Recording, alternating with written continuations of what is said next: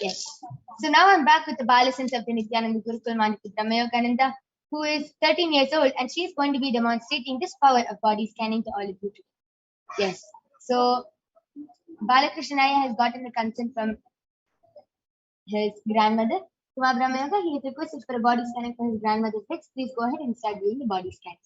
Devaraji Joseph has requested, Om Nithyananda Paramashivam Swamiji, please bless me to settle all financial debts and soon be successful in my career and training, business, and be generously to the needy. Yes, Aya, please request the same thing to Sundareshwara Paramashiva, Irena Sundareshwara Paramashiva Paramburu, and with the blessings of Sundareshwara Paramashiva, you can manifest whatever you want. Yes, so Balakrishna did the body scanning for your grandmother, and Paramashiva revealed that her legs are getting numb and they're getting stuck, like the muscles are not able to move properly.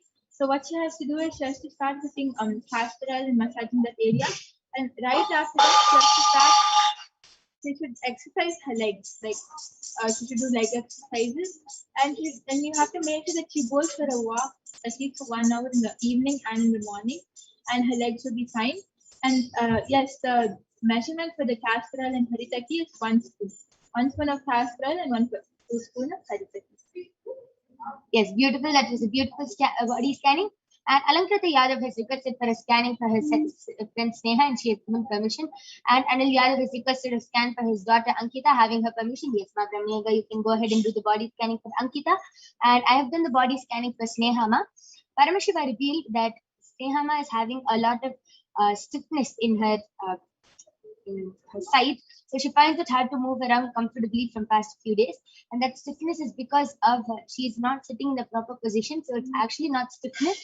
It's just muscle pull, which because she's not sitting properly, her body is not used to the position, and it's hurting for her. It's just a small muscle pull. Paramashiva also revealed that she's getting headaches often, and Paramashiva revealed that headaches is due to sinus and a lot of heat. It's not she doesn't have the sinus problem, but a lot of mucus in the body and a lot of heat in the body. So she has to do the neti with hot water and salt every day for the next 1 month. And Swamiji revealed she should do Nirahara Samyama for 11 days now, and she will be healed of this. Yes, Anil Yadav, I did the body scan for your daughter Ankita, and Paramashiva revealed that she just starts listening to Swamiji's satsangs, automatically her IQ will increase, and she'll be able to, she'll be ahead in her studies, and also she'll start manifesting so many powers. Like Paramashiva showing that her brain's potential is that much. All she has to do is start listening to Swamiji's satsangs, and so many things. She'll be able to do so many different things, different talents. She'll become really good in her studies, and also she'll start manifesting powers. So just make sure she starts listening to Swamiji's satsang every day, and also without miss watching the live Bhav Samadhi Darshan of Lord Sundareshwara.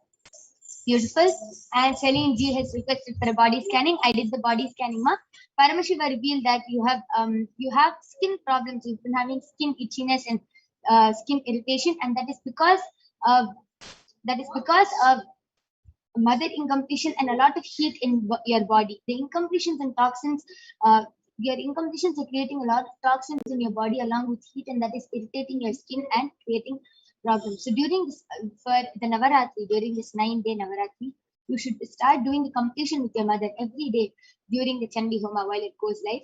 Just offer your gratitude to Devi Parashakti and do the intense completion with your mother, and you will be healed from this problem. And every day, start applying turmeric on your body and taking a bath. And keep the turmeric in front of Devi, keep the turmeric in front of the Devi and then apply it on your body and take a bath.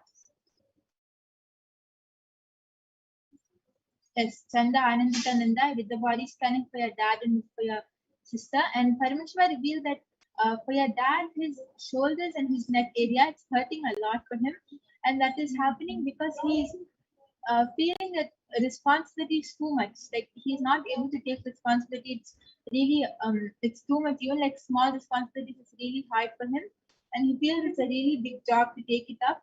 So the solution which Paramashiva revealed is he has to start reading the Living Enlightenment book, and that will automatically give him all the solutions he needs, and he'll, like, for him, responsibility will become like a super easy thing to do.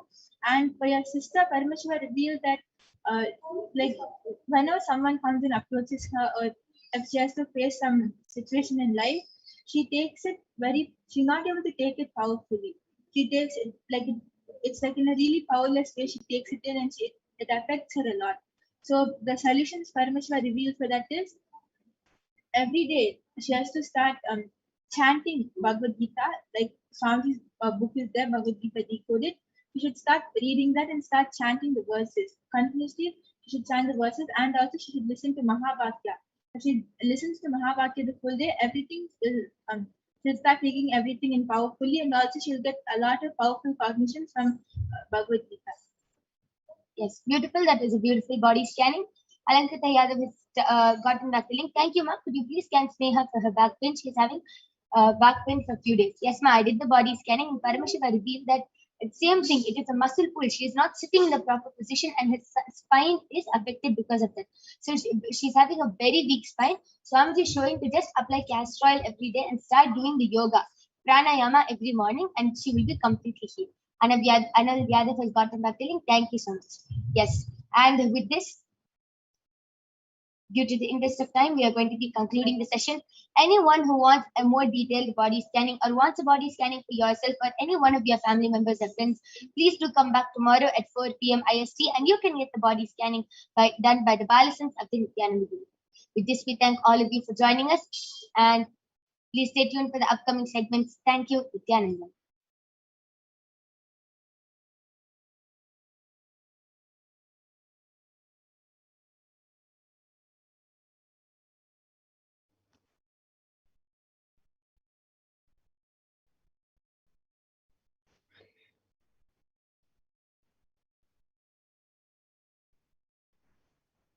Yes, thank you, Maya. And now, with that, we will be moving to the next segment of this program, where all of us will be learning more about Devi Parashakti. So we will now be learning about the divine feminine consciousness, about who exactly Devi Parashakti is. So we'll be first looking at a Dhyana Shloka of Devi Parashakti, which comes from the Lalita Sahasranama Dhyana Shloka.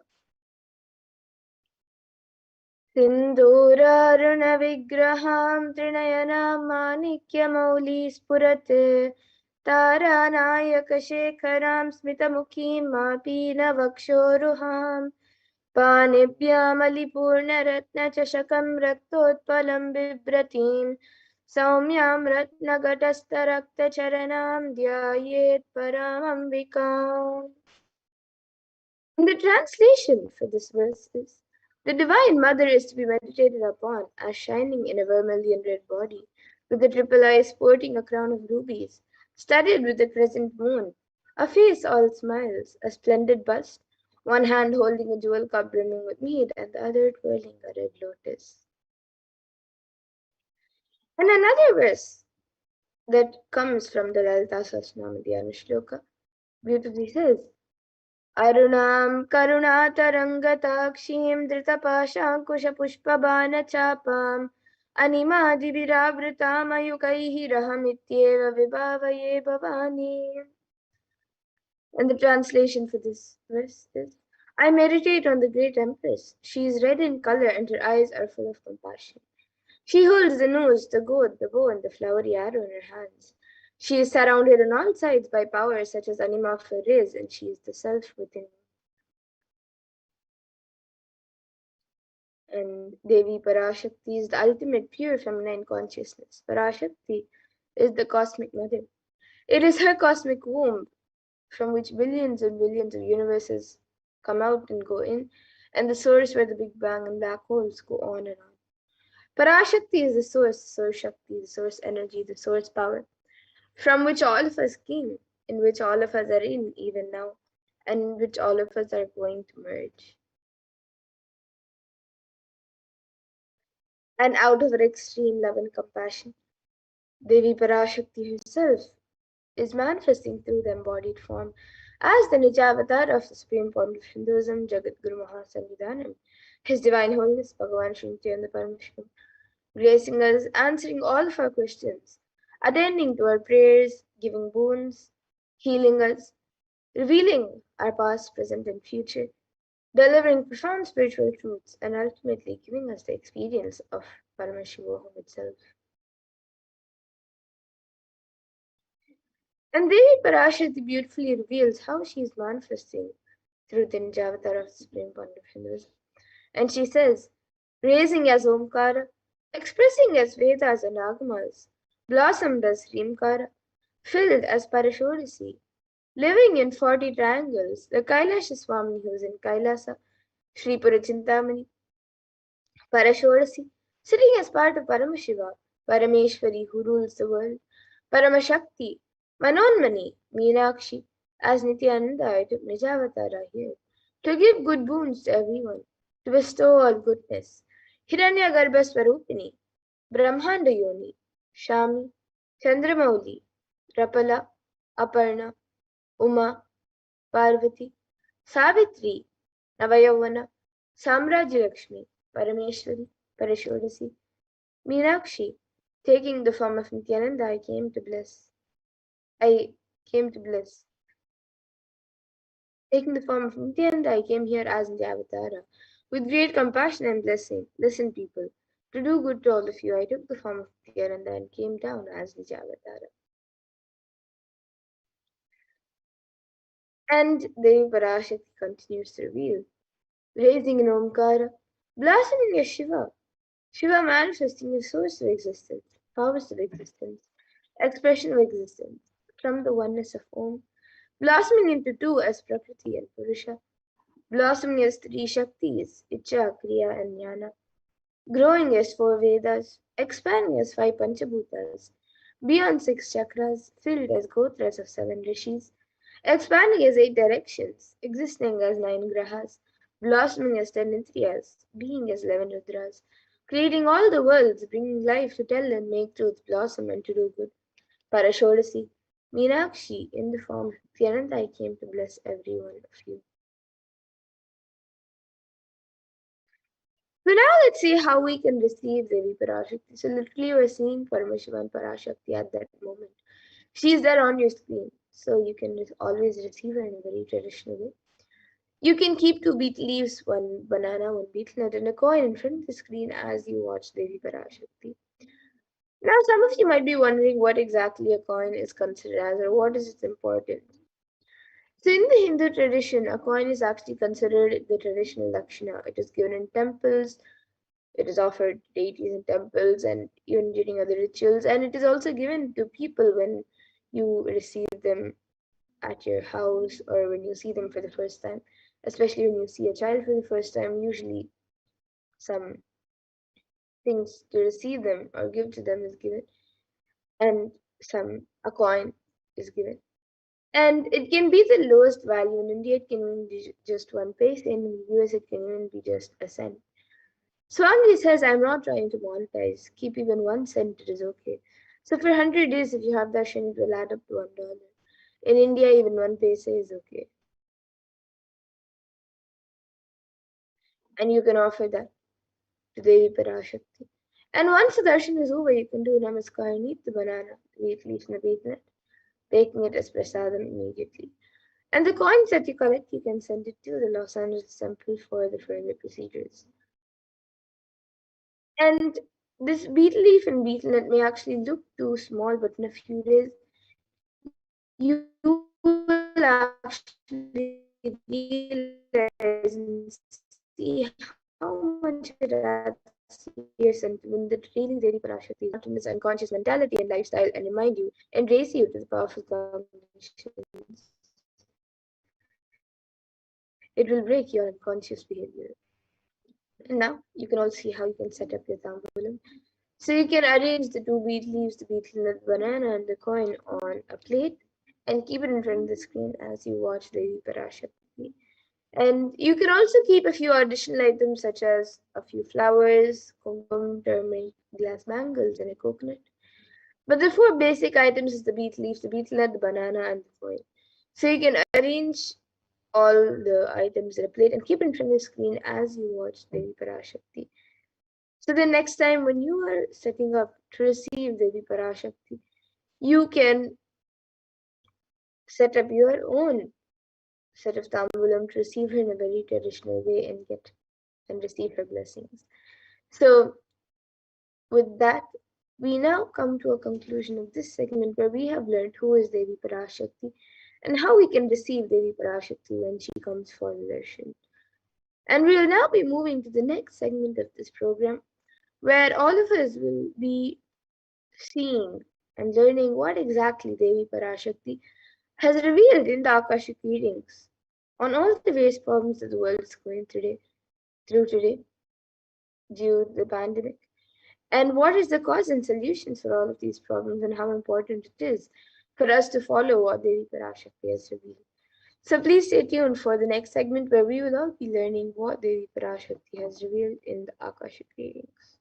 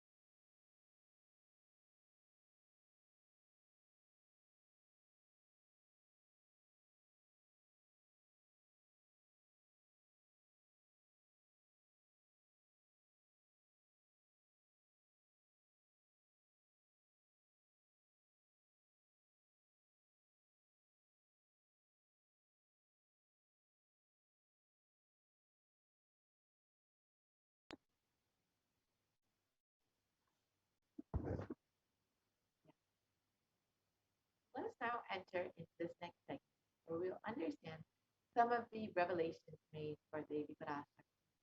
Devi has been continuously revealing various revelations about our current situation, about the world, about our personal situation, and many sacred revelations about humanity and the pandemic, the ongoing pandemic. So in today's segment, we will explore some of Devi Parashakti's revelations and specifically understand what Devi Parashakti has revealed as the cause and solution for this pandemic, for this pralaya.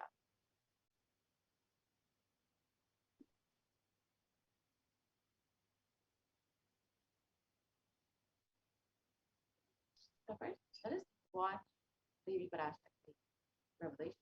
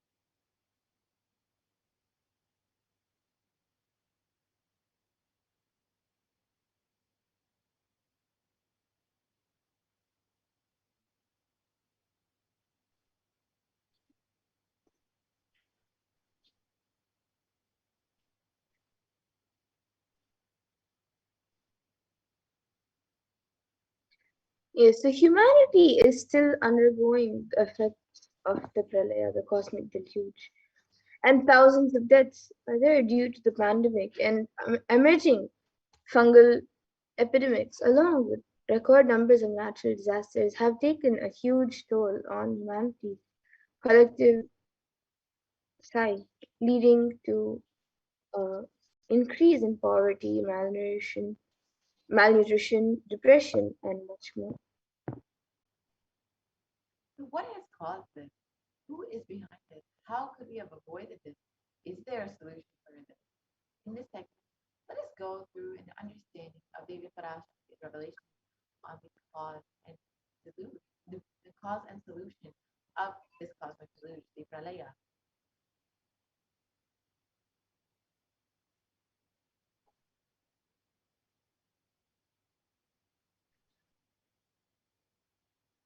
So all of us know the current state of the world right now with well over 3.8 million deaths.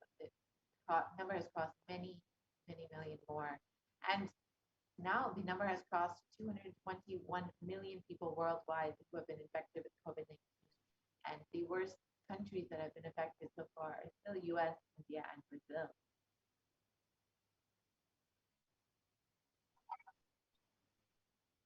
And the number of cases in India alone has crossed well over 30 million. And the number of deaths due to COVID-19 in India alone has crossed well over 374,000 people. And the number of people fallen into poverty has, since 2020 is well over 75 million. All of these numbers are an underestimate of what the real situation is in India And unfortunately, it has only been getting worse. And India is not just suffering from the ongoing pandemic, but a suicide epidemic as well. India is the sixth most depressed country with 6.5% of the population suffering from some form of mental illness. There is a suicide rate of 10.9 for every 1 lakh people, with suicide as one of the largest causes of death from the age group of 15 to 24. And India is also suffering from several natural disasters. We've heard of the cyclones in Kerala, the floods in Maharashtra, and now we have another wave of COVID-19 coming up in the near future in India. So, how could we have prevented this? How could we have stopped this from coming to India? What is the cause and solution that Devi Parashakti has revealed in the Akashic readings for the entire humanity?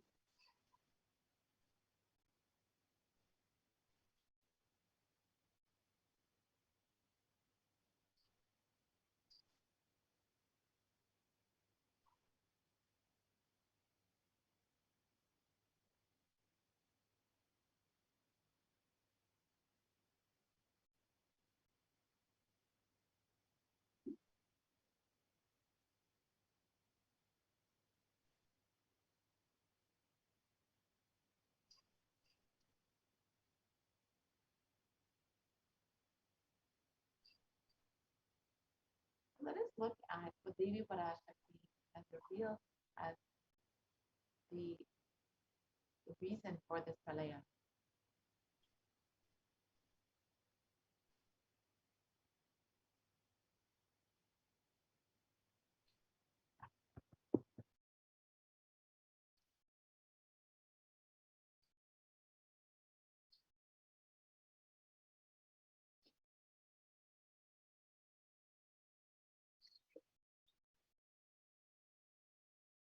Yes, so the translation of what Devi Parashakti revealed was for this huge Kirmi Bhojanam, hell, not to come to India.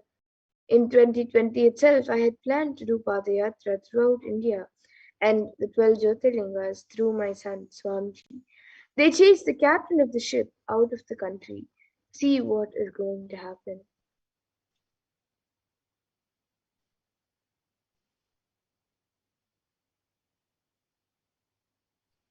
So now let us go back to 2017 when the Supreme Concept of Buddhism revealed the vision for this Padayatra that was to be taking place in 2020. This next video, we will see the Supreme Concept of Buddhism explaining the vision for this Padayatra. And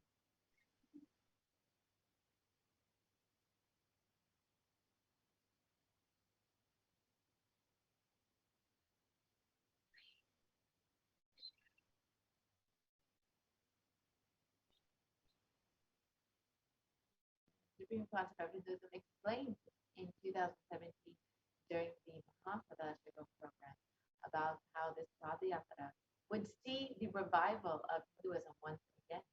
Let us now watch that video.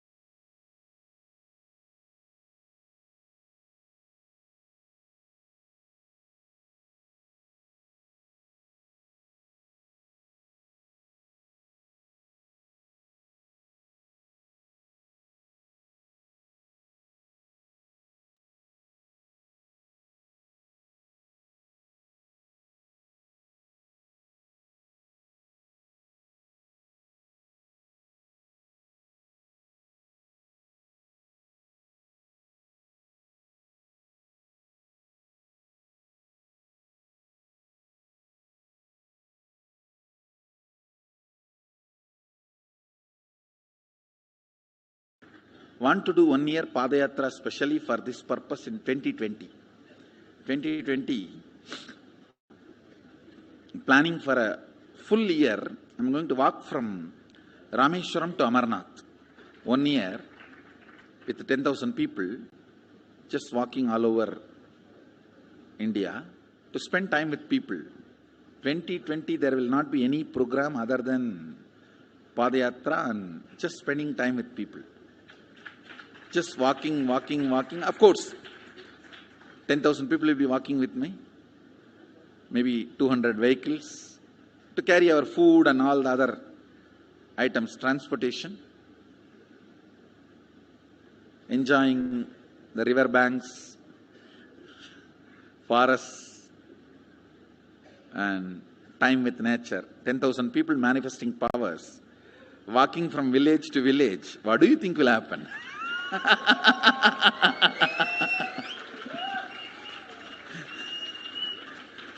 The scene of Buddhism spreading will be repeated now.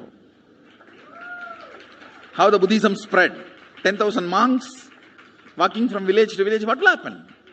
That's only monks. Here power manifesting. 10,000 people.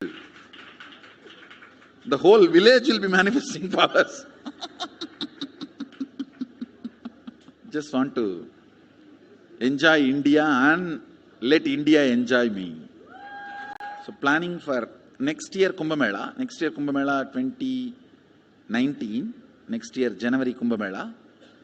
Before that, all the Balalayam, everything. Balalayam is going to be like the same structure outside with one stone tower, gold coated. It will be something like a 40 to 50 feet tall stone tower and 5 Rajagopurams, which will be something like 120 feet. This will be the Balalayam. And after the Mulalayam is built, this Balalayam will serve as a Utsava Murti Sannidhi, where the Utsava Murtis will be worshipped and where the Archanas. See, in the main temple, there will not be any Archana or anything, because just for Darshan itself, there will not be time. Like Tirupati, you can only have Darshan and Arati, the camp for Arati. No other worship is allowed in the main temple. Because 12 Abhishekam is going to happen, 12 Kala Abhishekams. So continuously the rituals will be going on. People can have only Darshan. They will not be able to involve themselves in any ritual. Other than Darshan, nothing else will be allowed. So all the Archana, all the other offerings, like people will offer the Archanas and other, everything will be done to the Utsava Murti, which will be kept in the Balalayam, the present Balalayam, present structure. So people can spend time here. That will be more like a main darshan. This will be like energy darshan, where you can give letter, get response. So by next year, the Balalayam will be ready. So 2019 full year, I will be conducting the programs and everything. 2020 will be the one full year Padayatra, walking. From next year, Jayanti, means 2019's Jayanti to 2020's Jayanti. Full year, Jayanti to Jayanti will be Padayatra. Before that, we will make 10,000 people power manifestors. It will be sannyasi, brahmachari, grihastha, all put together. 10,000 people will be walking. What a scene it will be. I think that is the only way the revival of Sanatana Hindu Dharma can be done. I need to get into the ground where people can see me, where they are living. I can't be waiting for people to come where I am living. Now I am sitting in one place to prepare these 10,000 people and make this science completely user-friendly. For that only I am sitting and working. So I have given 2 years for me now, 2018 and 2019. So 2020, before that 10,000 people will be ready to walk with me, manifesting powers. We will literally solve every person's problem in every village. the way we are walking, the path route we are taking, physical healing or mental healing, or it's a too big visualization. How will you visualize? What will happen if 10,000 power manifestors enter into a village and ask people, tell me your problem now, come on, let's sort it out. Understand, 1200 years before in Tiruvannamalai temple carvings, how the baby will be in the womb in second month, third month, all that is detailed way carved, it is there. Which scanning machine was there in those days other than the third eye? Very detailed carvings are there. Even Srirangam temple, the whole carving is there. Srirangam temple gives a week by week the whole picture of male baby and female baby. Any of you have seen that? Srirangam Rangaraja Mandapam, it very clearly portrays. There will be one Rangaranga Gopuram. In that next to Rangaranga Gopuram, there is a Rangaraja Mandapam. We have already collected some chunk of 80-90 to be displayed in this Balalayam. Work is going on all of that. We are also going to tell you this sign.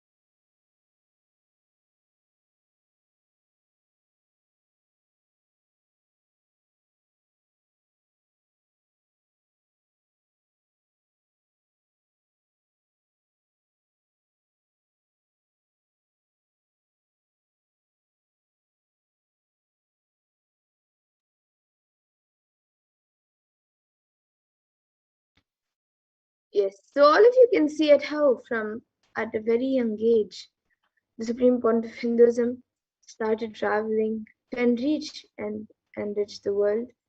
So here you can see pictures of various programs conducted by the Supreme Pontiff of Hinduism around the world in various places. So here you can see the 21st of November 2005 in Rasipuram. Hinduism has been continuously initiating people into the science of enlightenment, has been giving continuous darshan, various programs. Here you can see in Namakkal, Tamil Nadu, the thousands and thousands of people in each of these various programs. You'll be able to see in Salem, Tamil Nadu, how many people were touched and experienced this science and enlightenment by the Supreme Pontiff of Hinduism. For the last 2 decades, the Supreme Pontiff of Hinduism has been continuously working to bring this science and enlightenment and share it with the world. The Nithyananda program, the Birth Star celebration in Tiruvannamalai in 2005. You can see the people from various backgrounds, various ages, various cultures, various nationalities. The Jayanti celebrations in Adi Kailasa, the Jayanti celebrations again in Tiruvannamalai. And the Supreme Pontiff of Hinduism has also enriched many kids. And here in the previous slide, you just saw where the Supreme Pontiff of Hinduism has gone to a school to initiate the kids and get them ready for the pralaya. So here you can see the Guru Purnima celebrations in Adi Kailasa Nithyananda Paramashivam. And then the Bhakti Spurna program.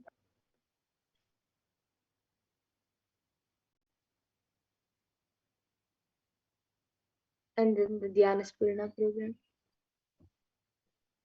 So everywhere you can see how many people, like literally thousands of people, getting enriched by the Supreme Bond of Hinduism. Here you can see the Little Nandas program, and then the Saptayaham program, which took place in Salem 2006. Several homas conducted by the Supreme Pontiff of Hinduism, where the Supreme Pontiff of Hinduism not only conducted the homas, but led 1,008 other people into the same homas, guided them to perform the same homas.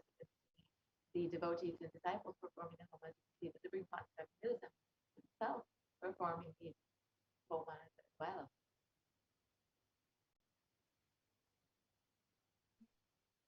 So here are a few more pictures from the Satyaham of Tamil Nadu, Salem. The Supreme Pontiff of Hinduism blessing people and guiding them, doing the various rituals, and this was a huge offering to humanity, as the energy that it created has brought so much of good to humanity. This is the Nithyananda Paramashivoham program that was conducted in Adi Kailasa in 2006. And each of these programs, the Supreme Pontiff of Hinduism was working tirelessly to bring science of enlightenment people, to prepare them for this upcoming pralaya, to ensure that they are protected and saved. However, the anti-Hindu elements made it nearly impossible for the Supreme Pontiff of Hinduism to do the re-energizing process. And Devi Parashakti revealed the solution for this pralaya.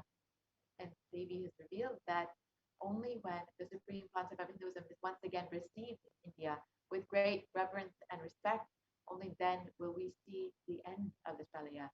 And as we look around, we see what the great rishis of the Vedic civilization had forewarned as this Kali Yuga, and the Kurma Purana echoes that the Rishi's declaration.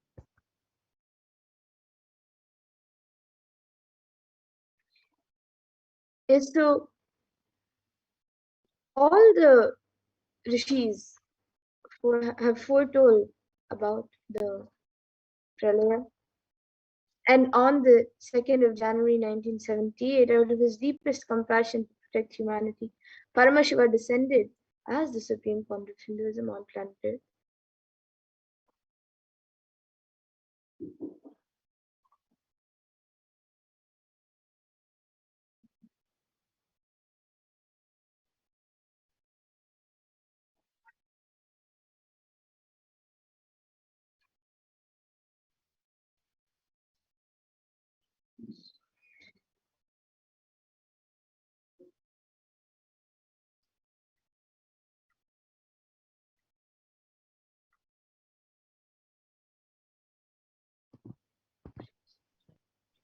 In the Kurma Purana, actually, Sage Vyasa explained that the Kali Yuga is the worst of all the yugas, where man will be his own worst enemy, and yet no prescribed penance will atone for the great sins of men. And only the sacred city of Varanasi is protected from all of this. In the Kurma Purana, it continues on that to explain that Lord Rudra is the incarnation for this Kali Yuga, and in the explanation of this, Sage Vyasa explains that in the Kali Yuga, it is Lord Rudra, the incarnation of Paramashiva himself, that will be the incarnation, the avatar for this Kali Yuga. Here is the exact translation. This Kali Yuga is the worst of the 4 yugas in all the world. People are sinful and forget the dharma of the 4 varanas and the 4 ashramas. In fact, men are so sinful that no prescribed penance atones for their great sins. Only the great sacred city of Varanasi is protected.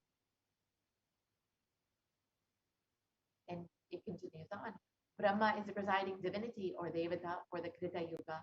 In the Treta Yuga, the second cycle of time, it is Bhagwan Ravi, in which appeared Sri Rama. In the Dvapara Yuga, the third cycle of time, the presiding divinity is Vishnu.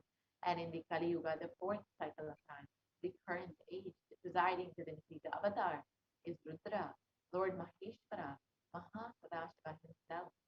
On the 2nd of January, as Mahamadra explained, out of his deepest compassion to protect humanity, Paramashiva himself descended in the human form of the Nijavatara, the supreme concept of Hinduism, Jagat Guru Maha Sanidana, his divine holiness, Bhagavan Nithyananda Paramashivam. In order, let us see, the supreme concept of Hinduism has explained that if he had waited even one more year, Paramashiva had waited even one more year to take the human form, it would have been too late for humanity.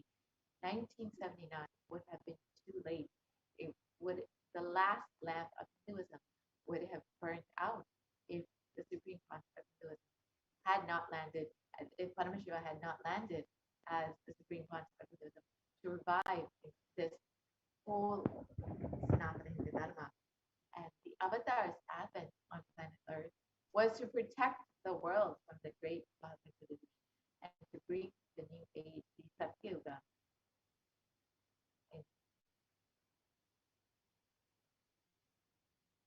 Devi Parashakti herself has revealed this.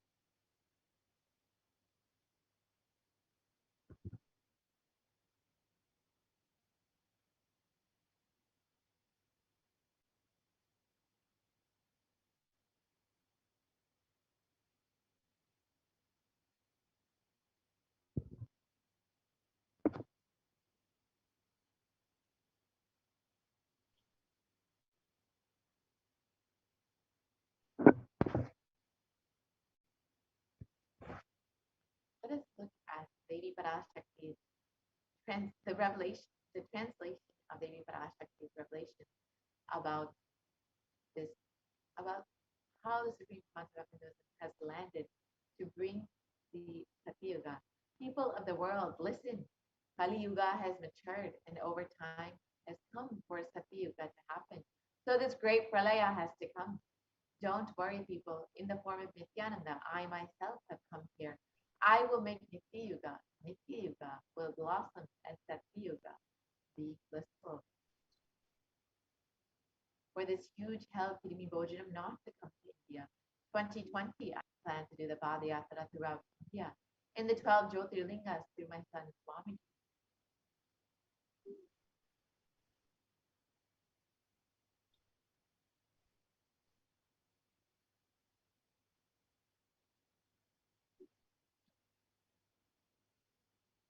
And in order to prepare for this, the avatar began the Padayatra at the mere age of 10. So at a very young age, the supreme point of Hinduism began the Padayatra to enrich and enrich the world and guide humanity and get all of us ready for the Pralaya.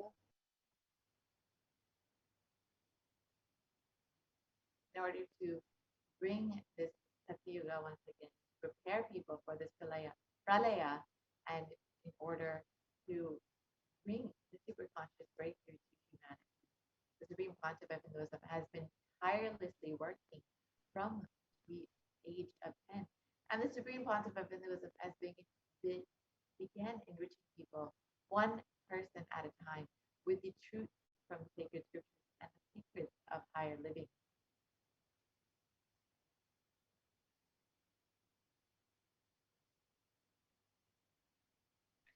And even as the supreme point of Hinduism was just 14 and 15, all of his classmates recall the yatra where the supreme point of Hinduism led them all from Gudiyatham, Tamil Nadu to Tirunelveli, which was his birthplace and a huge spiritual pilgrimage site. So here you can see an image of that where the supreme point of Hinduism was just 14 or 15 years old and he took all his friends on a Padayatra.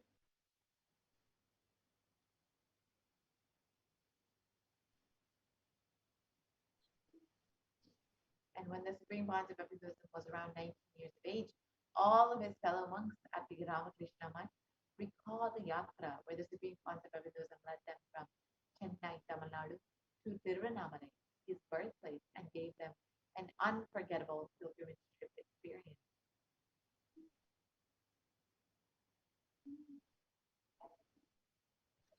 And the Supreme Point of Hinduism continued walking the length and breadth of India, reaching out to more and more people and preparing each and every one of us until the Supreme Point of Hinduism founded the international mission, the Nithyananda Sangha, to revive Kailasa internationally on the 21st of December 1999.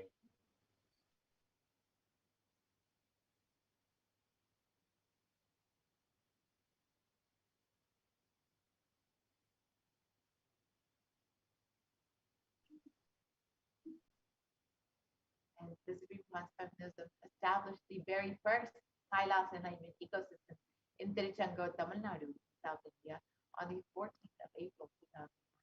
And here you can see the photo of the inauguration day in 2001, when the Supreme Concept of Hinduism was just near 20 years of age. And began the first Kailasa enlightenment ecosystem, which has grown to hundreds of ecosystems all over the world.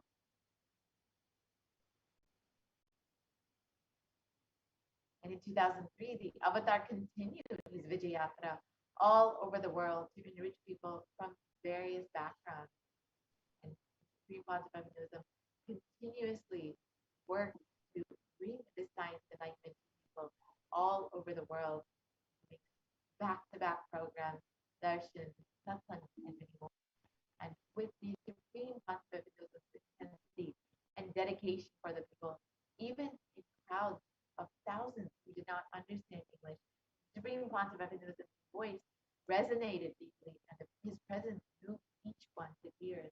You can see the various programs conducted in Guadeloupe and in Brazil, where most of the audience did not understand English. And each one was very deeply touched. And in 2004, the Avatar also led his disciples on the first Himalayan Yatra, visiting temples, delivering satsangs, and initiating them into a super conscious breakthrough. So here you can see images of the Himalayan Yatra. You can see the photos of the various yatras, the Himalayan yatras that the Supreme Concept of Hinduism has been conducting over the last 2 decades.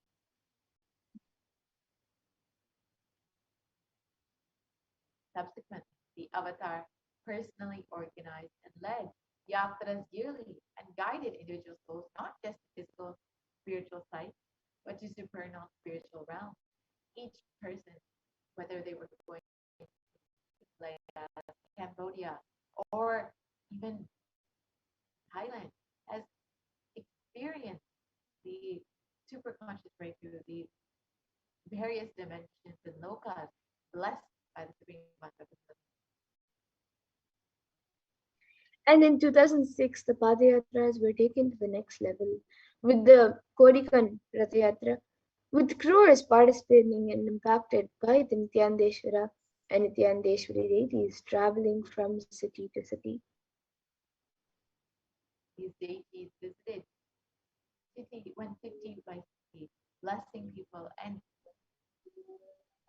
each person who received the divine sight of seeing Nityanandeshwara and Nityanandeshwari were blessed, and thousands and thousands of people were able to be blessed by these deities, and eventually they were consecrated in the Bengaluru Adinam in Adi Kailasa and still remain there today, continuing to bless people, thousands and thousands of people who gather there.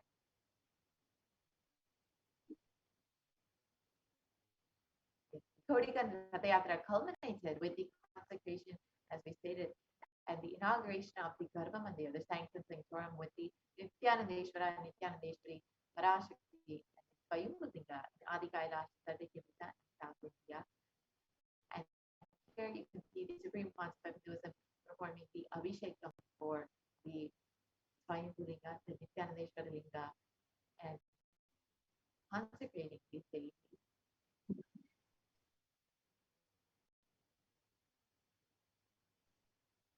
these deities were energized as Achavatanas to radiate the energy of Paramashiva and Parashakti to create the Adi Kailasa Satsang as a ship to save humanity from this upcoming pralaya.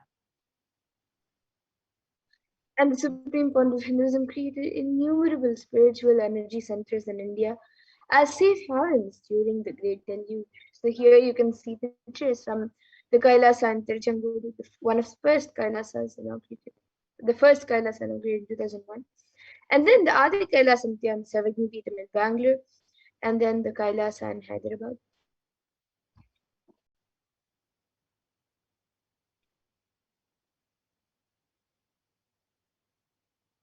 And in 2008, the avatar created and energized the Nithyananda Paramashivam Anandalingam, which would protect anyone who bathes in its waters from the deadly COVID-19 disease. And this lingam is a Navapashana lingam, which has tremendous healing properties and was specifically energized by the Supreme Concept of Hinduism to mature to the energy to peak and ripen in during this pralaya in order to protect all of humanity during this time. And in 2009, the Avatar held another Kodi Kantha Yatra and garnered international attention, creating a movement where lakhs of Hindus once again embraced Hinduism.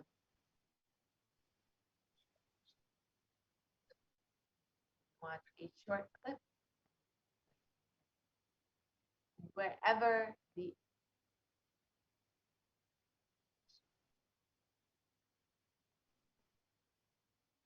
போல நின்பதம் கண்ட என்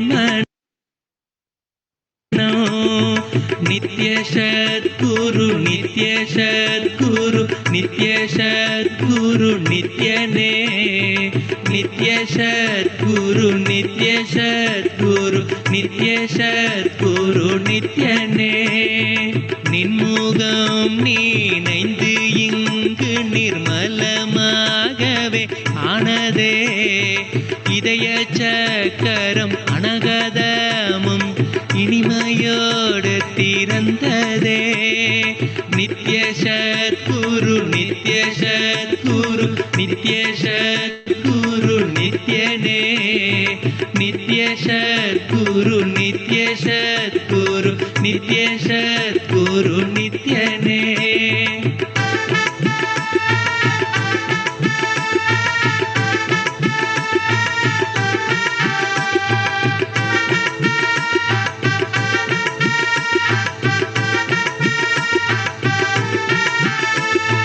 மற்றவர் கண்டு மறைகள் எல்லாம் கழன்று விசுத்தி அதுவும் அசுத்தியாய் பொறாமையோடிங்கு ஏக்கத்தோடப்பா புண்ணியம் எல்லாம் போனதே எரிந்தவயிரும் ஏக்கமும் சேர்த்து விசுத்தி அசுத்தியானதே விசுத்தியை தீர்க்க விமலனின் பதம் விரிந்து இங்கு வரவேணுமே நித்ய சத்குரு நித்ய சத்குரு நித்ய சத்குரு நித்யனே நித்ய சத்குரு நித்ய சத்குரு நித்ய சத்குரு நித்யனே ஆமை பூகுந்த எண்ணகந்தினை பொறாமை பூகாது காக்கவே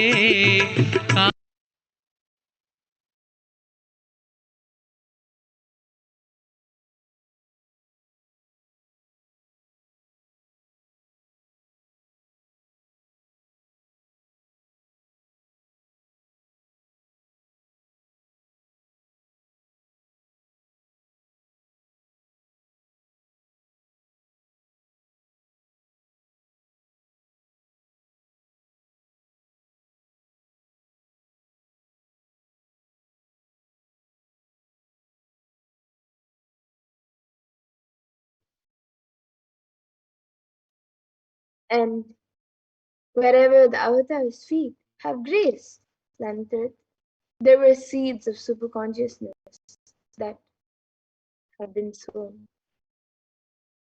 So wherever the avatar's feet have touched planet Earth, when he did the Padayatra, everywhere the seeds of super consciousness have been sown.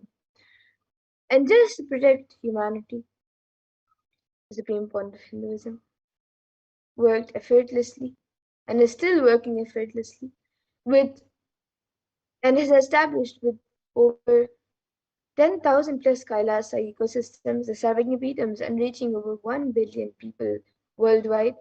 And the avatar is the last hope for humanity.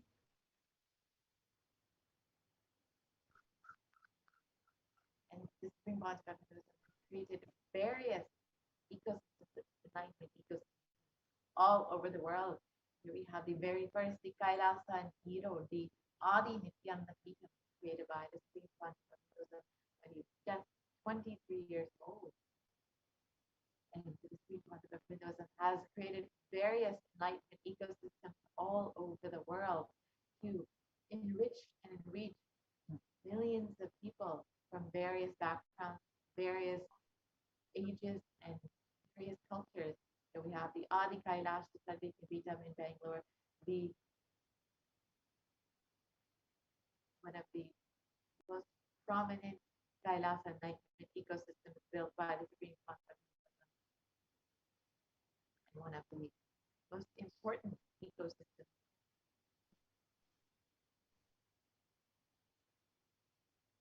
And then the next is the Kailasa and Tiruvannamalai. All of you can see where the supreme point of Hinduism himself is doing the puja for the deities and is giving satsangs and receiving the Pratyakshapada puja in the Tiruvannamalai Adina, in the Kailasa and Tiruvannamalai.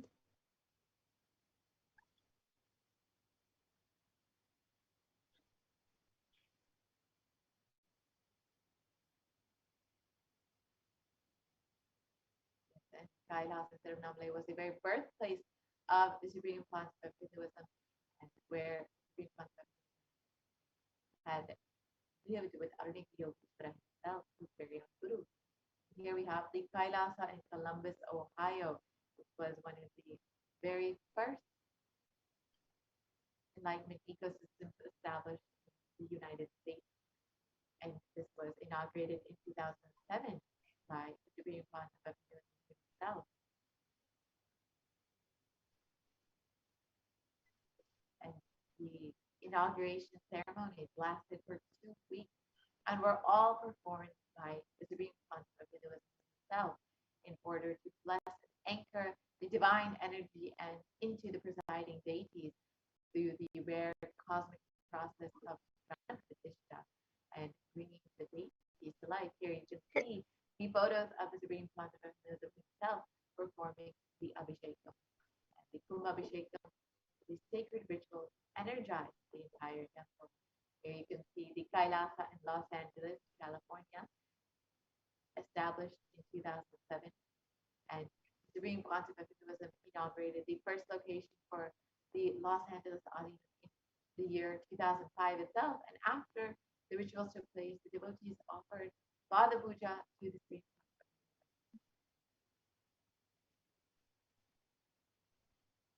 And the Kailasa and Los Angeles, which was inaugurated in 2007, was the permanent temple space, and it was established encompassing over 25,000 square feet, and it was infused with the cosmic energy by the Supreme Point of Hinduism, who blessed the people to be the pinnacle of the Vedic tradition and headquarters to the Western world.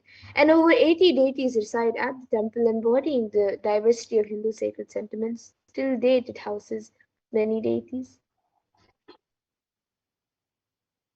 And the next is Kailasa and San Jose, which was inaugurated in 2009. And the Nithyanandeshwara Hindu temple at San Jose radiates the energy of Madurai Meenakshi temple, which is the home to Devi Meenakshi, the divine cosmic mother and the consort of Lord Sundareshwara, the most beautiful and blissful form of Lord Shiva. And the chief presiding deity of the temple is Devi Meenakshi, the Shivalinga and Lord Nithyanandeshwara and Devi Nithyanandeshwara.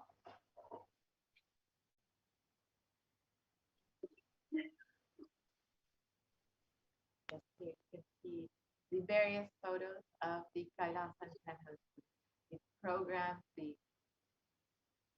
and hundreds of people who have been attending each program, been blessed by the Supreme Constitution and this beautiful enlightenment ecosystem, especially even during this Pralaya, despite the various lockdowns, this Kailasa enlightenment ecosystem still stands as a protection for all of these cities. And here we have the Kailasa in Seattle, Washington, which was also established by the Supreme Constitution itself. And in the words of the Supreme Constitution itself, since the skies are always celebrating, let this temple radiate the Akasha, the ether energy. And this temple is called the Chidambaram of the West, and it it has the beautiful Nataraja deity, as well as Nityanandeshwara, Nityanandeshwari, and many other deities that energize and create a powerful energy center with to with a grand vision and space to raise the consciousness of the Pacific Northwest in the United States.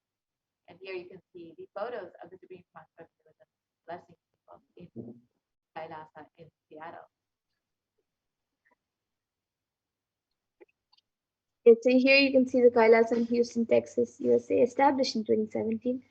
And with the blessings of the Avatar, the Supreme Point of Hinduism, the temple in Houston, Kailasa in Houston, was consecrated through the Prana Pratishtha, the sacred energizing.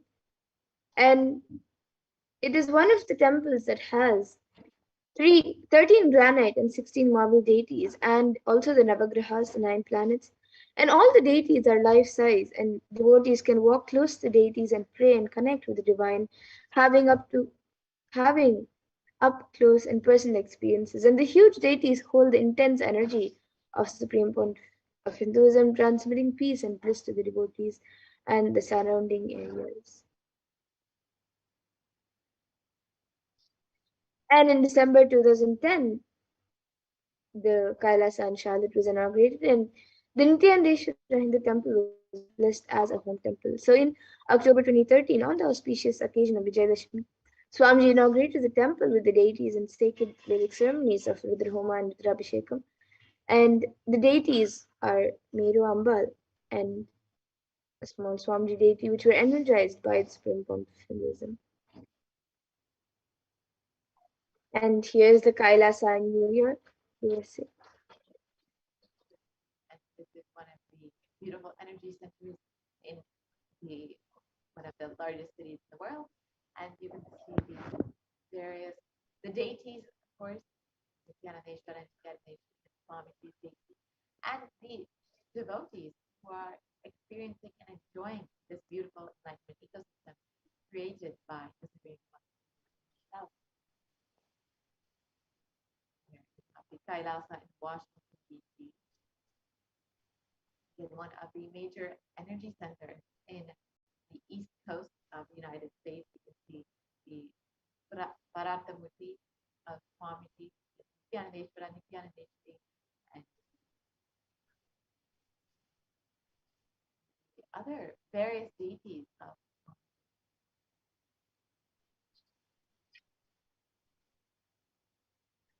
And here you can see the Kailasa in Toronto, Canada, established in 2011. So the Toronto Adinam was inaugurated by the Supreme Point of Hinduism in July 2011 and is blessed to radiate the superconscious energy of Kailasa, the abode of Lord Shiva, with all his energies. And the temple deities are seated exactly as they existentially preside in Kailasa around Mahadeva himself. And the presiding deities are Sri Nityanandeshwara, Devi Nityanandeshwari, and the Shivalinga along with Devi Meenakshi and many more deities.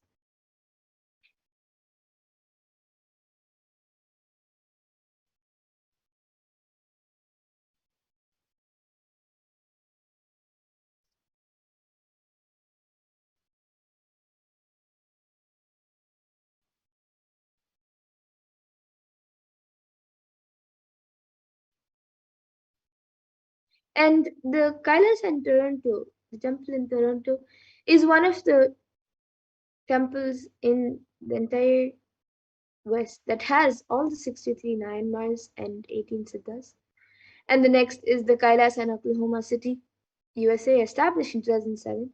So the Nithyananda Hindu Temple of Oklahoma, US was inaugurated on the 30th of October 2007 by the Supreme Court of Hinduism. And it is declared as the energy center of Somnath Temple located in the Prabhas Kshetra in the west coast of Gujarat. And here you can see the Kailasa and Phoenix. And we have the Kailasa in Phoenix, Arizona, which was established by the Supreme Court of Hinduism and serves the energy field of worship, meditation, and celebration for the last decade. And this temple structure is 2,500 square feet and completely enlivened with the cosmic energy. The presiding deities are Nithyanandeshwara Paramashivam, Nithyanandeshwari Parashakti, and Shivalinga. Here we have Kailasa in St. Louis. And this carries the energy of Tirumala Tirupati and houses one of the largest, tallest Venkateshwara deities in North America, along with Sri Devi and Bhudevi, and the beautiful Shivalinga and Nityananda Ganesha also reside at this temple. And this Kailasa enlightenment ecosystem is a beautiful countryside with lots of beautiful nature around. And we have the Kailasa Ohm, which is a pillar in nurturing the Vedic culture, the activities include yoga, meditation, and bringing spiritual healing to the communities or people. It is one of the centers of peace, along with the Kailasa in Dubai, which is the most important energy centers, Kailasa and ecosystem of the Paduka Parashakti Akashic and the devotees. Beautiful. And here's the Kailasa in London.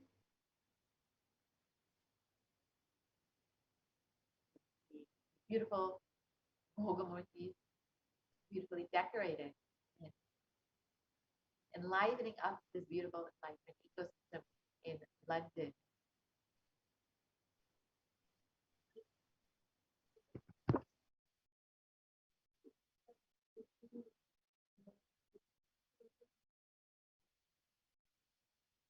And the Kailasa in Scotland. So you can see the deities of the Kailasa in Scotland. And you can see how to various places around the world, the Supreme Court of Hinduism has personally sent deities, sent clothes for the deities, jewels for the deities, and established Kailasas everywhere.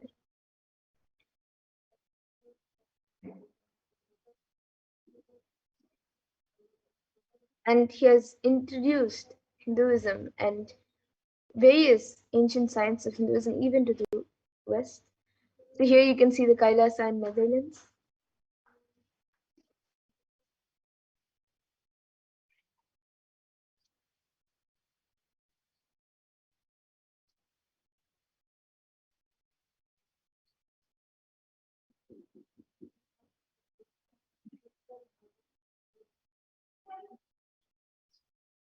And then the Kailasa in Slovakia.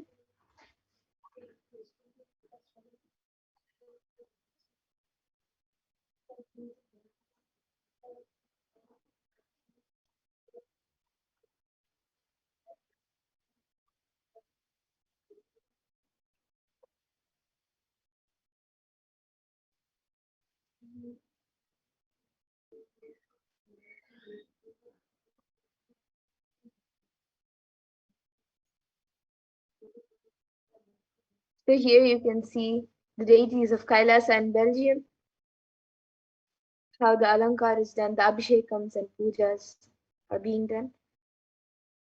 So around the world in various countries, whether it's India, US, Canada, UK, or the Caribbean, everywhere around the world, the Supreme Court of Hinduism has established Kailasas in 150 countries, sharing the ancient science of Hinduism.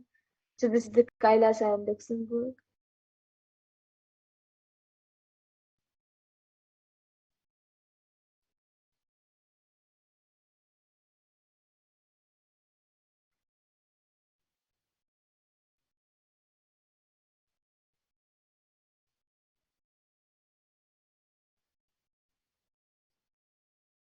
And then the Kailasa in Austria.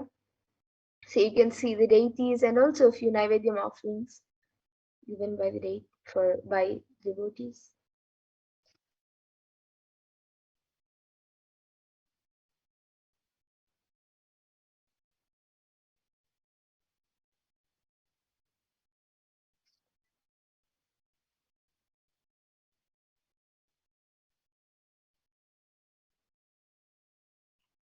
And then the Kailasa in Germany.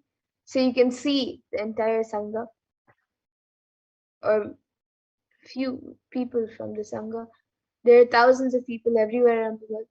So here you can see people from Germany sitting in the Adinam for the Satsang.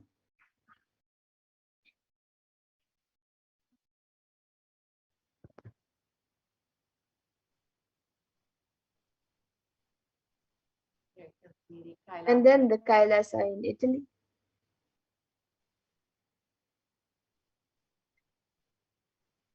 The beautiful deities who are energizing this beautiful enlightenment ecosystem.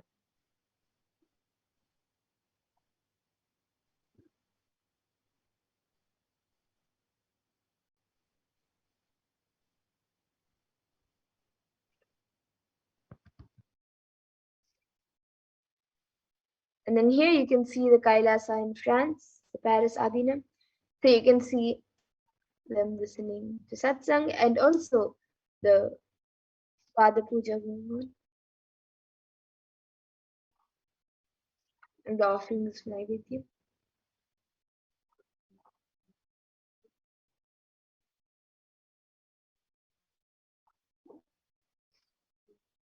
And then the Kailasa in Switzerland. So you can see the deities in the Kailasa of Switzerland.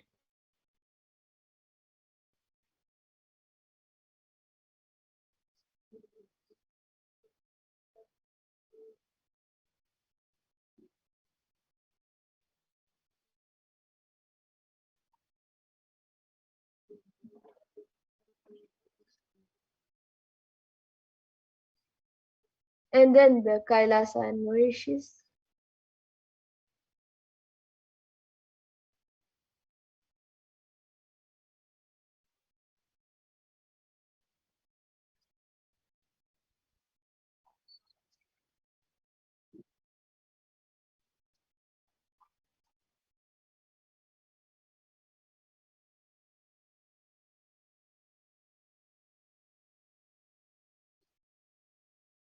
And then the Kailasa in South Africa. So you can see the deity and also the devotees that are doing the Pada Puja. You can see the devotees enjoying this beautiful enlightenment ecosystem and enjoying the Pada Puja, the beautiful deity of Swamiji, and of course the photo of the banyan tree. And then you can see now the Kailasa in Salem, which was established in 2006. So on the 12th of November 2006, the Supreme Court of Hinduism inaugurated the Salem, established the Salem Adinam, and declaring that this enlightened ecosystem will be the headquarters of Tamil Nadu. And the Supreme Court of Hinduism says, during one of his inaugural talks, he said, Tamil Nadu will start giving birth to enlightened humans after this. Let there be Nithyananda, eternal bliss. There are more photos of the Kailasa in Salem, the supreme concept of Hinduism, the Maheshwara Puja, and inaugurating this beautiful enlightenment ecosystem, one of the most important ecosystems in Tamil Nadu, India.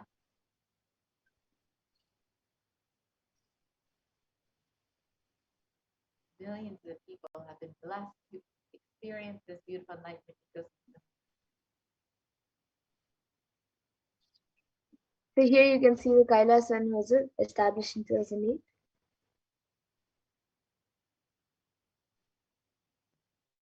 And the Hosur Adina was handed over to the Supreme Constitution in 2008 and officially inaugurated in the year 2015. And the Adina was founded by J. Krishnamurti, the great Indian speaker, and was given to his secretary, who served him for over 40 years. And here you can see the Kailasa Inspectum, the inauguration day of this beautiful enlightenment ecosystem, where thousands and thousands of people gathered from all over Tamil Nadu to enjoy and celebrate this beautiful ecosystem created by the Supreme Constitution, be blessed by the Supreme Constitution. You can see And here you can see the Kailasa and Varanasi.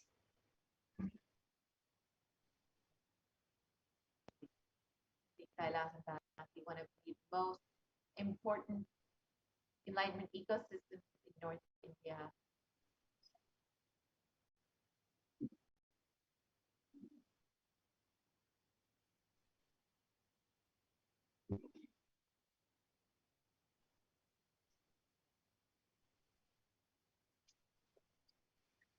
And here you can see the Kailasa and Rajapalayam established in 2008. So this Nithyananda Peetham in Rajapalayam was situated on a powerful Shakti Sthala, divine feminine consciousness energy. And it can be considered a Hindu heritage site. The significance of this land has for Hindus lies in the little known fact that Devi Meenakshi stayed in this area after her coronation. One of her golden rings slipped from her hand while she was resting here. And here you can see programs conducted by the Supreme Court of Hinduism in Rajapalayam, where thousands of people have attended.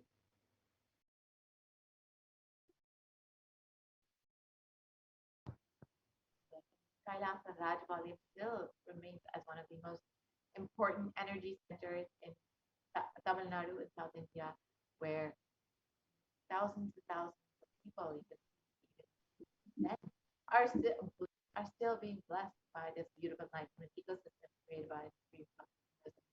And here is the Kailasa in Hyderabad, which is one of the 14 ancient kingdoms, the Gujarangi Samrajya,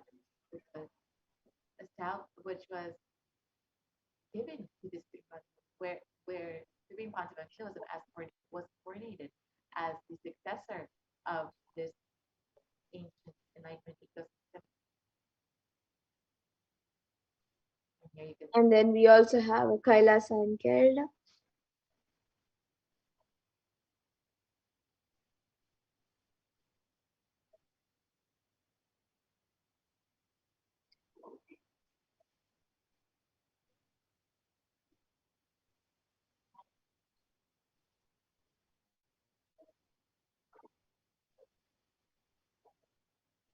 And then the Kailasa in Gujarat. Yes, this is the Yogini Sarvanya Pita, dedicated for women alone and dedicated to revive all the sacred feminine Hindu sampradaya, like the Yogini Sampradaya, the Rudrakanya Sampradaya, the Vairavi Sampradaya, and the female Sanya Sampradaya, and many, many more. And Supreme Conservatism is dedicated this entire enlightenment ecosystem for the revival of sacred feminine consciousness. Here we have the Kailasa in Tiruvannur, which was a beautiful seashore Kailasa enlightenment ecosystem, and this energizes the Nithyanandeshwara and Nithyanandeshwari and the deity of Swami himself, and it blesses the devotees with complete completion. And here we have the Kailasa in Alankulam, again in Tamil Nadu, one of the important ecosystems in Tamil Nadu. You can see the devotees was enjoying the beautiful deity of this enlightenment ecosystem, as well as performing Annadan regularly.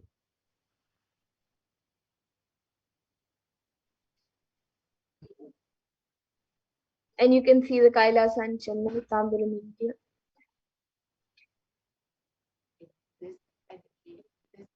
enlightenment ecosystem houses the energy of the Nataraja, the Chidambara Nataraja. And this is one of the beautiful enlightenment ecosystems, again, created in Chennai.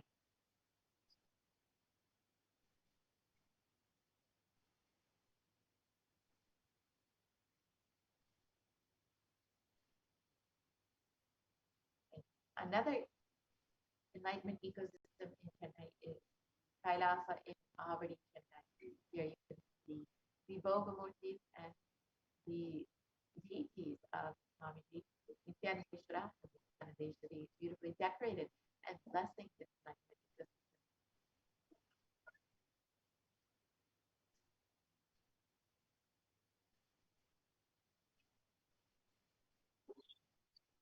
And then the Kailasa and Chennai.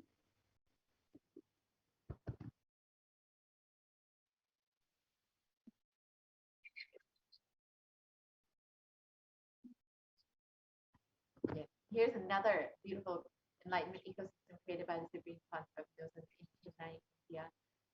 And here you can see the deities of Swamiji, Nithyanandeshwara and Nithyanandeshwari.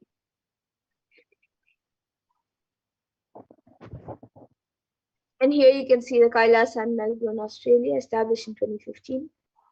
So Australia is the first Nithyananda Hindu temple in Melbourne, Adinam, and it was inaugurated by the Supreme Court of Hinduism in 2015.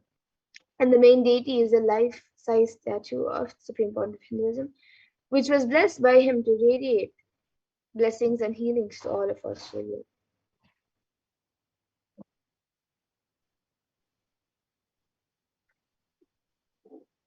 Here is the Kailasa, New Zealand.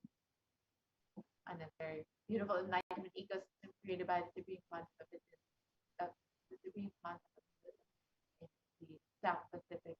You can see the devotees enjoying yoga, puja, and the various activities in the beautiful enlightenment ecosystem created by the Supreme Concept.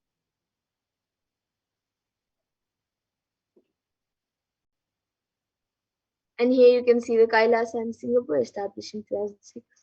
So the Singapore Adinam was established in October 2006, and it offers meditation, yoga, and is also a sacred space that is energized by the Supreme Point of Hinduism. And as part of the Bhakti Yoga and sacred Vedic ceremonies are also performed. And various practices are done to awaken the Kundalini Shakti to enable all achieve the higher space. And here is the Kuala Lumpur Adman in Malaysia, established in 2008.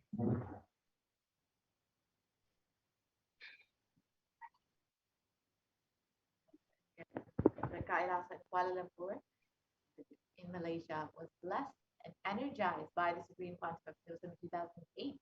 And the temple introduces people to the many beautiful benefits of yoga, meditation, and offers various classes for the whole of Malaysia. And here we have the Kailasa in Guadalupe, South America.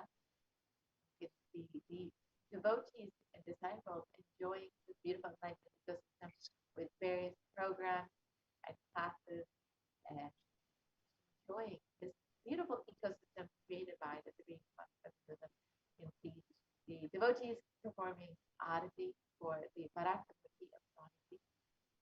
And to ensure humanity survives this pralaya, the Supreme Concept of Hinduism created these various enlightened ecosystems and, of course, the sovereign order of Kailasa with thousands of sannyasis with no discrimination against caste, creed, or religion. And the whole purpose of creating all of these various initiatives, programs, Kailasa enlightenment ecosystems, and orders was to ensure that humanity is protected and survive this pralaya is brought into this new age of the Satyuga.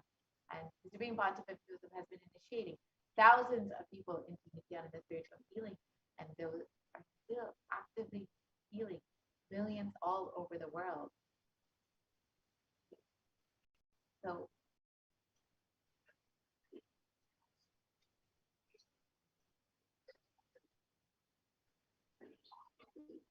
And the Supreme Court of Hinduism has established over 2,500 plus satsang centers, Pazaka mandirs, and home temples to operate as de facto spiritual embassies of Kailasa.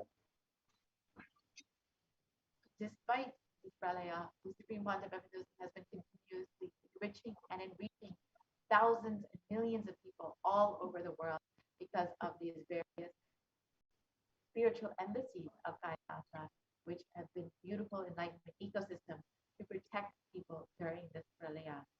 And the avatar has inspired millions to reclaim their Hindu-centric freedom with thousands of padayatras that were conducted by the Hindu diaspora worldwide in order to honor the hard work of the Supreme Pontiff of Hinduism and the revival of Kailasa, preparing each one for what was.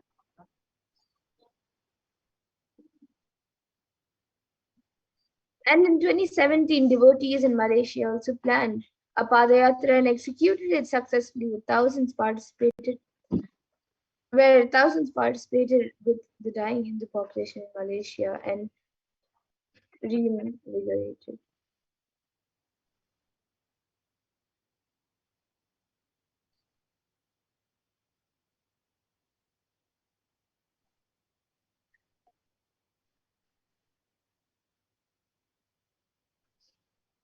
In every major festival, devotees from all over the world perform the Padayatra out of their sincere devotion and love for the avatar.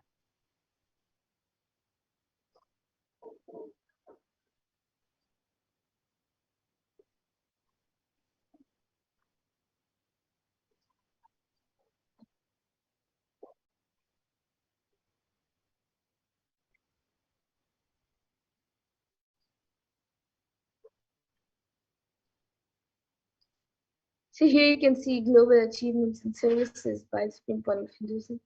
So we have the Supreme Pontiff of Hinduism has over 1 billion citizens of Kailasa, 26 plus years of humanitarian services, and 1 billion free, organic, nutritious meals served and continuing to serve. And the world's largest universities established in the US, Canada, UK, Slovakia, Switzerland, and France. During this pandemic, even during this pralaya, in order to protect people, in order to save people from this pandemic. And the Supreme Pontiff of Hinduism has opened up various initiatives and programs, and of course has been enriching and reaching people through the world's greatest digital nation, Hindu nation, with over 1 billion Hindus. You can connect with us on the various social media platforms on Twitter, Facebook, Instagram, and YouTube. And with this, we will be concluding this portion of the program. And if you would like to avail some of the benefits of Kailasa and all of the activities programs that the Supreme Pontiff of Hinduism has created over the last 26 years and has been enriching people with and blessing people with during this pralaya, during this pandemic, you are welcome to visit kailasa.org and sign up to be an e-Kailashian. Avail all the benefits of Hinduism, all the benefits that the Supreme Pontiff of Hinduism has been enriching the world with. You can also sign up for the ongoing Paramashivoham program, which the Supreme Pontiff of Hinduism has been conducting non-stop since the beginning of this pandemic, despite not being able to perform the Padayatra in order to end the re-energizing process of the 12 Jyotirlingas. The Supreme Pontiff of Hinduism has been continuously enriching and enriching people all over the world during this pralaya in order to protect them and guide them through this pralaya, through the various programs and initiatives, and of course the Devi Parashakti Akashic reading and the Bhagavan Sundareshwara Darshan as well. Various global initiatives done by the Supreme Pontiff of Hinduism, education, holistic health, and the development of human potential. And this has been especially important during this pandemic where people are suffering during this time.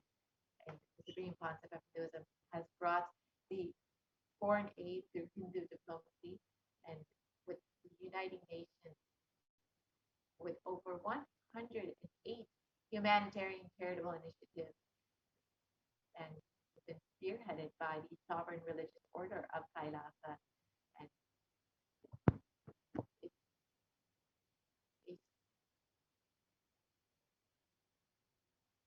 and the Sri Kailasa United Nations has over 26 years of achievement and contribution to the world in the fields of global peace, education in children, equality, and food and environment. So now, with this, we will be concluding this portion of the program and we'll be entering into the next segment very shortly.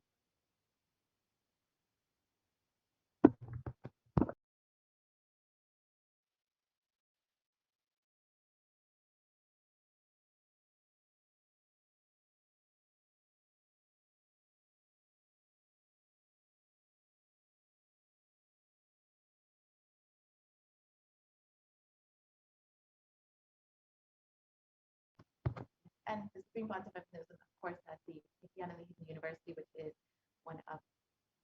the largest Hindu university in the world, and now which has been enriching and reaching people, especially during the time when people are in suffering. The Supreme Pontificanism has been continuously offering non-stop free classes, and the Paramashivoham program, which is completely available online and freely for anyone who wants to enrich themselves during this time. Now, with this, we will be concluding this portion of the program and entering into the next segment, where we will be understanding some of the various offerings that we can make to Devi Parashakti. So, as all of you know, Devi has been continuously blessing us, and of course, the Swamiji has been continuously guiding us, blessing us during this time, during this pandemic. And you are welcome to stay tuned for this next segment, where we will see the various offerings that we can make to Devi Parashakti.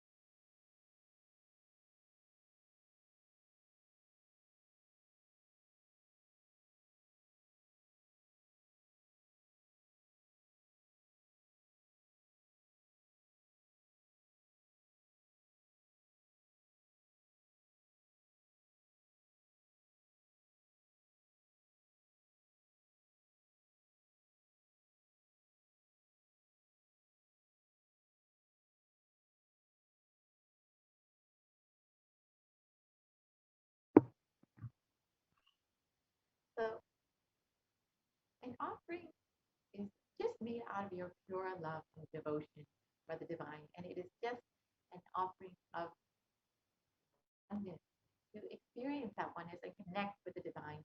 And when Devi Parashakti is, of course, herself manifesting through the Supreme Pontificanism, and the Cosmic Mother is just so easily available for each and every one of us through our very own Guru. Connecting with the divine becomes so much more easy. And now we have this segment where we will understand some of the various offerings that we can make to Devi Parashakti.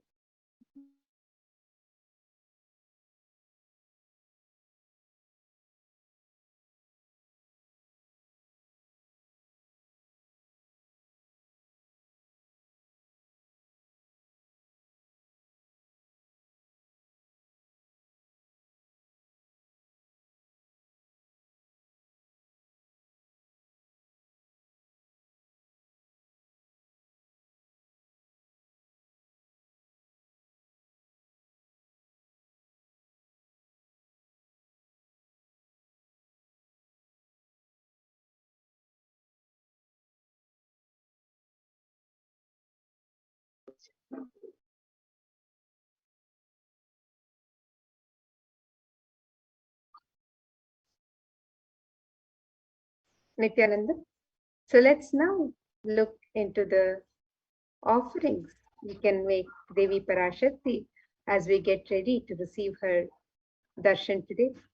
And in the Hindu tradition, offering something to the divine as we prepare to receive the darshan of the divine. It's a tradition that we always offer some token gift of our gratitude and our sacred sentiments when we have the darshan of the divine. It is said that when we go to a temple, when we go to meet a guru, and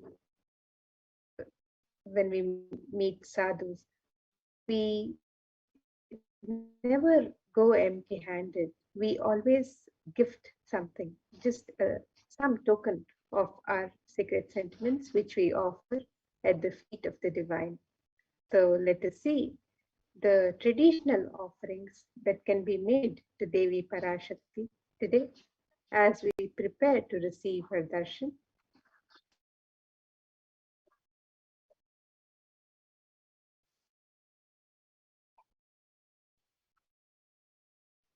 And in the Hindu tradition, the offering is a gift of pure love, devotion, and oneness, and it is never made of or fear or greed. And when an avatar lands and receives the offering, it's part of a pure grand lila played out only for the purpose of enlightenment.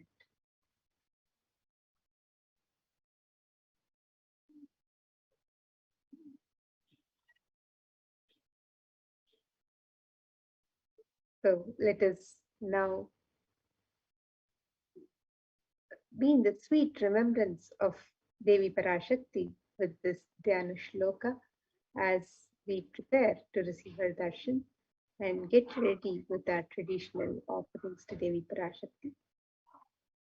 And this Dhyana Shloka describes Induni Bhaveda Karavandi Nayanam Syat Pankaja Varabhaya Japakshara Sarayuktam Angahimabhushana Vichitra Vasanam Syat Tungamakutojvala Manonmani Swarupam. The meaning of this verse: moonlight face, holding the Veda books on hand, fire in eyes, with lotus flower, gracing and blessing hands, and one hand with Japamala, beautifully decorated with jeweled ornaments in wonderful clothes and shining crown. Her name is Manonmani. And another Dhyana Shloka which describes Devi Parashakti. It says, Dhyayet Devim Trinetram Shashinibhavadanam Vedahastam Dadhanam Savye Padmam Varadam Aparecha Bhayam Chakshamalam Divyairabharanair Vibhushita Tanum Brahmadibhi Pujitam Devi Meva Manonmani Sachitanam Kamarthadhatrim Shubham.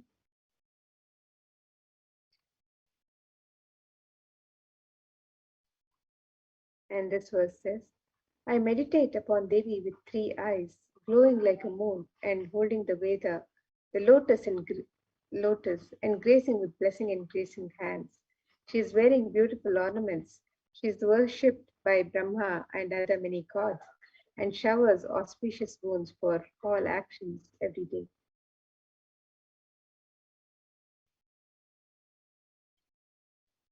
And in the Hindu tradition, the various offerings to the divine are made in the sacred element of gold.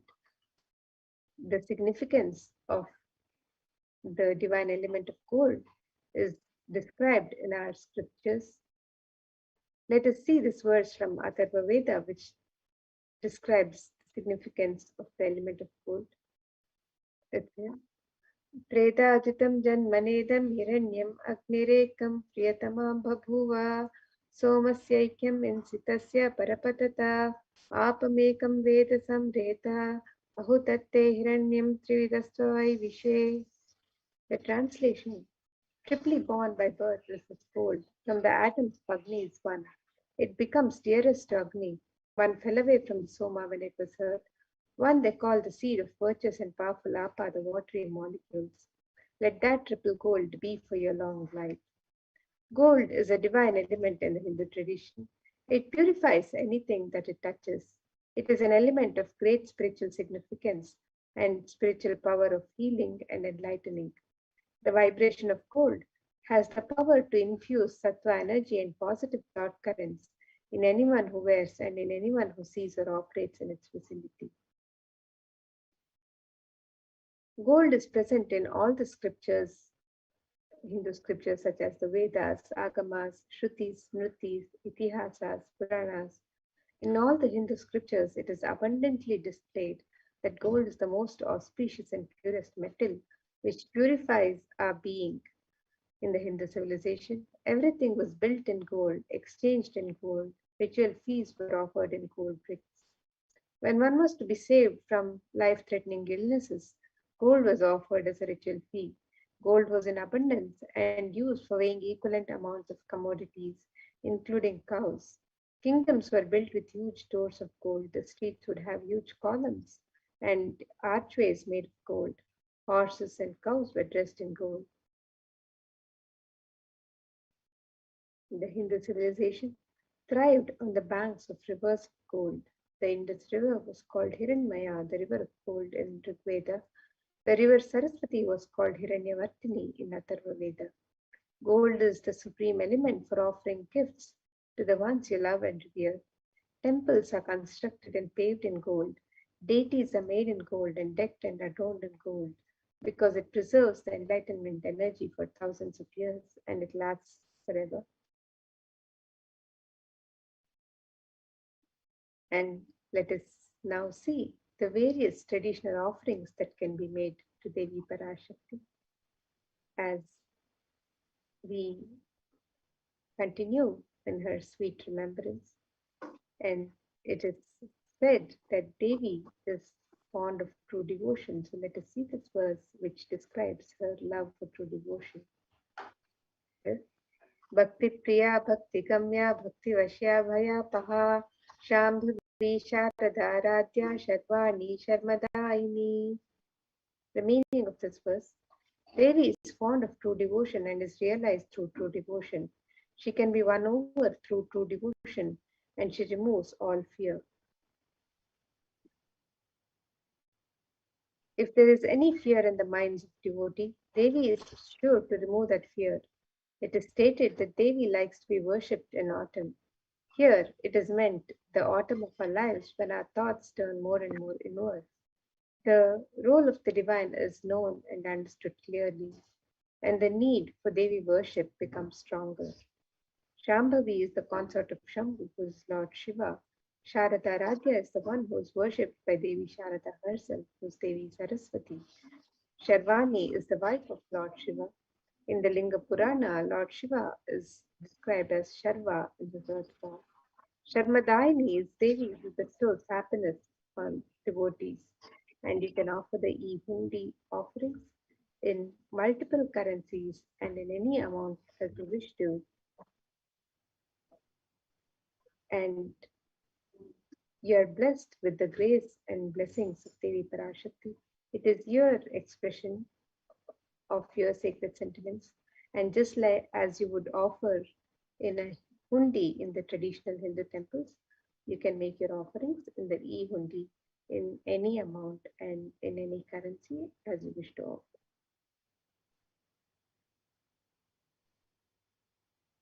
Next offering is the Sankalpa chanting, the offering of your conscious resolution. So before you start any endeavor in your life, or before you do anything new in your life, you always want to make sure you set a conscious resolution and an intention to manifest exactly what it is that you want. And when you offer your sankalpa, your conscious resolution at the feet of Devi Parashakti, you will be bestowed with all of Devi's overflowing energy to manifest exactly what it is.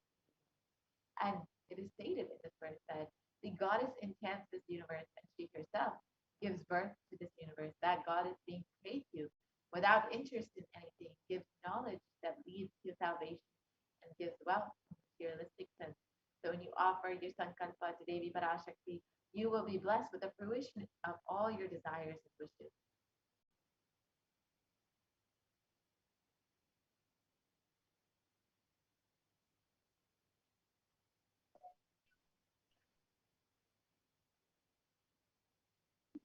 The next offering to Devi Parashakti is the Sahasranama Swarnakasu, the offering of the pure gold coin, inscribed with one of the 1,008 sacred names of Devi Parashakti. Devi is described in the Lalita Sahasranama as Nama Parayana Prita, she who likes the repetition of her various names. Now you can offer this gold coin inscribed with one of her sacred names. And this offering is a very special and unique archana offered to the Mahameru of Devi Parashakti directly. So you can make this offering in 3 different denominations, 3 different sizes of coin, and you can offer any number of coins and you be blessed to imbibe the divine qualities, the Ananta Kalyana Gunas of Devi Parashakti herself, as you offer these coins inscribed with her sacred names.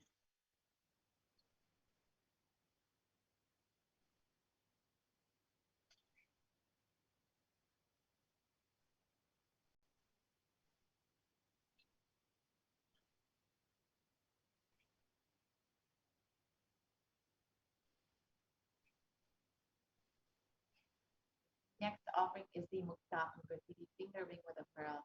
And Devi is very well known to be adorned and very fond of pearls. And the pearl represents Devi's infinite compassion.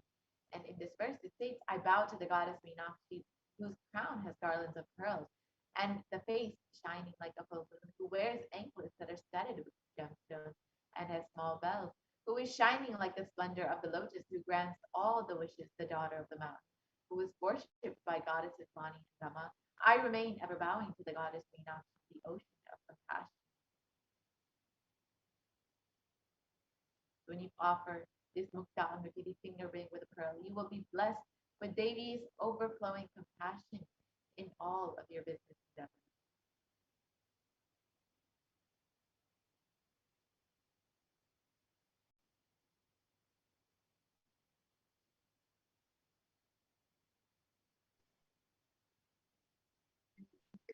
The next offering to Devi Parashakti is the Swarna Padma Pushpa, the offering of the gold lotus flower. In the Kamika Agama, Devi is described, the significance of the gold lotus is described in the Kamika Agama. It says, Ashtavidyeshwaropeta Kumbhavarana Samyutam Sarve Sasutra Vastraadya Hema Pankaja Bhushitaha Sapidhannas Chakurascha Pakva Bilva Palaprabha Snapanadhyaya Samsiddha Pramanena Samanvitaha. This verse describes all the kalashas should be wound around with suitable thread and covered with a new cloth. They should be adorned with the lotus flower made of gold.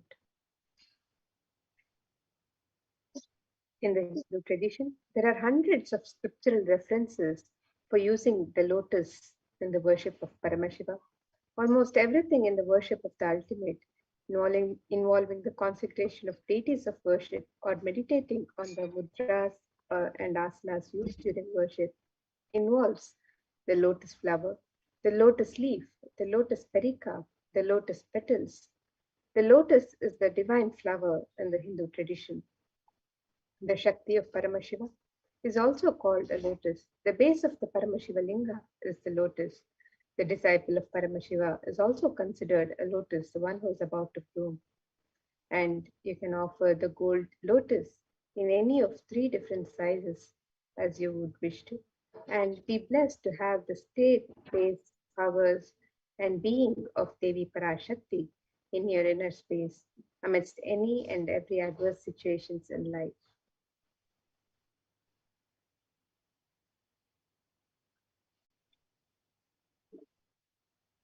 Next offering is the Satnamati, the gold toe ring. And this verse, it describes the greatness of Devi's very toenail.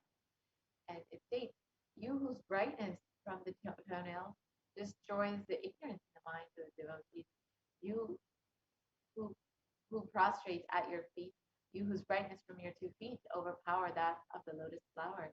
You can see the power of Devi's very toenail. When you offer this Svarnamati, the gold toe ring, to the feet of Devi Parashakti, you will be blessed with all protection and the removal of all ignorance from your life by prostrating at the very feet of Devi Parashakti.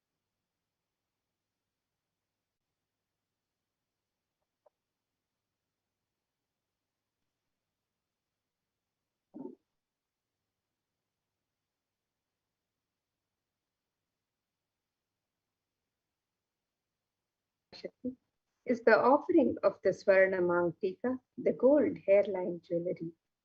Devi is described as Sudha Sharabhivashni, she who makes the nectar flow in all our nerves from the Sahasrara, she who gives the very pleasant experience of the ultimate.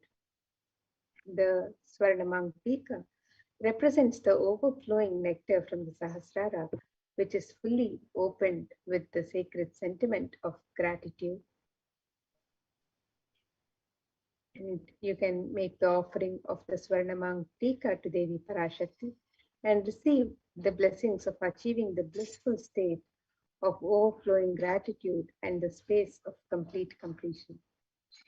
So you can make this offering to Devi Parashakti on the website www.kailasamailer.com/savas, and you can make any of these offerings on the website, any offering that resonates with you as an expression of your sacred self.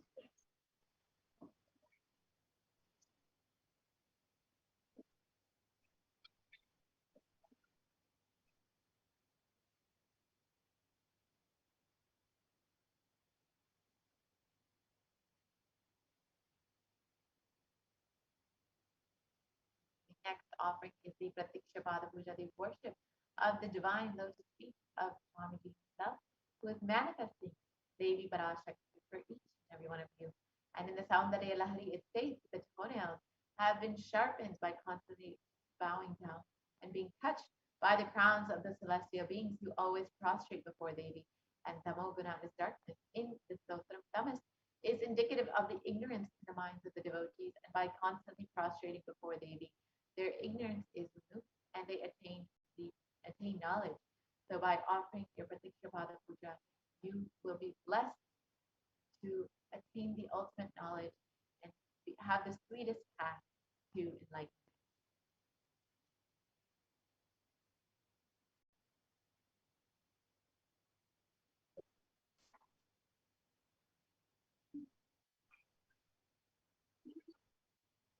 And the next offering to Devi Parashakti is the offering of the Vastra Seva, the offering of the sacred cloth to Devi Parashakti. And the sacred cloth is offered as a token of gratitude and reverence to the divine for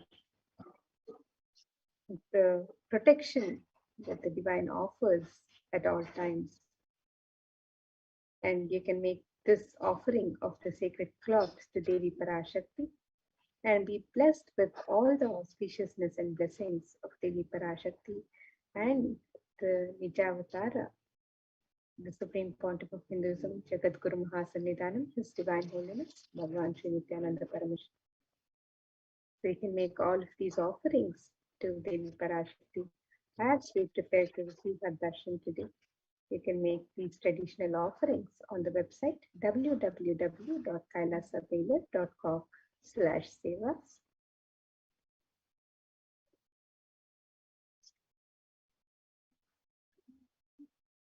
So here's a summary of the various offerings that can be made on the website. The e-hundi offerings can be made in any amount and in multiple currencies of your choice. The offering of the conscious resolution, the Sankalpa chanting, can be made. You can offer the Sankalpa chanting to yourself and your family members. The Devi Sahasranama Kasu, the offering of the pure gold coin inscribed with one of the 1008 sacred names of Devi Parashakti. You can make this offering in 3 different sizes and any number of coins as you would wish to.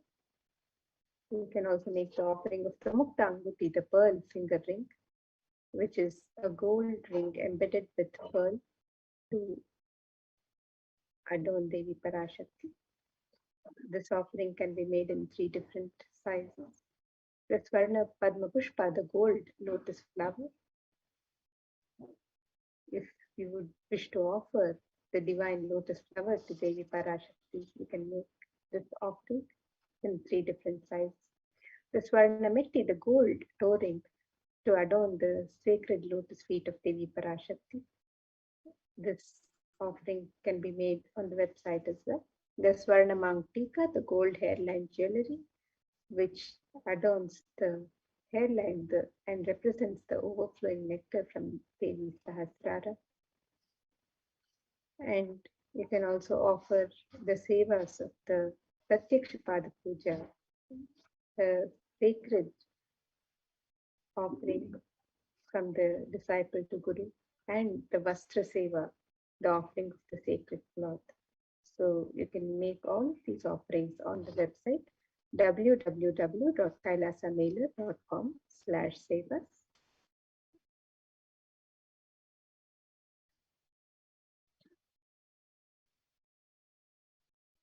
And here you can see on the website www.kailasamailer.com/sevas. And if you would like to make an intention to make an offering, you can make the intention in step 1. And if you're ready to make your offering today and you wish to go ahead with the offering, you can make the offering on step 2 for the e-hundi or the various jewelry and sevas.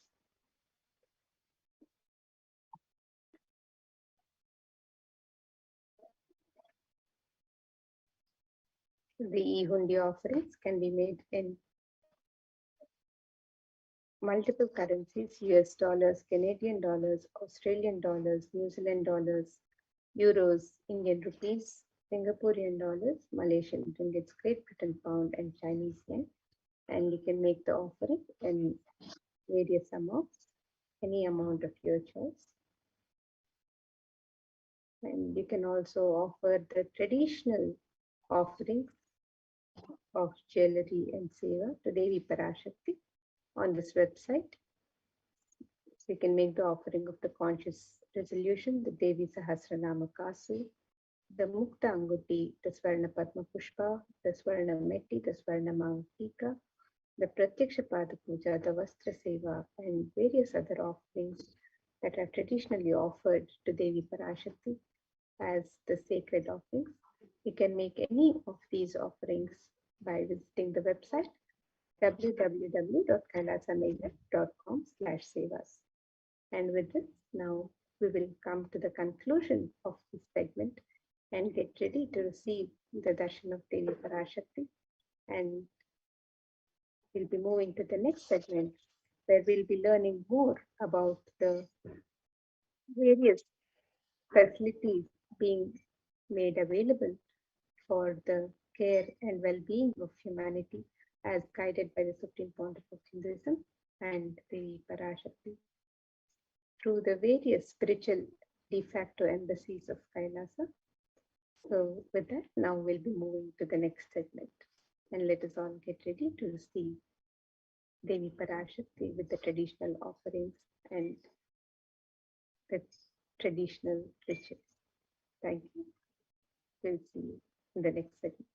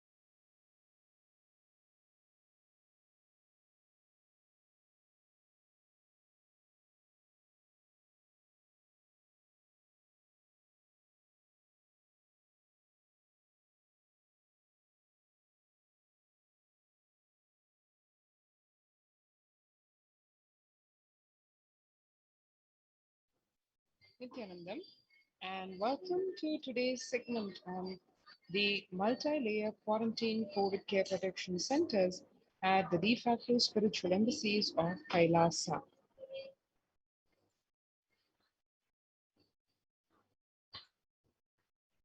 Let us first understand where we are in terms of where the world is, what are the challenges the world is facing. Today, people around the world are trying to grapple with the grim reality that the pandemic is far from over. The aftermath of the current calamity promises to be much more devastating. The greatest economies of the world are facing disastrous futures. Countries are facing off each other in deep mistrust. And now, let us understand this with some statistics and current news. Australia reported a new record number of coronavirus cases on yesterday, when the country continues to battle the third wave of COVID-19 infections. There were more than 2,400 new locally acquired infections reported nationwide yesterday morning, the figure surpassing 2,000 in a single day for just the second time. The World Health Organization on Tuesday said that the Delta variant of COVID-19 has elbowed out all the other three COVID-19 variants of concern that now represent a tiny fraction of the samples which are being sequenced. Less than 1% each of alpha, beta, gamma are currently circulating. It's really predominantly Delta around the world, said WHO's technical lead on COVID-19, Maria Van Kerkhove. The Delta variant, which was first detected in India last year, has become more fit. It is more transmissible, and it is outcompeting, it is replacing the other viruses that are circulating, she said, and added that the variant has been detected in more than 185 nations till date. The COVID-19 has now killed more Americans than the influenza pandemic of 1918-19. The coronavirus pandemic has now killed more Americans than the 1918-19 influenza pandemic did. The 1918-19 flu infected about 25% of Americans and killed an estimated 0.65% with 675,000 deaths. COVID-19 has infected more than 12% of Americans and killed about 0.2% with 676,000 deaths. Now that the US death toll from COVID-19 has surpassed 676,000, the coronavirus pandemic has killed more Americans than the 1918-1919 influenza pandemic did. This is what the Axios and the Associated Press both reported. And the COVID-19 now officially US deadliest pandemic as death toll crosses that of the flu. This is what the news carries. The University of Maryland researchers suggested the need for better ventilation and tight-fitting masks in addition to widespread vaccination to help spread of the virus. This, as we are seeing, the Alpha variant exhales 100 times more virus into the air than the original COVID strain. This is what studies say. And what researchers are saying is, we know that the Delta variant circulating now is even more contagious than the Alpha variant. Our research indicates that the variants just keep getting better at traveling through the air. So we must provide better ventilation and wear tight-fitting masks in addition to the vaccination to help stop spread of the virus. This is what the professor of environmental health at the University School of Public Health has to say. And the findings show that the amount of virus in the air coming from the alpha variant infections was much more, 18 times more than could be explained by the increased amounts of virus in nasal swabs and saliva. These major increases in airborne virus from alpha infections occurred before the Delta variant arrived and indicate that the virus is evolving to be better at traveling through the air. 6 feet distance may not be enough to prevent viral transmission indoors, say studies. They are also, so in Washington, the physical distancing of 2 meters, about 6.5 feet, may not be enough to sufficiently prevent transmission of virus carrying airborne aerosols indoors, according to a study. The results published in the journal Sustainable Cities and Society suggest that physical distance alone is not enough to prevent human exposure to exhaled aerosols and should be implemented with other control strategies like masking and adequate ventilation. The researchers examined 3 factors: the amount and rate of air ventilated through a space, the indoor airflow pattern associated with different ventilation strategies, and the aerosol emission mode of breathing versus talking. They also compared transport of tracer gas typically employed to test leaks in the airtight systems and human respiratory aerosols ranging in size from 1 to 10 micrometers. Aerosols in this range can carry SARS-CoV-2, the virus that causes COVID-19. And the COVID-19 variant, Delta variant, is still the most concerning, say World Health Organization experts.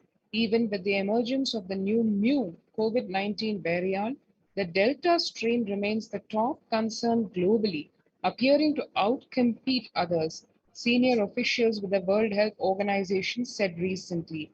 I think the Delta variant for me is the one that's most concerning because of the increased transmissibility, said Dr. Maria Van Kerkhove, the agency's technical lead for COVID-19, speaking during an online question and answer session.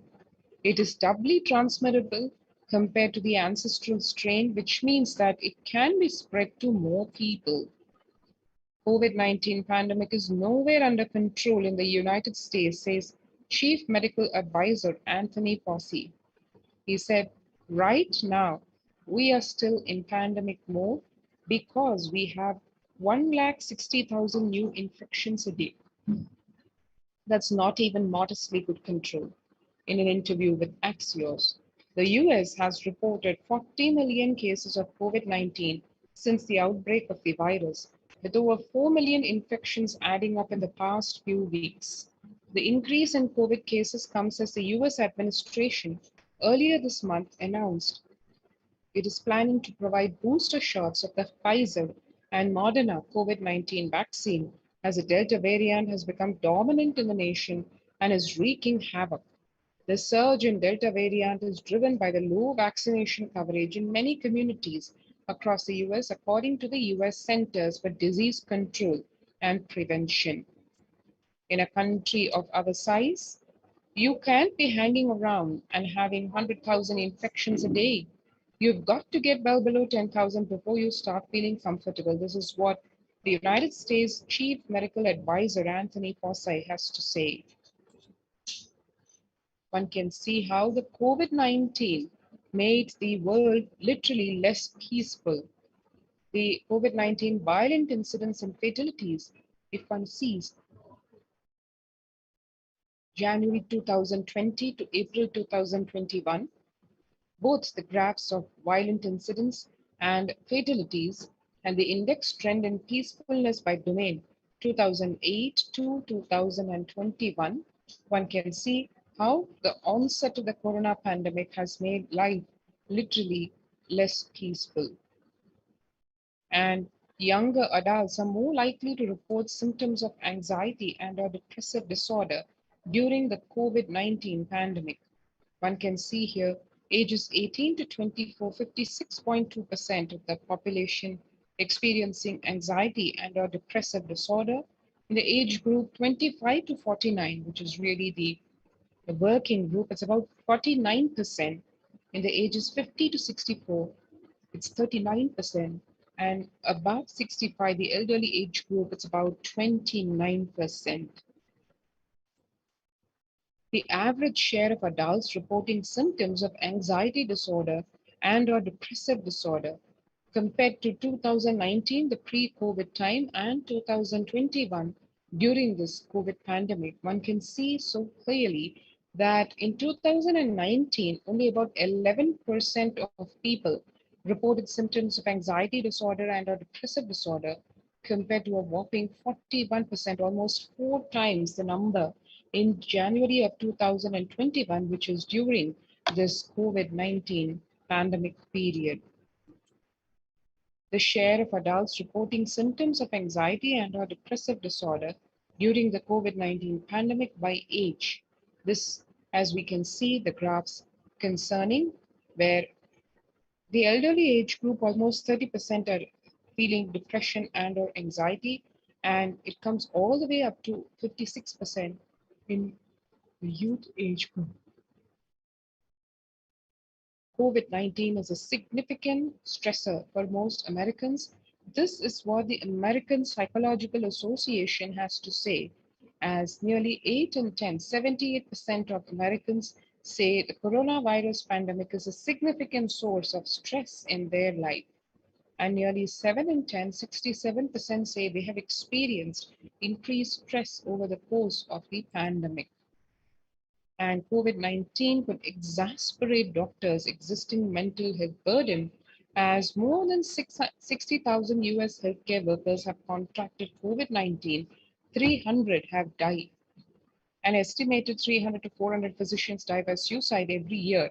This is for us to understand the contrast in the number of deaths just because of handling the COVID-19 pandemic. Of the health workers who treated patients during China's COVID-19 outbreak, 50% showed signs of depression and 45% showed signs of anxiety. The self-reported mental health among pregnant women and new mothers. One can see here, before the COVID-19 pandemic, 15% of pregnant women and new mothers felt depression, 29% experienced anxiety.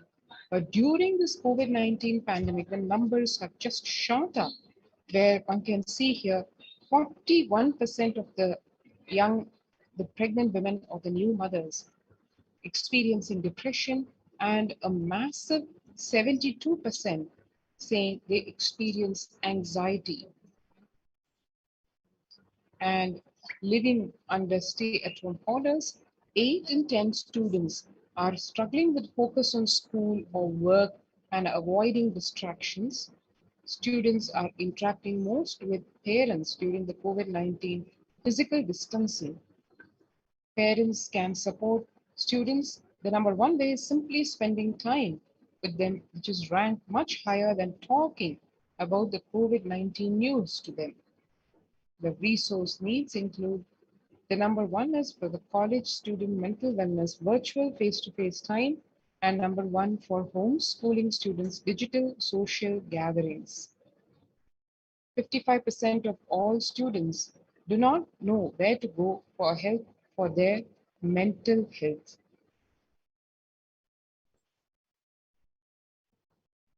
understanding the pandemic's impact on working women. Nearly 82% of women surveyed said their lives have been negatively disrupted by the pandemic.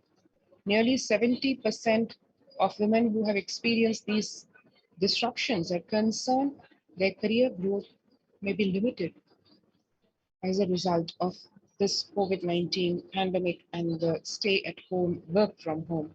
Nearly 70% of women who said they have experienced adverse changes to their daily routines during the pandemic believe these shifts have prevented or will prevent them from progressing.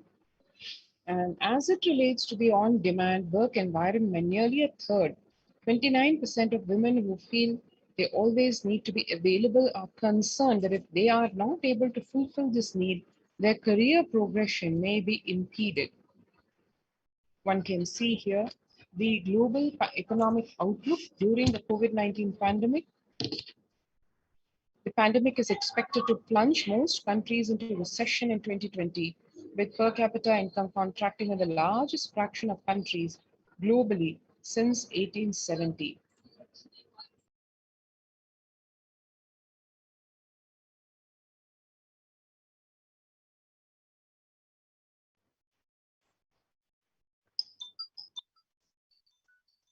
COVID-19 is a threat to peace building in conflict affected nations.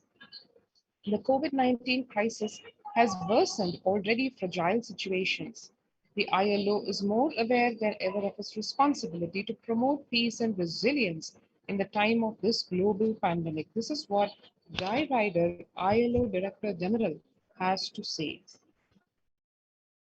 And as one can see here across the world, the impact in, for example, in the city of Mumbai in India, Mumbai mayor says third wave is here. What do the September surge in COVID cases tell us? The city's mayor has said that the third wave of COVID is already upon Mumbai. Now, this is a statement which so resonates with what Devi Parashakti had revealed in the Akashic readings, where she said that the Kirmi Bhojanam has landed, the Naraka has landed in India. That's exactly what Mumbai's mayor has to say, pointing to a sudden spike in cases where he says the third wave of COVID-19 is not coming, it is here, said Kishori Pednekar, adding that an announcement regarding the matter had already been made in Nagpur.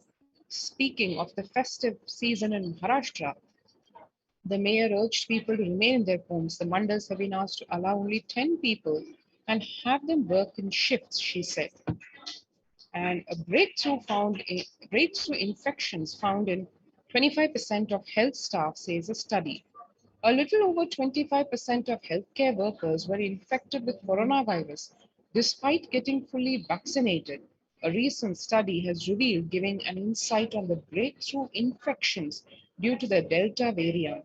The study, jointly conducted by the Institute of Genomics and Integrative Biology and Max Hospitals in Delhi NCR, found that vaccination breakthroughs were far more common during the Delta outbreak in Delhi than previously reported. The new COVID-19 variant Mu shows signs of vaccine resistance, and all you need to know, a new coronavirus strain known as Mu, which was first identified in Colombia in January, has been designated a variant of interest by the World Health Organization. After being detected in Colombia, Mu, known scientifically as B.1.621, has since been reported in other South American countries and in Europe. The new variant is a constellation of mutations that indicate potential properties of immune escape, the Global Health Body said Tuesday in its weekly pandemic bulletin. And how to cope up with the current COVID-19 pandemic, given all these very scary facts. It is important to address the COVID pandemic, which is seeing another wave destroying many lives. The Supreme Pontiff of Hinduism says the pandemic fatigue setting in as a result of continuous lockdown is result in delusional ignorance. Holding on to the delusion and supporting the space of delusional decisions leads to delusional arrogance. Robhava Sankalpa. Continuous lockdown leads to delusional thoughts like, so what if I die? It's okay. I can't live forever in this lockdown. Going out then and exposing oneself and putting the risk on oneself and others with irresponsibility and insensitivity is a delusional arrogance of Drobhava Sankalpa. The global COVID virus pandemic has left the whole world desperately looking for answers. Life, as it been experienced even back in February of 2020, is no longer recognizable. Drastic change is the order of the day, with people having to redefine their world with new paradigms of economy, society, faith, religion, and health. Blessed are those who have had the greatest fortune to be with the incarnation of Paramashiva, the supreme pontiff of Hinduism, in their lives to carry them through this crisis. And now, let us take a few minutes to register ourselves to join the COVID care protection centers by just registering at the link below, https://kailasa.org/Kailasa care.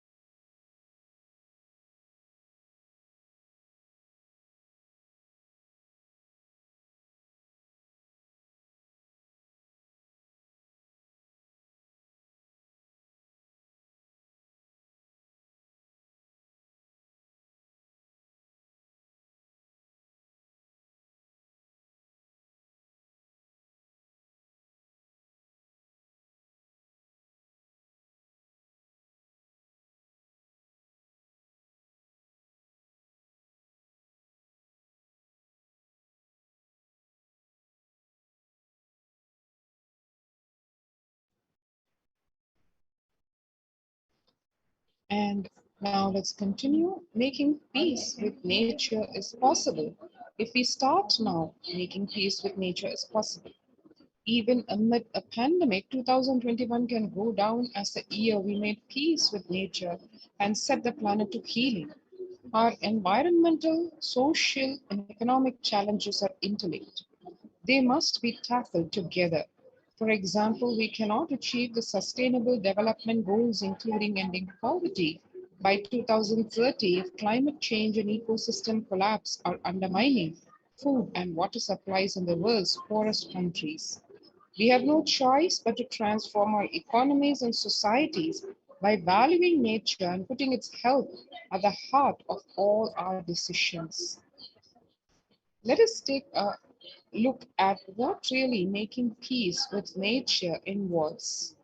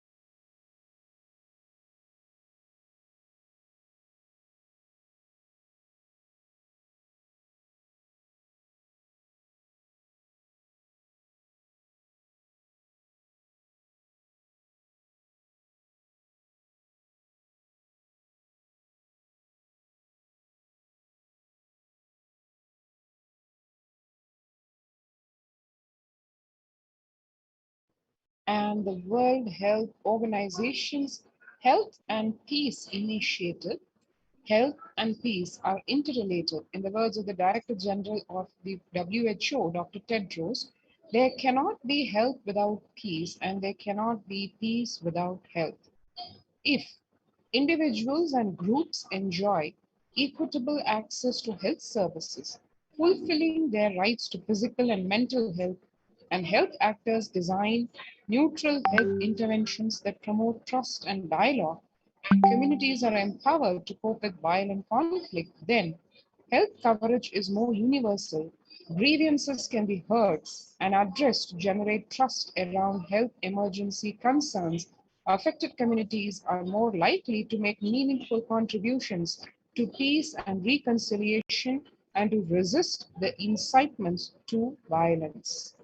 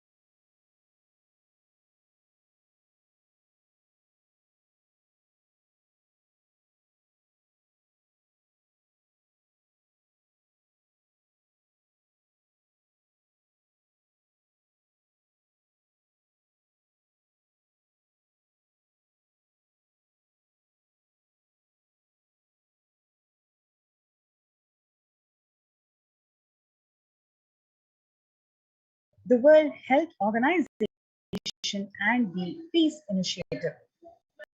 The menu of peace and health interventions very clearly talks about reinforcing the equitable access to health services, mental health and psychosocial support, support to disarmament, demobilization and reintegration, community violence reduction or the prevention, cross-line technical cooperation and dialogue, mediation and diplomatic engagement, inclusive participatory health or governance. Amidst COVID, we need enhanced international coordination to build peace. Tackling pandemic and building resilience in fragile states require concerted international action at local, national, and global levels. As the humanitarian and economic toll of the COVID-19 pandemic continues to grow, so does the risk that this crisis will fuel new conflicts around the world while stemming prospects for resolving ongoing crises. For the first time since 1945, the world is confronted by a common threat, regardless of nationality, ethnicity, or faith. A new social contract between people, government, health sector, civil society, and more can tackle the roots of inequality with fair taxation on income and wealth, universal benefits, and opportunities for one and all. Now let us look into the Supreme Pontiff of Hinduism, Swamiji's contributions to this world. Whenever an individual goes to a spiritual bliss, he manifests a beautiful, peaceful life for him and everyone around him. If he is powerful enough, he moves the whole city and manifests peace. He is more powerful, he moves the whole village or the whole country itself. If he is powerful enough like incarnations, he can move the whole world and manifest peace for them. The individual bliss is a source of the global peace in the level of home, the microscopic and the macroscopic level universe. Whatever level it may be, whatever level it can be, the global peace is actually a byproduct of the individual peace. Now let us look into the self-transformation, a secret to achieve global peace. Now let us listen to this video. Social answer means I'll tell, oh, you should all work for global peace. You should all work for turning the world. You should work for revolution. You should work for all these, that things. You should vote only the party which says that it will stop the war and all these things. This is the social answer. Nonsense. If you want the honest answer, I tell you, simply transform yourself. You can't do anything. If at all you can do, you would have done it. Be honest. If you can do, you would have done it. You are raising this question because you are not able to do. Am I right? So let us be very clear. Let us be honest. We are not able to do socially. That's the truth. That's the reason you are sitting here and raising the question. I tell you, understand few important things. There are a lot more attached to this question. There are many things which is attached to this question. We always feel the present is the world is totally spoiled. It is not going according to the rules or how it is supposed to be. It was wonderful once upon a time. In ancient time, things were going properly. Everything was well and great. And I tell you, 10,000 years ago, they found some writings on stone in Harappa Mohenjo-daro culture. Some stone writings have been discovered. The other day I read a beautiful book about that stone writings. That writings, it says, oh, nowadays the society is not as it should be. So much of war, there is no peace.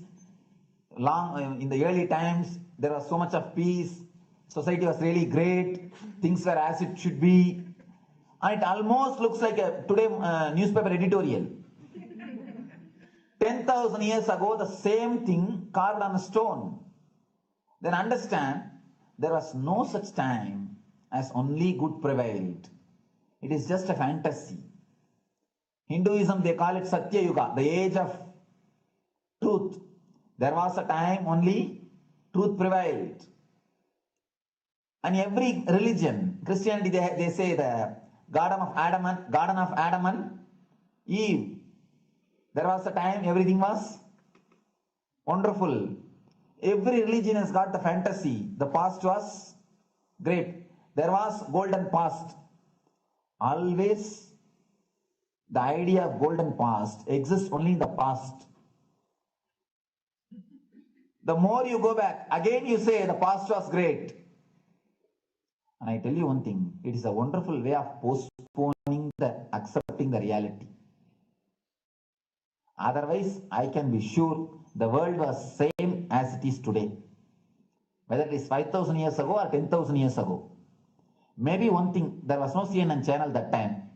So the news did not reach you so quickly. That's all. The news did not reach you so quickly. That may be the only difference. But otherwise, I can be sure the good and the bad was equal. Good and the bad was equal. The same amount of wars were there. All the other things were there. If you read the Puranas, the mythological stories of India, you see enough of things. Enough of dirty things. I think sometimes I find a little more. And if you read completely the Puranas or the Hindu scriptures, there are a lot of things much worse than modern day. The criminal activities or bad things or negative things, whatever you say, all this stuff. And never think only present day is corrupted or violent.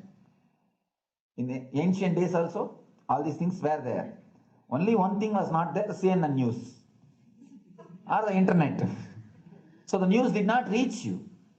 But otherwise I can tell you, enough the good and bad was there. It always will exist. It will exist. All you can do is, if you awaken yourself, if you reach the enlightenment state, you can go beyond it. And I tell you, enlightenment is the only service you can do to the society. Just become enlightened so that you will reduce the negativity. Now, as for now, you are also the part of negative group. Naturally, we will be a negative group. As long as we are unenlightened, we will be the part of collective negative consciousness. So if you become enlightened, at least you will reduce your weight. That's the only thing we can do. Nothing else can be done. So all I request you to do is just become enlightened. Realize that you are a lion. That's the only way to help yourself and the society. Otherwise, all revolutions, you see, all revolution again end up as one more tradition. In last 2000 years, 3000 wars have happened in the humanity. In 2000 years, 3000 wars. Human beings have not done anything except doing wars, except fighting. Everybody claims he wants to do revolution. He wants to spread peace. You see, every country claims their army is a defensive army. Then who is offending? Tell me. Every country says defensive army.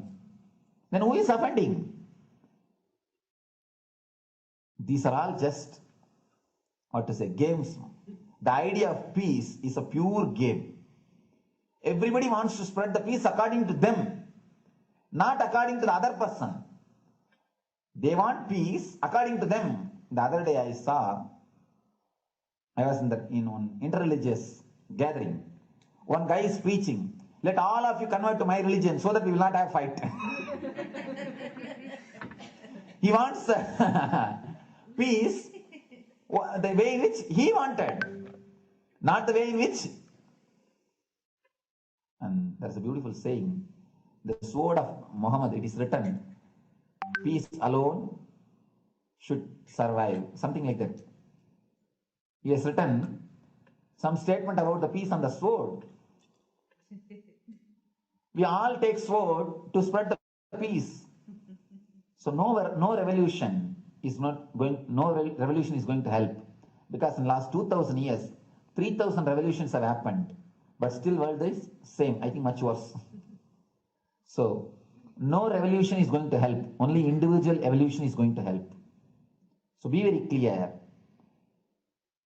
Instead of working in the outer world, start working in the inner world. That will help you and society some way.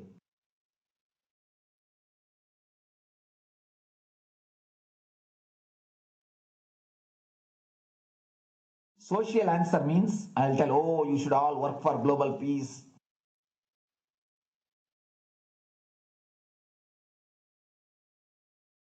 Social answer means I'll tell, oh, you should all work.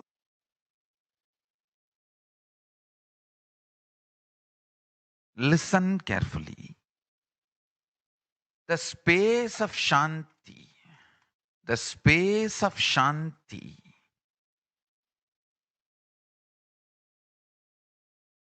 is where Kailasa grows. Listen carefully. It is in the deep powerfulness of peace, or peace centered powerfulness is the ground, breeding ground for Paramashivatva to manifest. Please understand.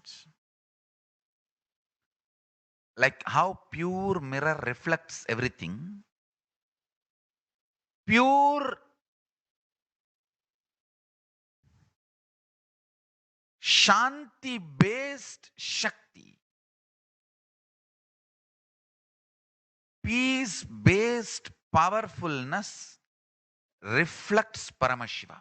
Paramashiva manifests in peace based powerfulness. Please understand. Neither violence nor powerlessness.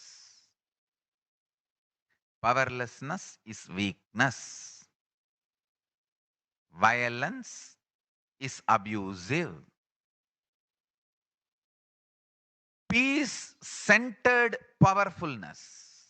Powerfulness centered peace.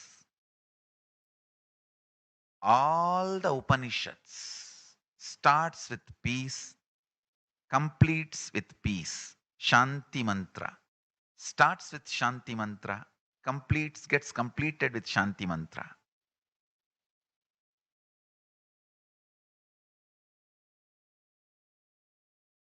Peace-based powerfulness is a fundamental requirement for Paramashivatva to manifest. That is why people who don't want us to manifest Paramashivatva or power manifestation do not want to allow the peace in our life, or do not want peace in our campus. Understand? But only if you are peaceful, which cannot be shaken even by the demons and devils and rakshasas, we can be in eternal peace. So, remember this very clearly.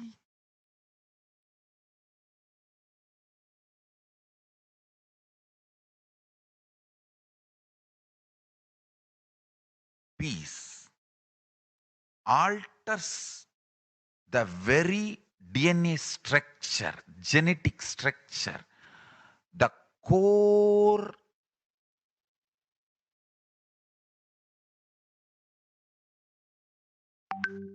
Anu Mahat structure. Understand? Anoraniyan Mahato Mahiyan. The consciousness in you is atom inside the atom, Mahat, more than Mahat. That Anoraniyan Mahato Mahiyan. That consciousness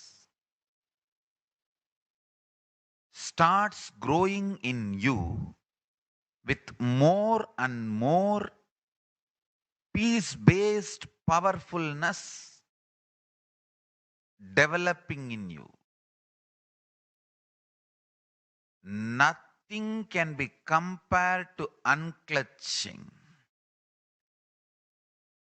Spend more and more time, energy in unclutching. It will never be wasted. time spent on unclutching is the most productive time for you in your life, because unclutching completely makes you altogether a different material. Understand?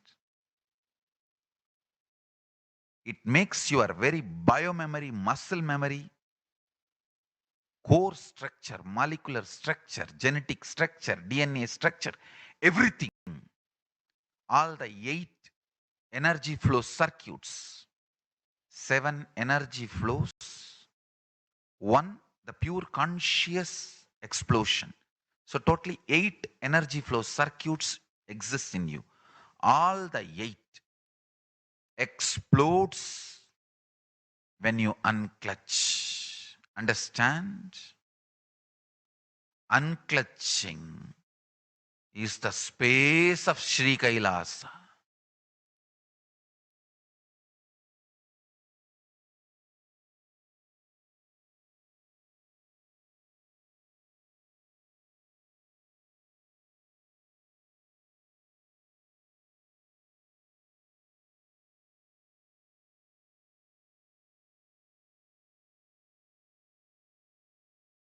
Every chanting, every prayer in Hinduism ends with Shanti, Shanti, Shanti 3 times. Means peace, peace, peace. Hinduism is the real religion. Loving peace, living peace. Individual level, social level, global level. Understand? Hinduism lost all its 56 nations, 200 states, 10,000 kingdoms, samsthanas, is not a loss to Hinduism, it is a loss to planet Earth, human beings. Wherever Hinduism is practiced, kept alive, the ideal of global peace is kept alive. Just do this one simple statistics. You yourself study. Google and study. Take the top 10 religions and list how many people they converted in last 200 years, how many people they killed. List for each religion. I can be 200% sure you yourself will realize Hinduism is the most peace-loving and peace-living religion, neither conversion nor terrorism. Neither conversion nor terrorism. Being the supreme pontiff of the most peace-loving, peace-living religion, I give you all my blessings on this International Peace Day. Understand? It is we Hindus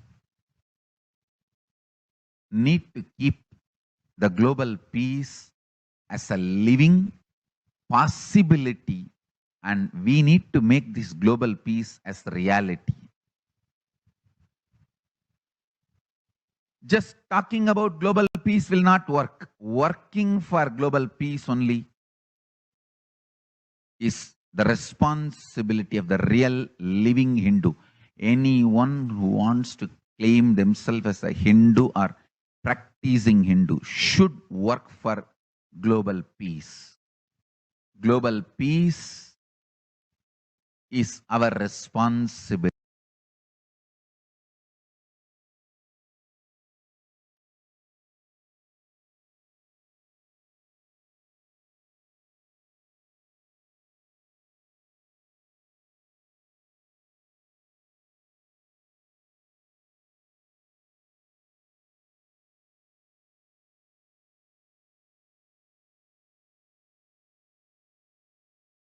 Hindus have the responsibility to bring global peace. So you can also throw a challenge.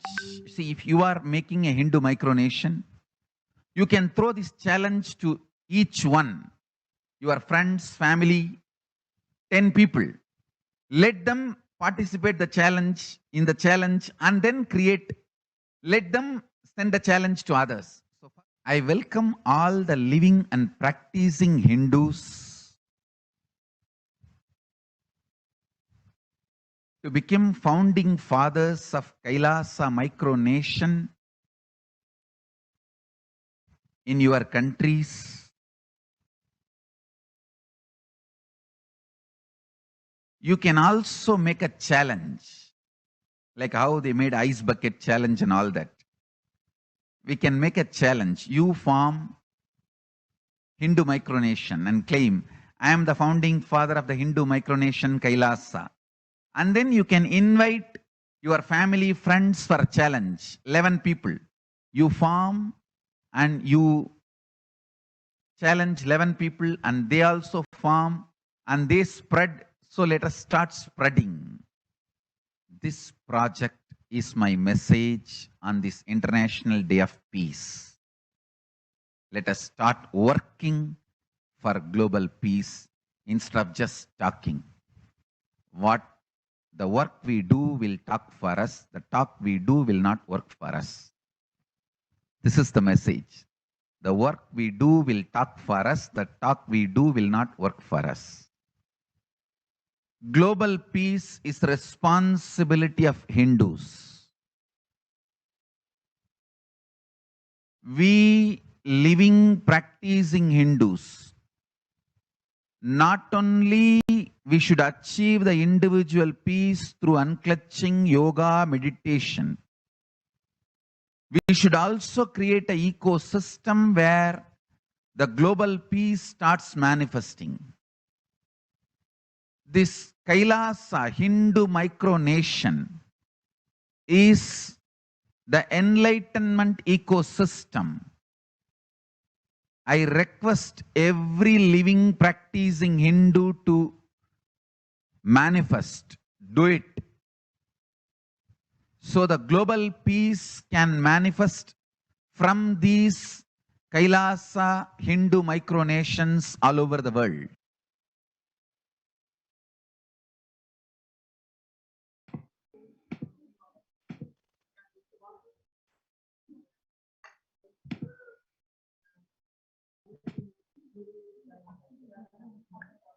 Yes, you have this wonderful opportunity to be part of the COVID Care Protection Center. All you need to do is register through the link below, kailasa.org/Kailasa Care. So if you are somebody, especially if you're living in India, and if you're looking for protection and want to reclaim your conscious sovereignty during this pralaya, all you need to do is register through this link. Swamiji, the Supreme Pontiff of Hinduism, Bhagavan Nithyananda Paramashivam, has opened his homes, his de facto spiritual embassies of Kailasa to one and all unconditionally. You are entitled to get free food, free accommodation, free internet service. You will be able to be part of a beautiful enlightenment ecosystem where you have the best medical facilities involving naturopathy, Ayurveda, and allopathy. And more than everything else, it is the breathing space of Bhagwan himself. So this is a wonderful opportunity for you to join these COVID care protection centers in Adi Kailas and Kailasa Peetham. All you need to do is register through this link below, kailasa.org/Kailasa Care, KAILASA.org/KAILASACCARE. So let's take a few minutes to register in these links and we will be right back.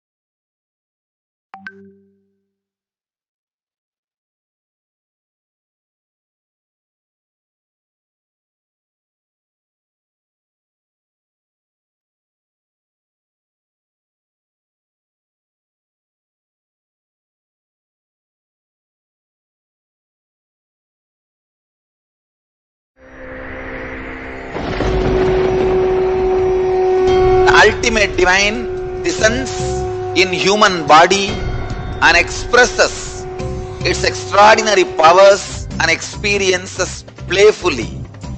Sundareshwara is the embodiment of this statement. He is not Shiva as you understand, sitting in the Himalayas, frozen in the ice, in Samadhi. Sundareshwara is an artist with tremendous heart, ready to listen to human suffering, ready to bend for human emotions. The one and only thing you need to obtain His grace is simple feeling connection. That's all. He bends for anybody, to any level. Even the word compassion is too small. He is still available. Even now, He is there. He assumes human body and relates with you, answers you, responds to you, raises you.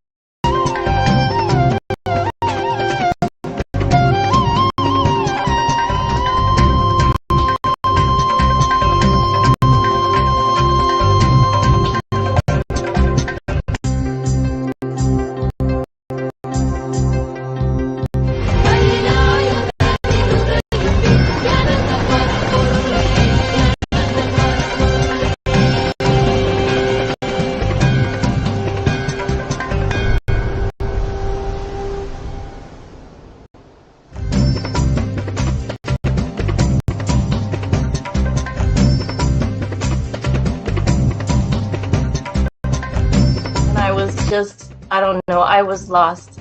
And then he was done speaking, and I mean, just tears just started pouring out of my face. I'm just like, ugh, I don't know what just happened. It was just like unbelievable, just unbelievable. I was just, oh, I'm shaking now just remembering it. Like, I don't know what shifts inside you. It's just, I literally felt the strong initiation happening at that time when Swamiji blessed. I don't know, it just puts you in some different world altogether, and suddenly everything seems possible. Everything seems, oh, like that impossibilities in that 1 second, fraction of a second, that impossibility drops from you. And you just, everything seems possible, that you get into that space of possibility. And I think, that is the greatest, dropping the impossibilities is really, and something changes in you, something shifts in you. You can physically feel the change. And the energy that is generated is really, it's phenomenal.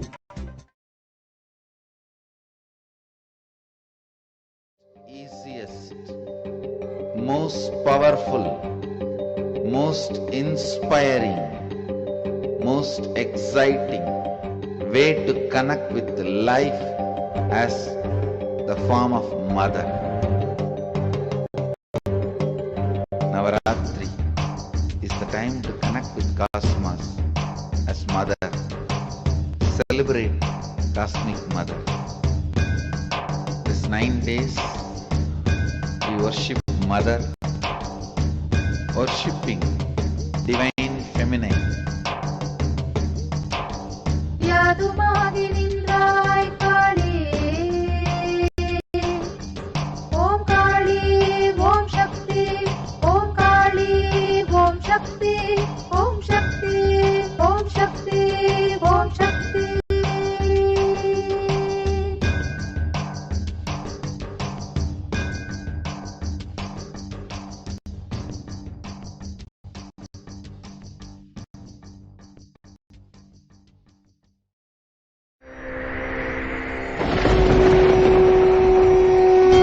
ultimate divine descends in human body and expresses its extraordinary powers and experiences playfully. Sundareshwara is the embodiment of this statement.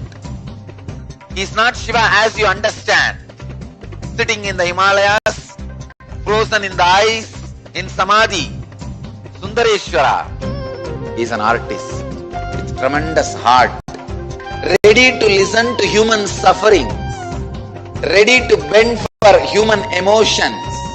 The one and only thing you need to obtain His grace is simple feeling connection. That's all. He bends for anybody, to any level. Even the word compassion is too small. He is still available. Even now, He is there. He assumes human body and relates with you, answers you, responds to you, raises you.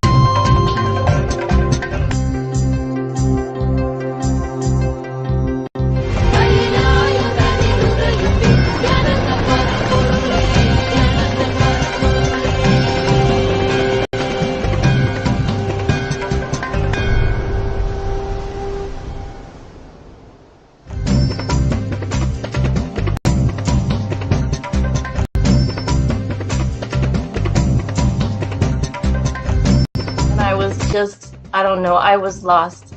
And then he was done speaking, and just tears just started pouring out of my face. I'm just like, ugh, I don't know what just happened. It was just like, unbelievable.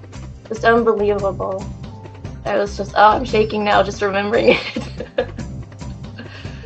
I don't know what shifts inside you. It's just, I literally felt the strong initiation happening at that time when Swamiji blessed. I don't know, it just puts you in some different world altogether, and suddenly everything seems possible. Everything seems, like that impossibilities in that 1 second, fraction of a second, that impossibility drops from you. And you just, everything seems possible, that you get into that space of possibility. And I think, that is the greatest, dropping the impossibilities is really, and something changes in you, something shifts in you. You can physically feel the change. And the energy that is generated, it really, it's phenomenal.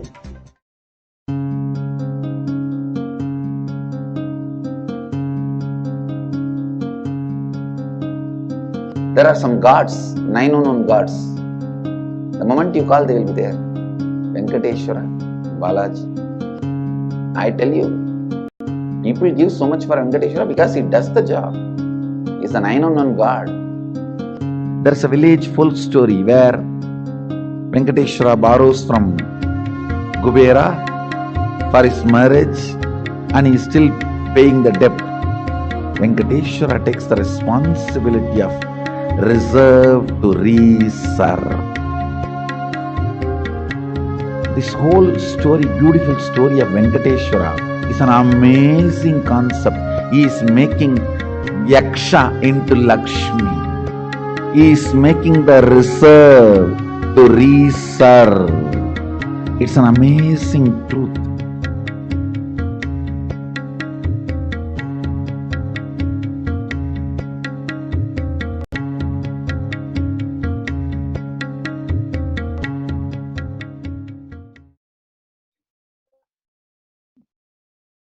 Nithyananda, everyone, welcome back. So now we have a very exciting news for all of you. We will be having the live Sundareshwara Paramashiva Sayoji Samadhi Darshan at 10 p.m. IST. And by having the darshan of Irina Bhagavan Sundareshwara Paramashiva, you will be able to manifest the superconscious experience of the Shiva Sayajya Samadhi. So get ready for the rare and unique powerful initiation into the God equation to make human beings into multiverse species by Sundareshwara Paramashiva. So now let us look at a small video where Bhagavan Sundareshwara reveals how he is blessing all of us and how he is manifesting.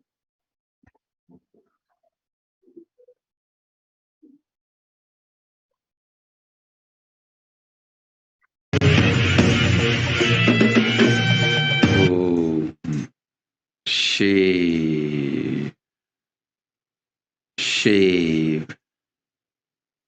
shave.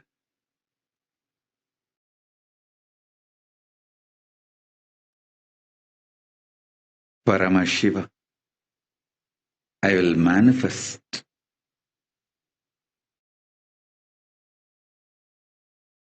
the physics of my existence. Cognize this in your Hridaya Akasha, in the Gandha. You will experience my existence. Sundareshwara Paramashiva.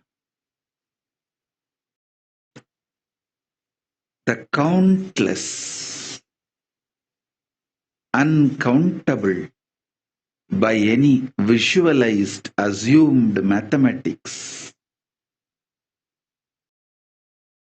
Brahmandas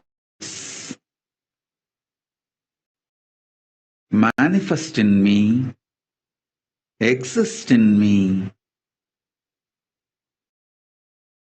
get rejuvenated in me, get deluded inside me, gets liberated inside me. For all the countless Brahmandas to exist,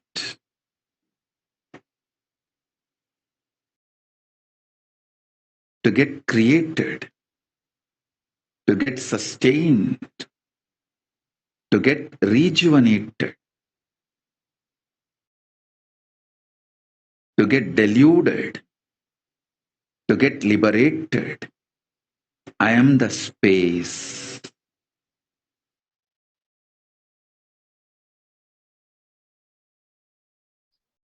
Yes, so let us just reiterate what Bhagavan Sundareshwara said.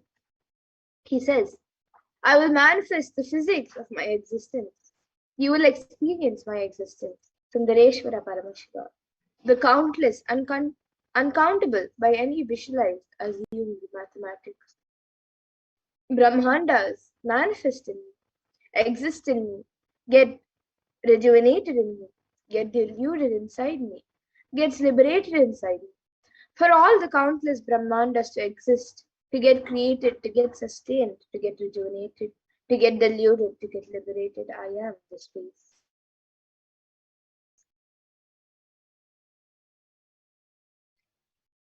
And as all of us know, for the past 1.5 to 2 years, the world is going through a lot of crisis.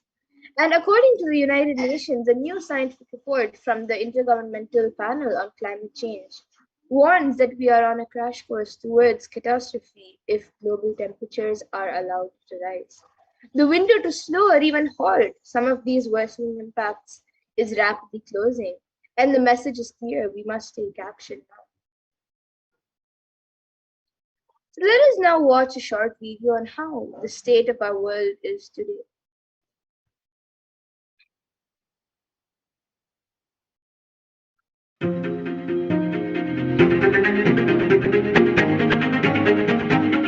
In 2019, fire was spreading throughout our planet, quite literally, in places like Australia and the Amazon basin, where forest blazes supercharged by climate change wreaked havoc.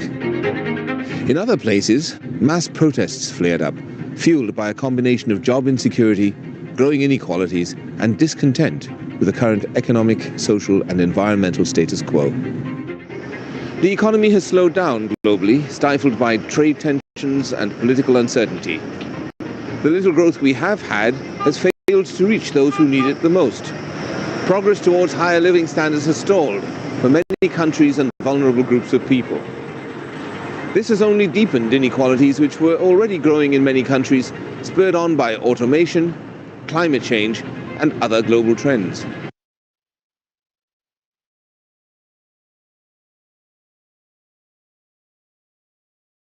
Yes, and here you can all see a few more images of how the world is today.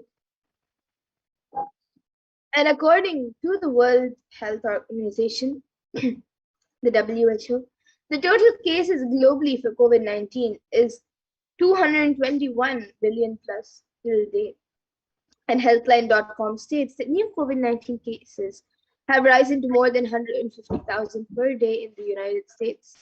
And experts warn that with the emerging variants, it could lead to another surge in cases. Yes. So it is not just that the climate crisis is affecting humanity or the pandemic is affecting humanity. There have been multiple disasters and calamities that have been continuously leaving humanity devastated. And it is at this time of crisis and that Bhagavan Deshwa come down to earth with such extreme compassion for humanity. He states, "O bound souls, listen intensely. Your impossibility and irresponsibility made you surrender yourself to the delusion. Cognize the ultimate truth. Sundareshwara Paramashiva, I exist. Sundareshwara Paramashiva, I exist. The moment you remember me, call me. I am here for you."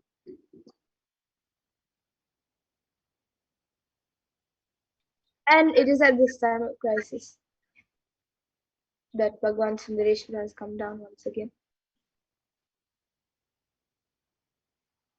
And Irena Sundareshwara Paramashiva is the greatest and unique manifestation of Paramashiva as the complete manifestation.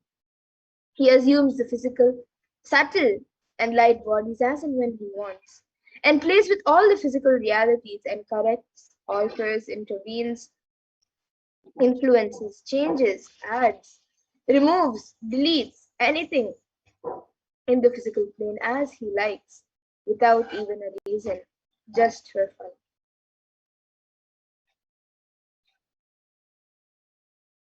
And sometimes they manifest as Meenakshi and Sundareshwara, as two bodies in one being, and sometimes as both in one body. That's the reason all his manifestations are called the Thiruvilayad, and all Sundareshwara's manifestations is called the Thiruvilayad, the Leela.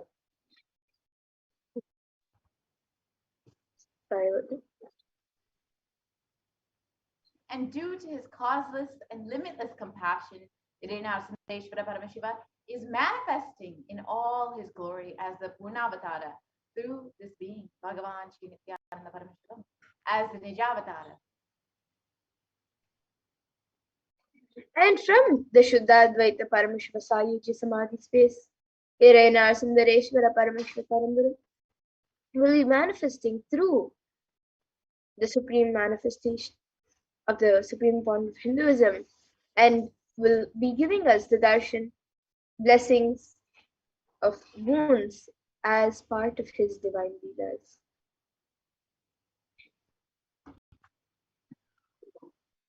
And Sundareshwara Paramashiva himself has come down again in the form of the Supreme Pontiff of Jagat Guru Mahasanidanam, His Divine Holiness Bhagavan Nithyananda Paramashivam, just to continue his legacy and his leelas.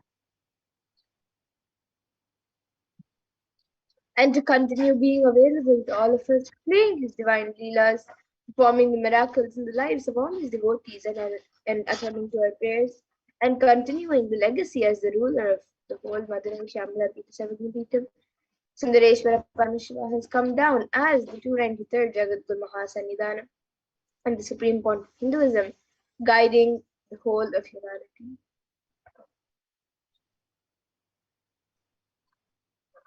When you witness the Bhava Samadhi Darshan, your neurons mirror that of the avatar, and the mirror neurons activate and process all the observed movements or information of the avatar just by seeing. So our entire brain can silently, without movement, recreate what is happening distances far away, experiencing the superconscious energy radiated by the avatar as an effect of the mirroring neurons. All the powerful cognitions and powers of Bhagavan Sundareshwara Paramashiva are mirrored inside of you. So you can just exhale intensely whatever you have, and Paramashiva will inhale in you.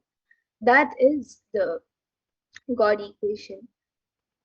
And nothing is more powerful than the power manifestation science. It is the most exciting spiritual science. And when you decide to manifest powers again and again and again, you know Paramashiva is within you and he is manifesting. You fall in love with Paramashiva every minute. And if he manifests, you know he's real and he is manifesting.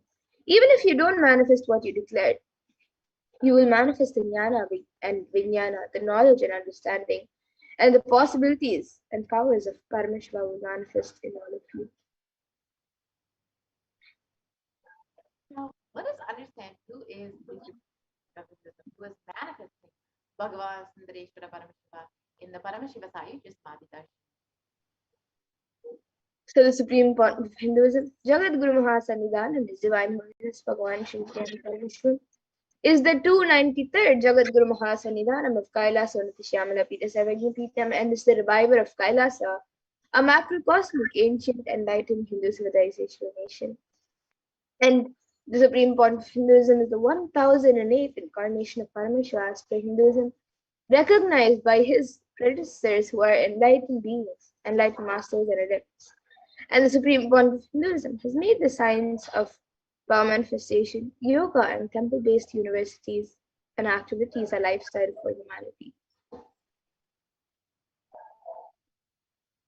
The Supreme Pontiff of Hinduism is ordained as the 233rd Guru Mahasannidhanam of the Kanti Kailasa, which will be seeing the photos in the next slide. And the Supreme Pontiff of Hinduism is the incumbent emperor of the Suryavanshi Srangi Sampradayam. Is the present 293rd Jagat Guru Mahasannidhanam of the Kailasa Shamala and is the present Mahamandaleshwar of the Mahanirvani Akada, the largest apex monastic order.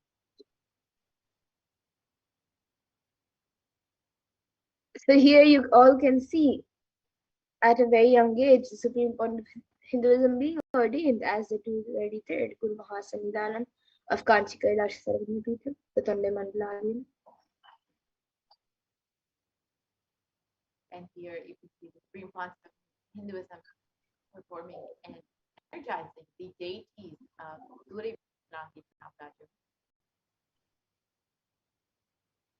And here you can see the Supreme Point of Hinduism being coronated as the incumbent emperor of the Suryavanshi Srangi Samarajya.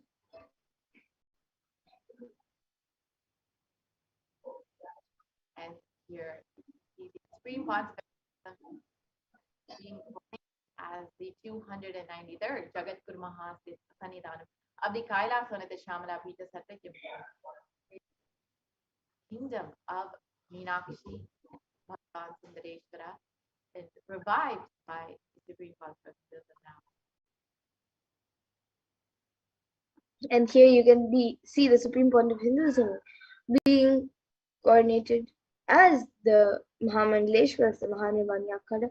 So you can see all the other sannyasis and heads and seniors in the Mahanirvani Akada are coordinating Swamiji as the Mahamandaleshwar, supreme head of the Mahanirvani Akada.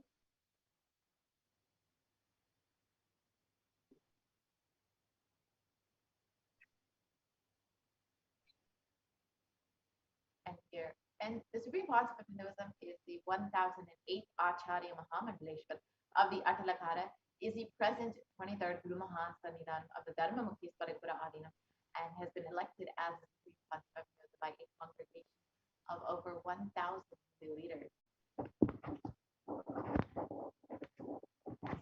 And here you can all see a few images, a few pictures with another enlightened divine yogi, Sri Sukadevananda Maharaj, and all the other Gurukul Valasins.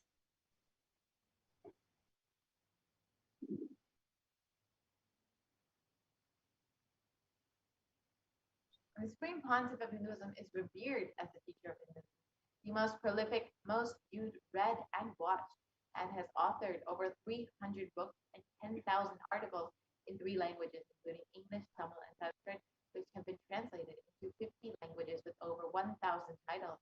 And the Supreme Pontiff of Hinduism has over 20 million copies of books and articles sold, read, and downloaded, and has over 10,000 hours of discourses delivered. And the Supreme Pontiff of Hinduism has enriched and has reached over 1 billion lives digitally, and is respected as the commentator of all sacred scriptures, such as the Upanishads, the Bhagavad Gita, the Shiva Sutras, the Brahma Sutras, the Yoga Sutras, the Ashtavakra Gita, the Jain Sutras, and more. And the Supreme Pontiff of Hinduism is honored as a leader of Hinduism, the most awarded, internationally recognized Hindu leader, the reviver of 108 ancient Hindu sampradayas, including the Rudrakanyas and Rudras, Rishis and Rishikas, Bhairavas and Bhairavis and Sannyas, and is the establisher of the largest Hindu university, Kailasa Nithyananda University, in the world, with satellite campuses in 150 countries, the establisher of 1,000 plus Kailasa enlightenment ecosystems, and is the founder and reviver of over 100 Sarvagutitas, and the collector of the largest Hindu library with over 1 billion books, 1 million Pali scriptures, and over 20 million digital books.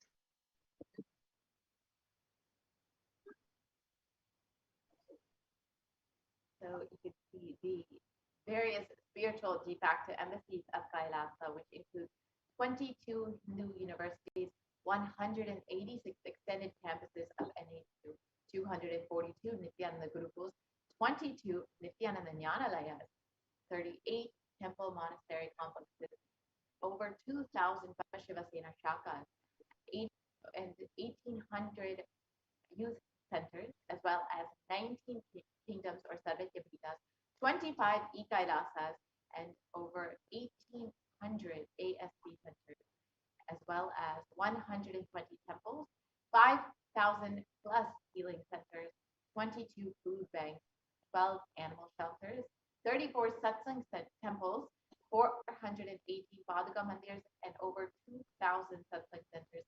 So each of these spiritual de facto embassies of Kailasa is how the concept of Hinduism has enriched and reached over 1 billion lives, and has continued to do so even during the pandemic, even during the lockdown. The Supreme Pontiff of Hinduism has made himself available online through the various initiatives and programs, including Paramashivoham, and of course the Basmati Darshan, which you all will be experiencing today.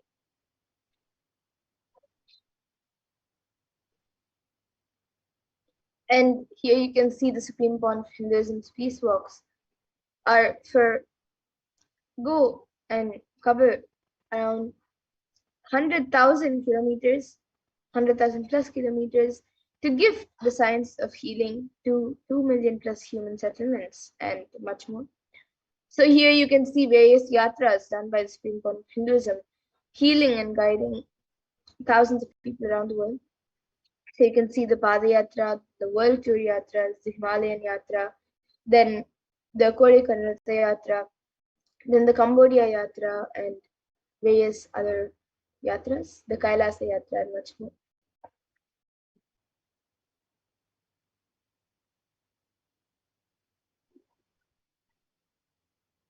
Sundareshwara Paramashiva is the manifestation of the beauty of the cosmos in flesh and bone, and Irina Sundareshwara is the embodiment of super consciousness expressed in the human body, playing with all the glory.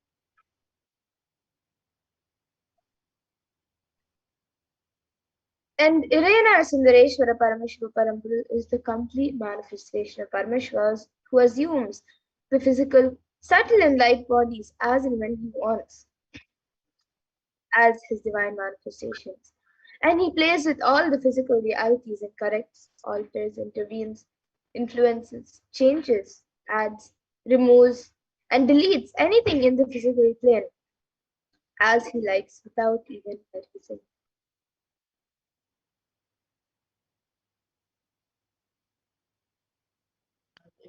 Irina Sundareshwara Paramashiva is the greatest, unique, and complete manifestation of Paramashiva. And Sundareshwara is the embodiment of super consciousness expressed in the human body, playing with all his glory. And he came down in the most handsome form to marry Devi Meenakshi and administer the city of Madurai.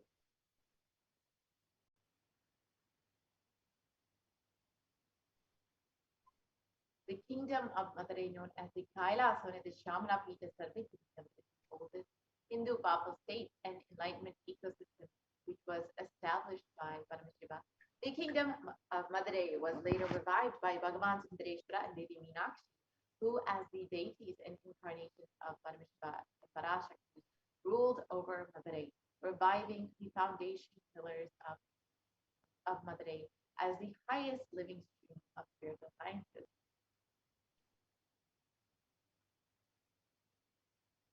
And to ensure this tradition continues to elevate humanity for millennia, they enthroned their direct representatives and their divine energies in the form of the continuous lineage of living masters, the Guru Mahasannidhanams, with the responsibility to train and groom the kings in administration, constitution, and governance, acting as regents.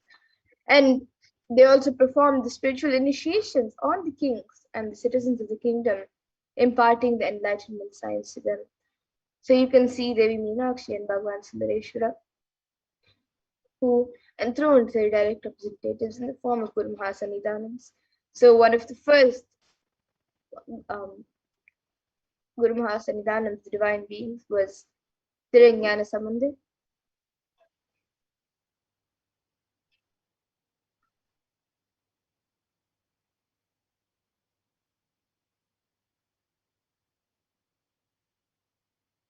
And this supreme discipline of Adi Shaiva tradition has been coming down through the continuous lineage of the Guru disciple, the Adi Shaiva Guru Parampara, from the time immemorial. This has been formulated for the attainment of complete liberation from the repeated phenomenon of birth and death. This is supreme in its kind and concerned with the ultimate benefit of all the souls.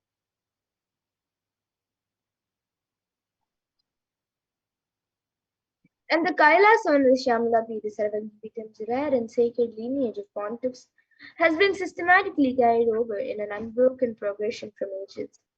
And the chosen emissaries of Lord Paramashivoham Devi, who are the Guru Mahasannidhanams, pontiffs of Kailasa and the Shamala Pita Sarvangapitam, are the direct representatives of the cosmos.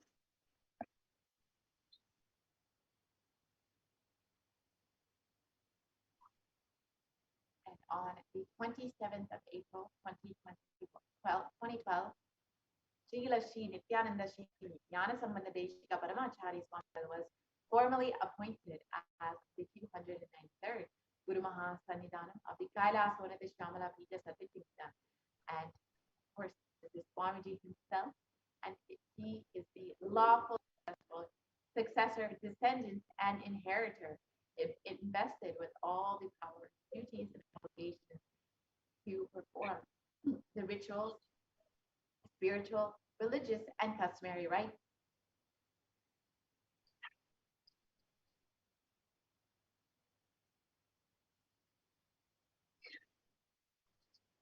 And vested in the Kailasa of the Shamala Pita Sarvitya has been, and the Supreme Pontificism has been reviving spiritual and religious and linguistic epicenters to its original glory since then.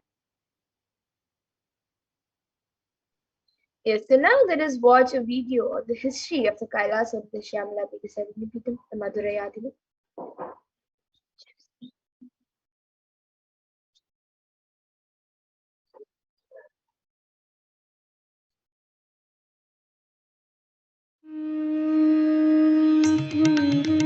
The ancient temple town of Madurai in southern India boasts of a 2,500-year-old history of spirituality. Historians trace Madurai's existence back to the 3rd century BC, making it one of the oldest continuously inhabited cities of the world. Legend says that Madurai was established by the cosmic mother herself, who incarnated as Princess Meenakshi, daughter of the pious king Malayadwaja Pandian. An able queen and a fearless warrior, Meenakshi expanded her empire right up to Kailash in current China. But when she came face to face with the Lord of Kailash, Shiva himself, she recognized him as her eternal consort and dropped her arms to become Shiva's companion for life. Along with Shiva, also known as Sundareshwara or the beautiful Lord, Meenakshi reigned over her kingdom for a glorious 166 years. In course of time, with the rise of Jainism as a religious force, Madurai too fell to its powerful influence and Shaivism all but vanished from the sacred kingdom where Shiva himself had once walked the earth. The renaissance of Shaivism in Madurai was the sacred task of a child incarnation, Tirunjana Sambandar, one of the 4 visionary saints of Shaiva Siddhanta tradition. The story goes that as a baby, Tirunjana Sambandar was once nourished by the milk of enlightenment from the cosmic mother herself. This child prodigy arrived in Madurai to effortlessly defeat the learned Jain monks with his wisdom, healing powers, and spiritual prowess, and restored Madurai to her beloved religion, Shaivism, by reviving the ancient Madurai Adinam and the Meenakshi temple, which had fallen to desolate ruin. Madurai Adinam is today the world's oldest living Hindu organization, with a recorded history alone spanning a glorious 1,500 years and an unbroken lineage of illustrious pontiffs to this very day. Over the centuries, Madurai Adinam has been patronized by the likes of Tipu Sultan, Robert Nobili, and the poet saint Vallalar.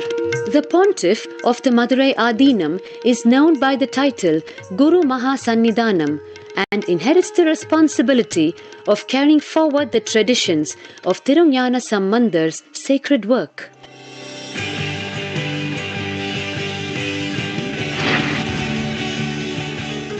On 27th April 2012, a new era began in the history of Madurai Adinam. The 292nd Pontiff, Srila Sri Arunagirinath Jnana Sambandha Desika Paramacharya Swamigal, guided by intuition and inducement by Lord Shiva, coronated a charismatic young saint as the 293rd Pontiff of the Madurai Adinam. An accomplished yogi, a pragmatic social visionary, and an adept in mystical sciences, His Holiness Paramahamsa Nithyananda is revered as a divine incarnation by millions worldwide. Within weeks of his ascent to the sacred throne, he brought about sweeping changes to the Adinam, including the renovation of the ancient monastery, Annadan, free food for thousands every day, free medical camps, yoga classes, scriptural study, spiritual healing, and meditation programs. The traditional Adinam now has a website, and thousands participate in the morning worship and spiritual talks via live streaming and two-way video conferencing. Vast properties belonging to the Adinam are being reclaimed from illegal encroachment. Its numerous temples are being restored to sanctity, and the neighboring villages are being adopted with basic amenities, education, and medical care being provided for all. His Holiness dreams of an authentic Vedic renaissance for which India has already waited too long. Here, I take the commitment of making Madurai Adinam as an international religious organization.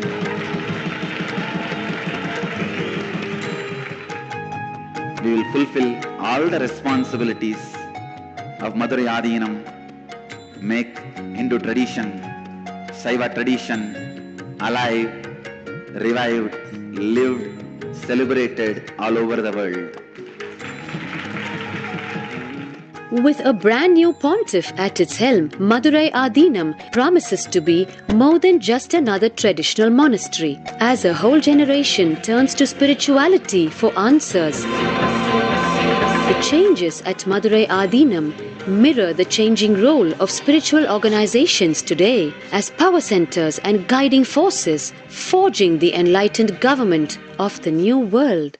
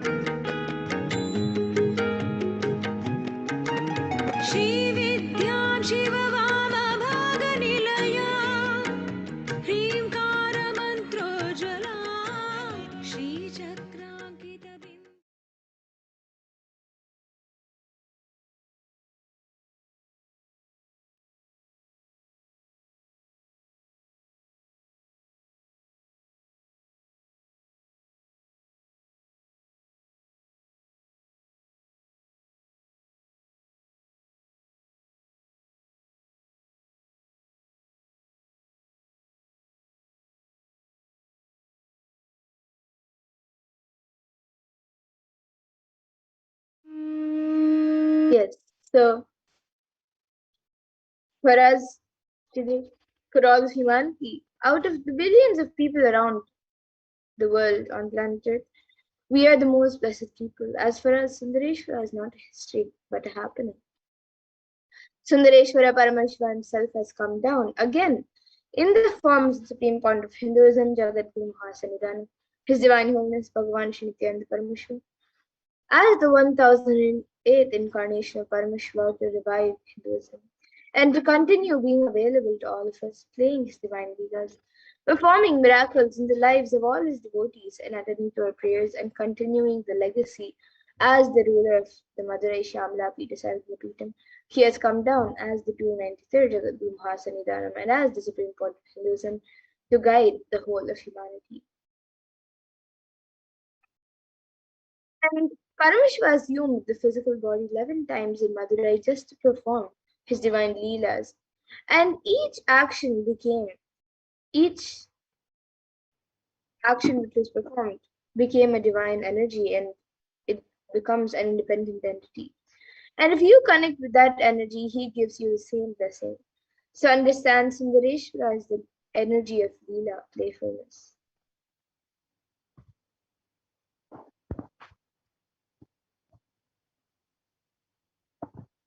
So now let us look at one of the Leelas of Sundareshwara Parameshwar, which is where he heals the Pandyan king's fever.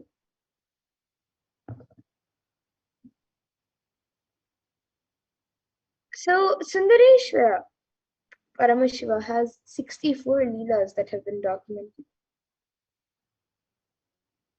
And the Tiruvilayadal Puranam is a collection of the 64 Leelas from the 16th century, and it is a Shaivite devotional epic by Paranjoti Munivar. And they describe the actions of Paramashiva, Bhagavan Paramashiva on earth in a number of disguises to test his devotees. So each of Sundareshwara's dimensions are recorded as one of his leelas. And in the Vedic tradition, we have 64 different arts. And each leader, a complete being, has to master the 64 arts. And that includes horse riding, astrology, the mastery of medicine, mastery in surgery, mastery in painting, mastery in dance, singing, and much more. And each Leela of Sundareshwara proves his mastery on each art. And there was never ever such an amazing imagination or visualization of the ultimate without reducing his Ananta Kalyana Gunas into human level. So if you would like to watch this video about Swamiji speaking on the Shiva Leelas, you can visit YouTube and watch the video on YouTube itself. So the Nayanars, or the Nine Mars, were a group of 63 saints living in Tamil Nadu during the 3rd to 8th centuries who were devoted to Paramashiva. The list of Nine Mars was initially compiled by Sundara in this poem, and he sings in 11 verses the names of the Nayanar saints up to Karaigal Ammayar, and refers to himself as a servant of servants. The list goes into the detail of the lives of the saints, which were described in detail in works such as the Devanam. And Paramashiva assumed the physical body 11 times in Madurai just to perform his divine leelas. And each action that was performed became a divine energy and an independent entity. And if you connect with that energy, he gives you that same blessing. And Bhagwan Sundareshwara is the energy of Leela's playfulness. So the best way to connect with Bhagwan Sundareshwara Paramashiva is through the Leela Dhyana. So today let us meditate on the 22nd Leela, which is the Leela of healing the Pandyan king's fever.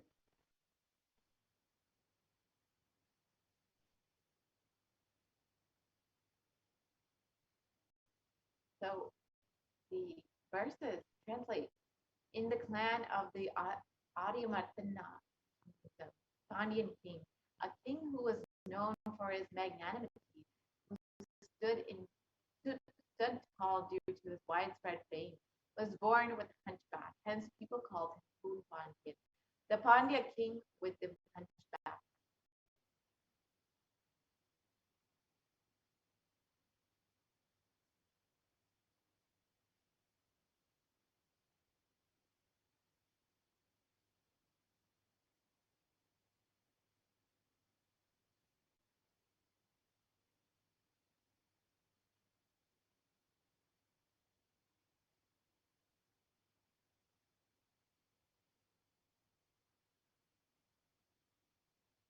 And though King Poon Pandyan took birth in the Pandya clan, which had deep devotion for Paramashiva, due to the ill effect of the long association with the summoners, the people who used the misunderstood ideas of Jainism to spread violence, he had not only fallen into their trap, but had received the initiation to what to do. It is difficult to revert the association with wicked people.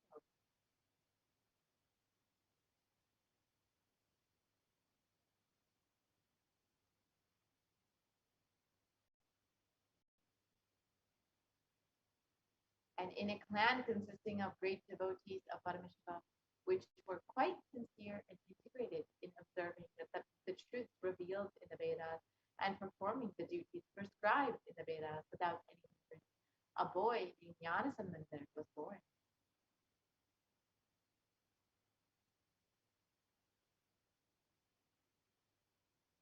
Goddess Parvati herself protected the child by feeding her breast milk, who was once struggling without his biological mother. After this incident, people are addressing the child as Jnanasambandar and Jnanapurna, as the child who got enlightened at the childhood itself by the grace of Goddess Parvati.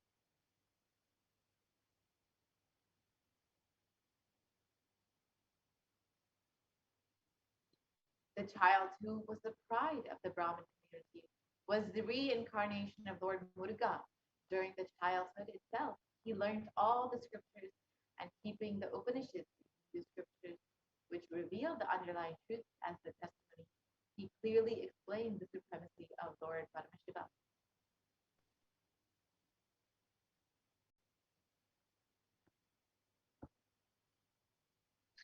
And Jnanasamandar being the embodiment of the tattvas like sacred ash, Rudraksha, and the Shadakshara mantra, Saravana Bhava of Lord Muruga, was considered as an enlightened being, and some people worshipped him as a result of their good deeds in the past births.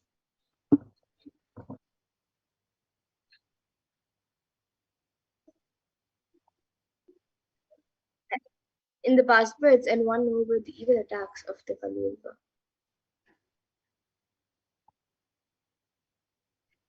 And while the king Kunpandian's clan was surrounded by the harmful darkness of ignorance due to the preachings of the Samanara-acharyas, the queen and the minister remained deeply devoted to Paramashiva, who adorned his naked locks with the crescent moon.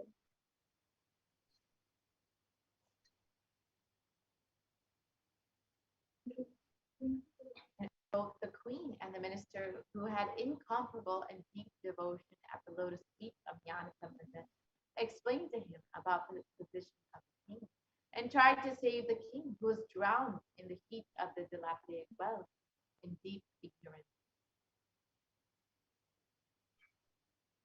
And once King Kunpandian was attacked by extremely high fever and was struggling, all the efforts taken by the Samanara-acharyas of the king to heal, but the king was the all the efforts taken by the Samanara-acharyas for the king to heal was unsuccessful.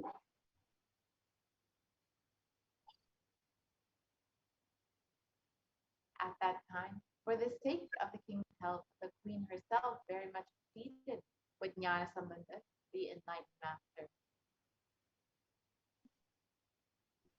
The enlightened master Jnanasambandha, who entering the king's palace, remembered the form of Shiva, who always remains cool due to the oozing out of the nectar from the crescent moon, adorning his crown, and meditated upon the sacred truth, Shivoham, I am Shiva, in his inner space for a moment, and looked at the king who was affected by that high fever, by the heat of high fever. He showered his gaze on the king through his eyes.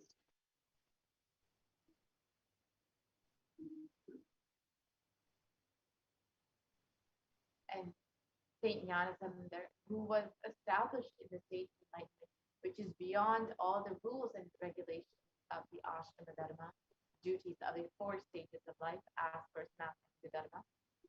Here, the sacred ash on the forehead of the king as a result of the good deeds performed by the king in his previous birth.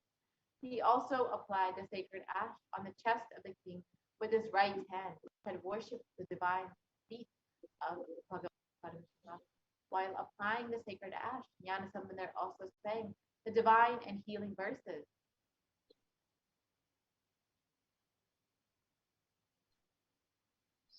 And on receiving the sacred touch of the divine hands of Jnanasambandha, which is described in the Rudram, the Vedic chant of Darshan, as the most auspicious, the most holy and the healing medicine for three worlds, the king got rid of the high fever instantly.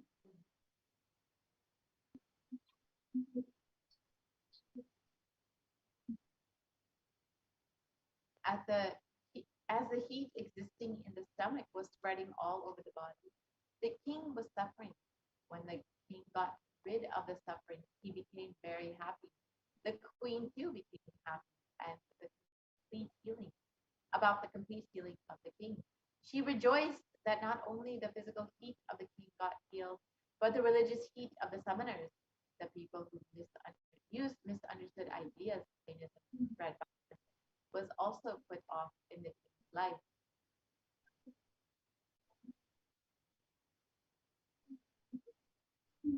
And the physical heat which got removed from the king's body by the graceful eyes of Jnanasambandha got doubly evolved in the hearts of the Samanas, the people who had misunderstood the ideas of Jainism to spread violence.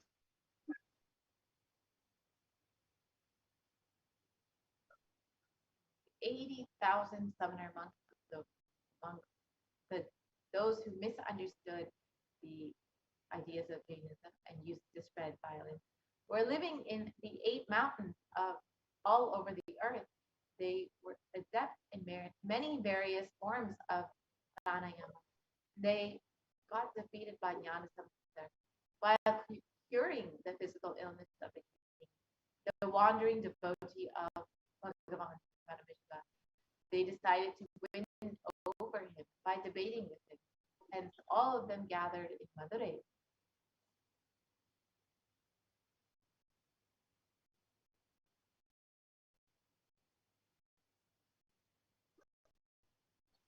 And Jnanasambandha was an expert in various fields like Vyakarana, Mimamsa, and Tarka, and was well versed in all the philosophies, in the philosophies of Upanishads.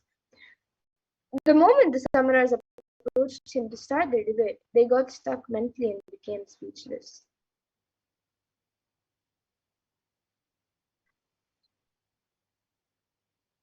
The Vedic religion is proved categorically right by the justification of the philosophy, like Mimamsa Shastra, and is well established by the inquiries of the Taraka Shastra, leaving aside all the valuable justifications the summoner monks those who misunderstood Jainism and used it to spread violence, wanted to win over Nyan Sambandar just by their mere faith.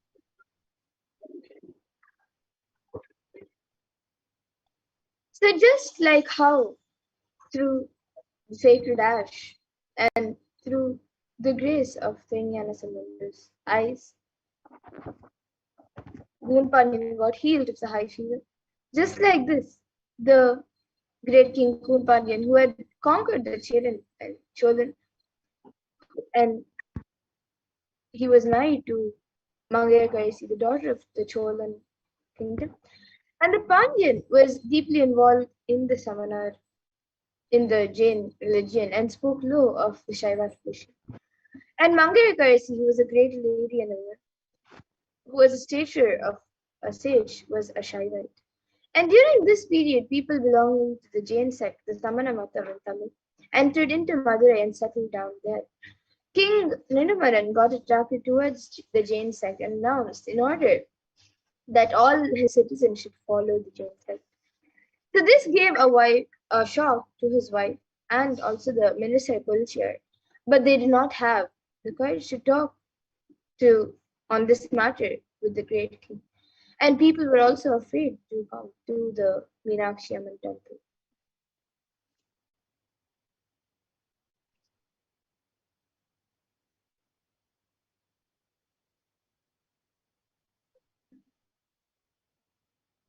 The queen decided to pray to Bhagavan Sundareshwara and talk to him on this worst state of affairs. She took the minister along with her to the temple and prayed to God. At that moment, a Brahmin came inside the shrine. The Brahmin saluted the queen and said, "O queen, I am residing in the Chola country. I am on my visit to various divine places. I came here thinking of worshipping Bhagavan Sundareshwara of Madurai. I inquired with the people here as to why no one is there in the temple. I became sad on hearing that the citizens are following the those who misunderstood the religion and used it to spread violence, and hence no one is visiting the temple."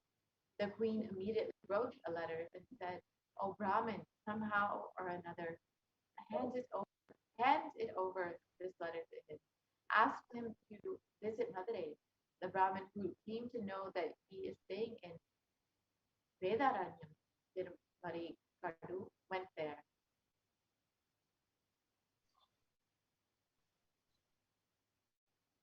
So immediately after Tirunavukarasar went to Vedaranyam to give the letter to Thirinyana Sambandu. After reading the manuscript, Samandar decided to visit Madurai. Tirunavukarasar said to him, "O Lord, you may not be knowing the Jains. I, the one who was affected by them, know about Jainism. Further, the planetary positions are not conducive for journey. Please start on an auspicious day." Samandar replied to him, "O Lord, we are the slaves of Paramashiva. When Paramashiva is there behind us, what these planets can do?" He immediately sang the song, Veyuru Thodi Pangan, Vidamunda Kandan, Nalla Veenai Taruvi. And even today, those who feel that they will be affected by the adverse positions of planets in their birth chart sing the song. And without bothering about the planets, Samandar immediately left for Madurai. Mangayakarsi felt very happy on the arrival of Thirinyana Samandar, but the Samanars got angry, burned the house, and killed Samandar. Samandar got infuriated and immediately sang the collection of songs, the Padikams, beginning with the lines Chenne Tirualavai.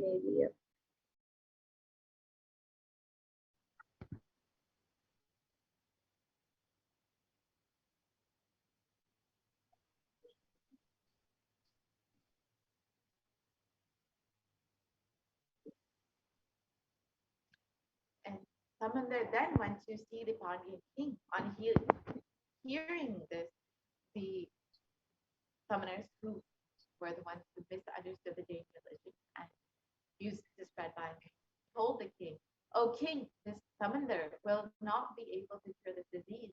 We will cure it now in just 5 minutes." The king shouted, "O Jains, just remain aloof. Let Samandar alone give me the treatment." Samandar said, "I do not want any other thing. Just bring some ash from the kitchen of the temple." The ash was brought. Samandar makes the king understand that your consciousness does not need to shrink. Because of this idea, everything is going to become ash. Listen, but your consciousness is beyond anything you see. Initiating him into the tattva of life and giving ash as a prasada, when the tattva started spreading, expanding in Pandyan's consciousness, the shrinking body stood up, the hunchback was reversed, and he expanded and became Nindastir.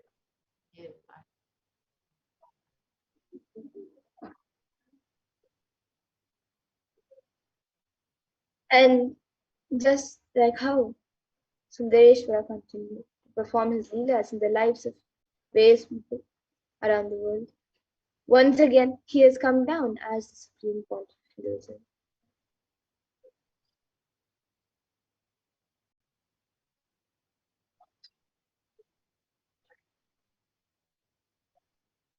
And Sundareshwara has once again come down as the supreme point of Hinduism, and Jnana Sambandar's embodiment of Meenakshi Sundareshwara healed Pandyan. Today, for all of humanity, out of the billions of people on planet Earth, we are the most blessed people. For us, Sundareshwara is not a history, he is a happening. Sundareshwara Paramashivoham himself has come down in the form of the Supreme Concept of Jagat Guru Maha Sanjiranam, His Divine Holiness Bhagavan Nithyananda Paramashivam, as Swamiji, just to continue his legacy and Leela, to continue being available to all of us, playing his divine Leela, performing miracles in the lives of his devotees, attending to our prayers, and continuing the legacy as the ruler of the whole of Madurai, Shamala Pita, as the 293rd Jagat Guru Maha Sanjiranam, and as the supreme concept of Hinduism, guiding the whole of humanity.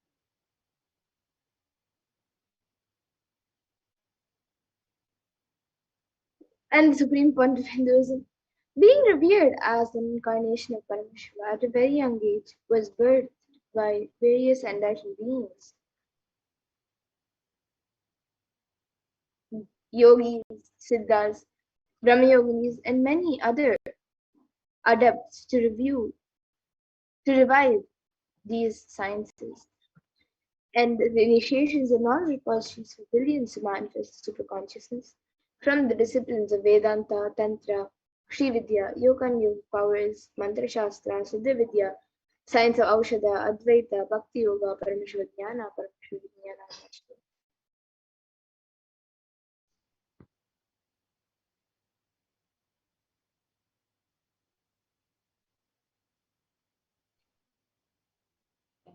The Nadi readings are an ancient science of Akashic reading in Hinduism, and they were established by Paramashiva in the form of Bhagavan Vaidishvara, the Lord of Healing.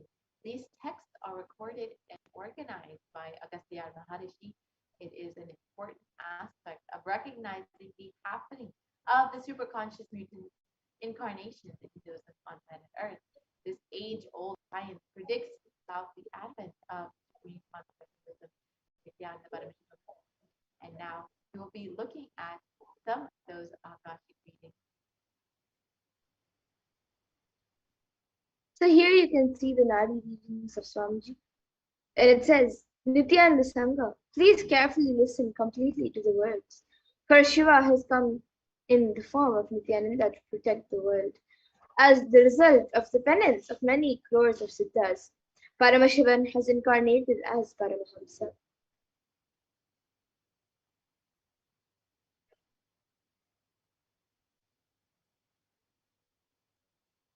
And the Jivanadi continues on. By his teachings, even many sinners became virtuous. Many scores of people became blissful. Just by thinking about him, they achieved bliss.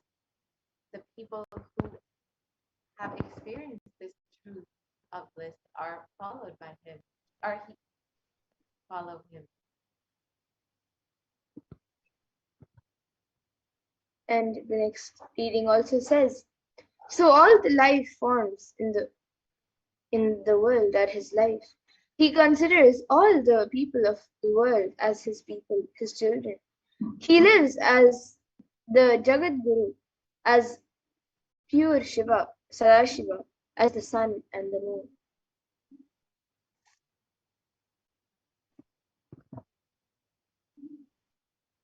And the Supreme Concept of Hinduism was recognized and coronated as the 1008th incarnation of Paramashiva by various enlightened masters and gurus. The Yoga Bhakti-Abhishekam, the official celebrations and public declaration of the Supreme Concept of Hinduism as the 1008th incarnation of Paramashiva to the world, and celebrating the manifestation of Paramashiva on planet Earth through the Supreme Concept of Hinduism. Here are some of the photos from that. So in 1994, to celebrate the manifestation of Paramashiva on planet Earth through the Supreme Concept of Hinduism, Mataji Buddhanandapuri began the preparations for coordinating the Supreme Concept of Hinduism as her next successor and declaring him as the 1008th incarnation of Paramashiva. Through this occasion, and an official letter of initiation adopted him as her only disciple and successor in the Arunachala lineage, coronating and conferring upon him the title Brahmasati. His gurus thus coordinated him when he was 16 years of age in 1994, and immediately after which the avatar commenced the expansion work of Kailasa. And it is thus 27 years of the public life till date. And the avatar stepped out of Tiruvannamalai the very next year in 1995, which is the same year that his gurus left their body, and the purpose of their life was complete.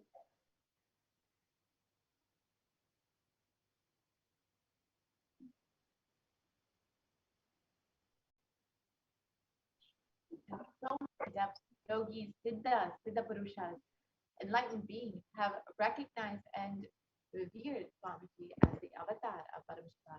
A few months into her pregnancy, Brahma Yogini Mataji Vibhudananda gave specific instructions to Anasayumal Ammal, her dear friend and the mother of Sri Arunachalam, paternal grandmother of the incarnation itself, who was yet to be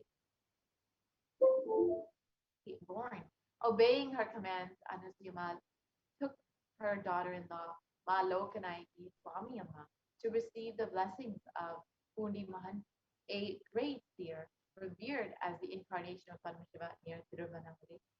As Ma Lokanayaki Swami Amma bowed down to Pundi Mahan, he showered her with flowers and akshata, the turmeric rice, and declared to her heartily, Ammayappane Siriyappan, blessing her that Paramashiva himself will be born to her as the divine mother and father of the whole cosmos.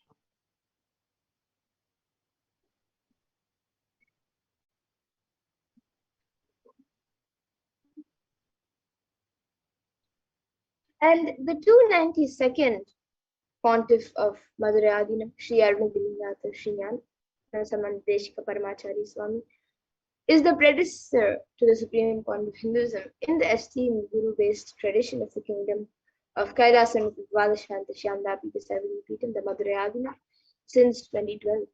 And the 292nd Guru Mahasanitanam has the divine vision of Lord Shiva and Devi Meenakshi, who instructed him to appoint Avatar as his successor, the 293rd Guru Mahasanidana. And just like this, various other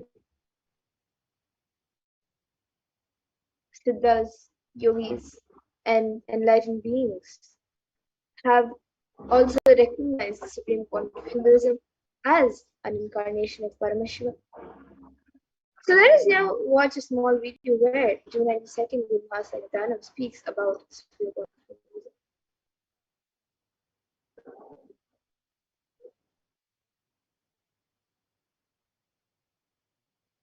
291st Guru Mahasanidhanam, the 290th Guru Mahasanidhanam, the 289th Guru Mahasanidhanam, all were genius and sages and saints. Therefore, we thought we had a great mind that our successor should be a genius and a saint and sage.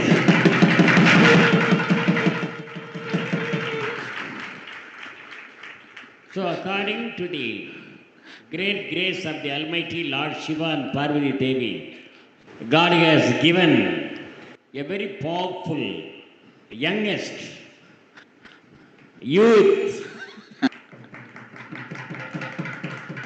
and a vital person for my successor.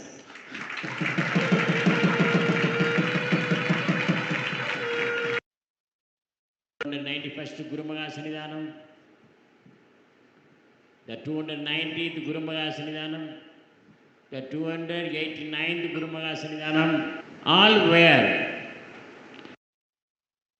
Yes, and this video is available on YouTube, so you can watch it. And now we will be getting into the Bhava Samadhi Darshan preparations, as all of us await the moment when all of us will receive Bhagavan Sundareshwara live for the darshan.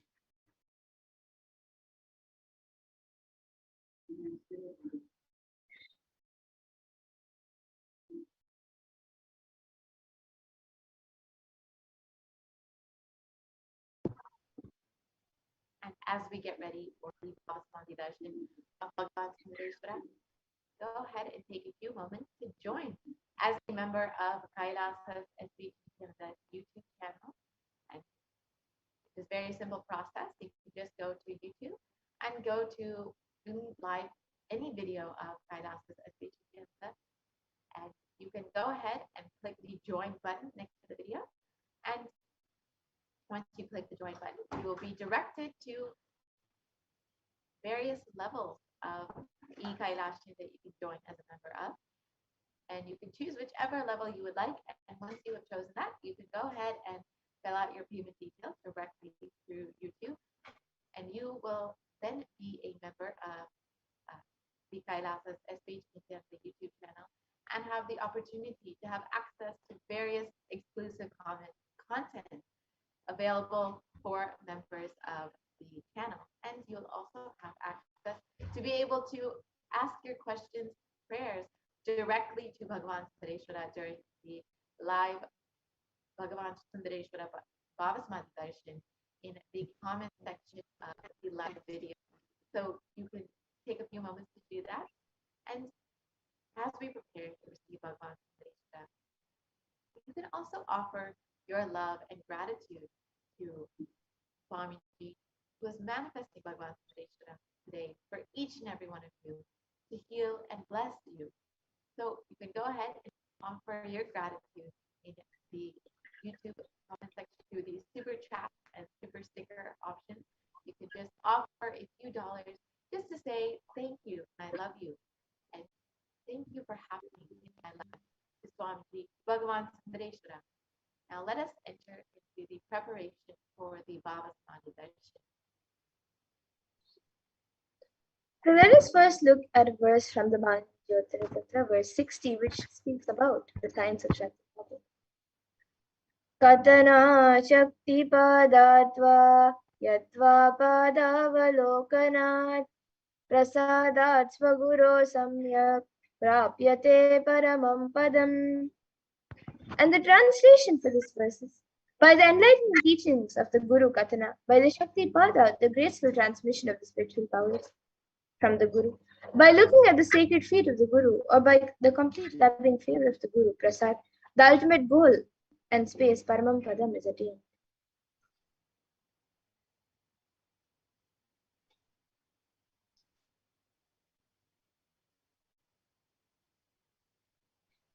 And the Bhava Samadhi Darshan is not an event that takes place in time and space. Rather, darshan happens at the moment when we are lifted out of time and space. And during the Bhava Samadhi darshan, our neurons mirror that of the avatar. The bhava is defined as directing and activating the emotional and spiritual energy that is created through meditation on the avatar. And the brain neurons mirror, activate, and process all the observed movements or information of the avatar just by seeing, without the physical act of imitation. That is, our entire body silently and without movement recreates what is happening distances far away, experiencing the superconscious energy radiated by the avatar. And the science of Bhava Samadhi darshan knows no distance, and it is a phenomenon that modern science is just discovering and terms it as quantum tapping.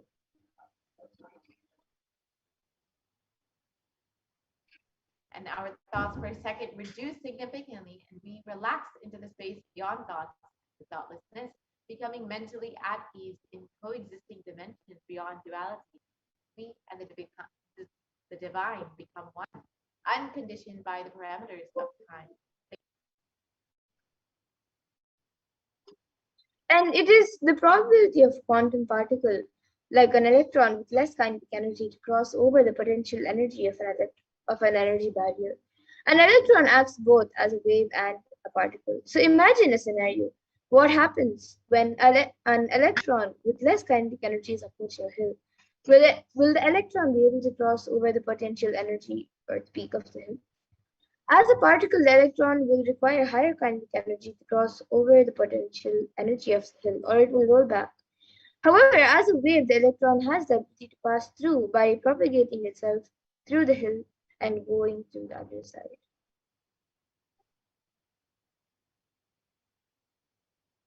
And this is the science behind quantum tunneling. And this is the same science that each and every one of us will experience when witnessing the Bhava Samadhi darshan. This is because our neurons are able to mirror the neurons of the divine immediately. Through quantum tunneling, we are able to travel through the divine energy and mirror the exact same neurons. So now you can understand more about the science about Samadhi darshan. So actually, there's a beautiful description when Krishna once saw his own extraordinary sweetness reflected in a jeweled wall. He was amazed and said, "How unprecedented and astonishing is this deep and indescribable sweetness of mine. Alas, when I see it, even I become greedy to enjoy its sweetness. Just like Radhika, when I see my own sweetness in the mirror, I become eager to taste it, but I can't. After due consideration, I find that the only way to relish this sweetness is through the constitution of Sri Radhika." The Bhava Samadhi darshan is the science of the Nijavatara, manifesting Paramashiva, the consciousness, formless, expressing the being of Paramashiva through the Divya Sharira, the light body, and manifesting as the Nijavatara, the physical form, the embodied form, for us to experience Paramashiva.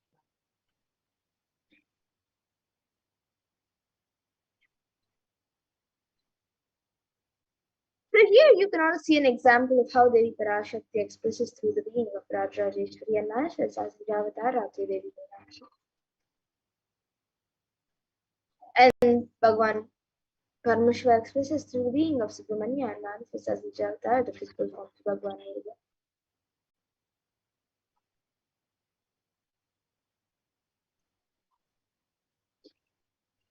And Bhagavan Paramashiva expresses through the being of Adnigiri Yogeshwara and manifests as the Nijavatara, the physical form of the Supreme Concept of Hinduism, His Divine Holiness Bhagavan Nithyananda Paramashivam. And Bhagavan Parandama expresses the being of Mahavishnu and manifests as Nijavatara, the physical form, through Bhagavan Venkateshwara.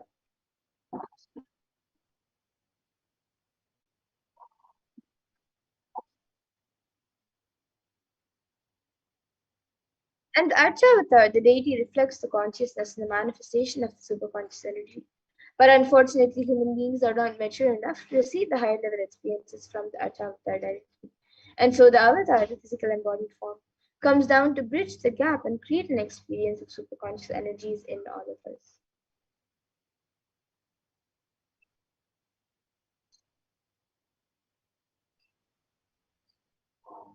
We have the Bhavasamadhi Darshan of the Nijavatara manifesting beings of various dimensions of Paramashiva. The auspicious components and the powerfulness of those dimensions of Paramashiva are awakened in us. So now let us see the dimensions of Paramashiva manifesting in Nijavatara for us to experience Bhavasamadhi Darshan. So the Bhavasamadhi Darshan is the direct experience of causeless bliss. And during the Bhavasamadhi Darshan, our being comes alive and celebrates with the energy waves of existence.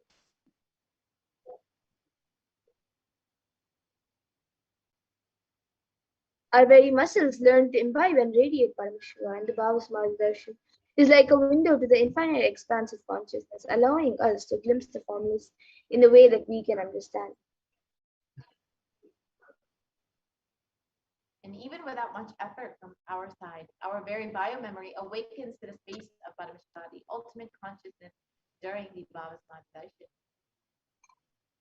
And when you have a glimpse of the avatar, you get glimpse of the karmas of lifetimes, and it creates a deep lasting transformation in us. And gratitude enables the reflection of the consciousness in all levels, the physical, psychological, and ultimately the conscious levels. And the darshan meditation as a preparation helps us to fall into the space of gratitude. And it is during that time when we drop the conscious resolution, the Satya Sankalpa, of anything that we want or need in our life. So be ready to reflect the consciousness of Paramashiva. And that is all you need to manifest the best of your life and the lives of people around you. And the right context to hold to receive the darshan is that I know that you are the source of everything. You are everything, and you are the embodiment. You are in the embodied form of the Supreme Point of Hinduism, and you are in this body. You are the source for both. Let me connect with you. That you reveal yourself to me. Let me be in the Bhava Samadhi of you. So now, all of you can take a few minutes and set up for the Panchopachara Puja. You can get some sandalwood paste powder, a few fresh flowers, then the incense stick, and a lamp, and a food offering that you would like to offer to Bhagavan Sundareshwara. And we will now be getting ready for the Paramashivoham.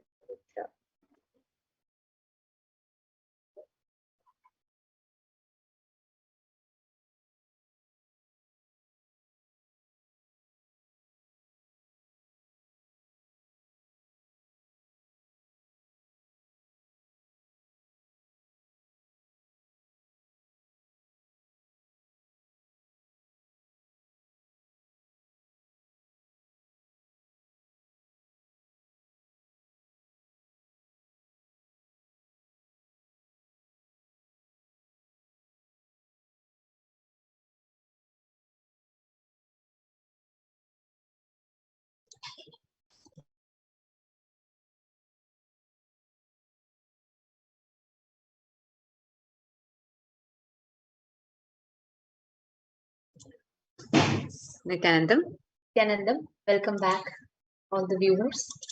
And as each and every one of us are preparing for receiving Hirayanath Sundareshwara Paramashiva Paramburu, receiving the Paramashiva Sayujya Samadhi Darshan of Bhagavan Sundareshwara Paramashiva, let us all get ready by preparing ourselves with the Paramashiva Dhyana Mantra, the Paramashiva Dhyana Mantra prayer service, which is going to be offered now.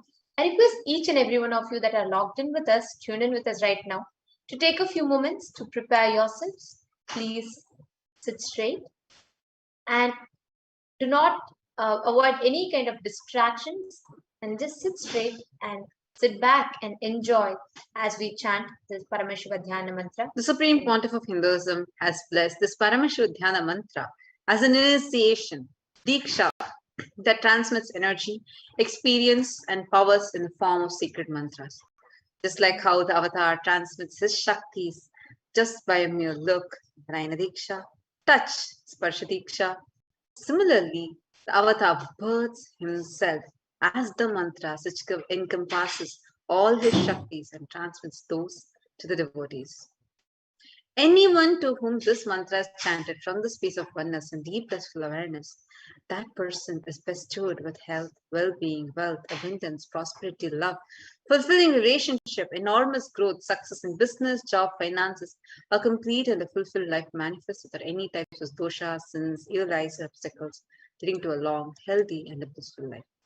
Today, with the grace and blessings of the Supreme Pontiff of Hinduism, Kailasa's Department of Human Services and Kailasa's Department of Religion and Worship is offering the Paramashiva Dhyana Mantra prayer service on behalf of each and every one of you. Today we are going to be praying to Irena Sundareshwara Paramashiva to heal you completely from all your health issues, the psychological stress, anxiety, addictions, depressions, and for you to be able to move out of pain patterns and for you to have improved career, healed relationships, whether it's with your spouse, family, or profession, and for you to be able to have a breakthrough in your wealth dimension.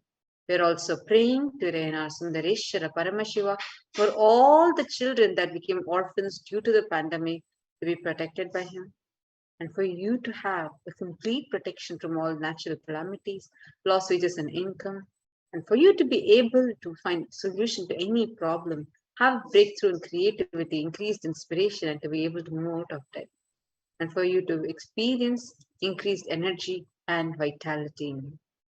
We're also praying for healing from any insecurities and protection from any direct or indirect effects of the pandemic, and for leadership consciousness to be awakened in you, and for any genetic or inherited disorders in you to be completely healed, and for you to experience complete completion in your muscle memory and brain.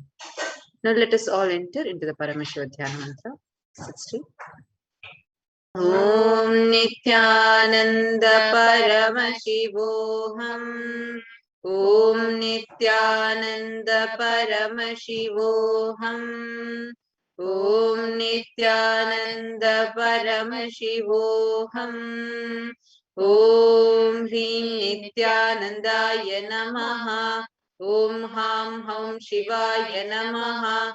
Om Nithyanandam Paramasukadam Kevalam Jnanamurtim Dvandvatitam Gagana Sadrisham Tattvamasyaadilaksham Ekam Nityam Vimalamachalam Sarvadi Sakshi Bhutam Bhavatitam Trigunarahitam Sadgurum Tam Namami. I surrender to that Sadguru who is eternal bliss, the bestower of supreme happiness, the one whose embodiment of wisdom, who is beyond duality, who is omnipresent, to whom the supreme goal is giving the enlightenment experience, who is eternal, pure, and unshakable, who is a silent spectator of all thought processes, who is beyond any emotions, who is without the three qualities called Sattva, Rajas, and Tamas.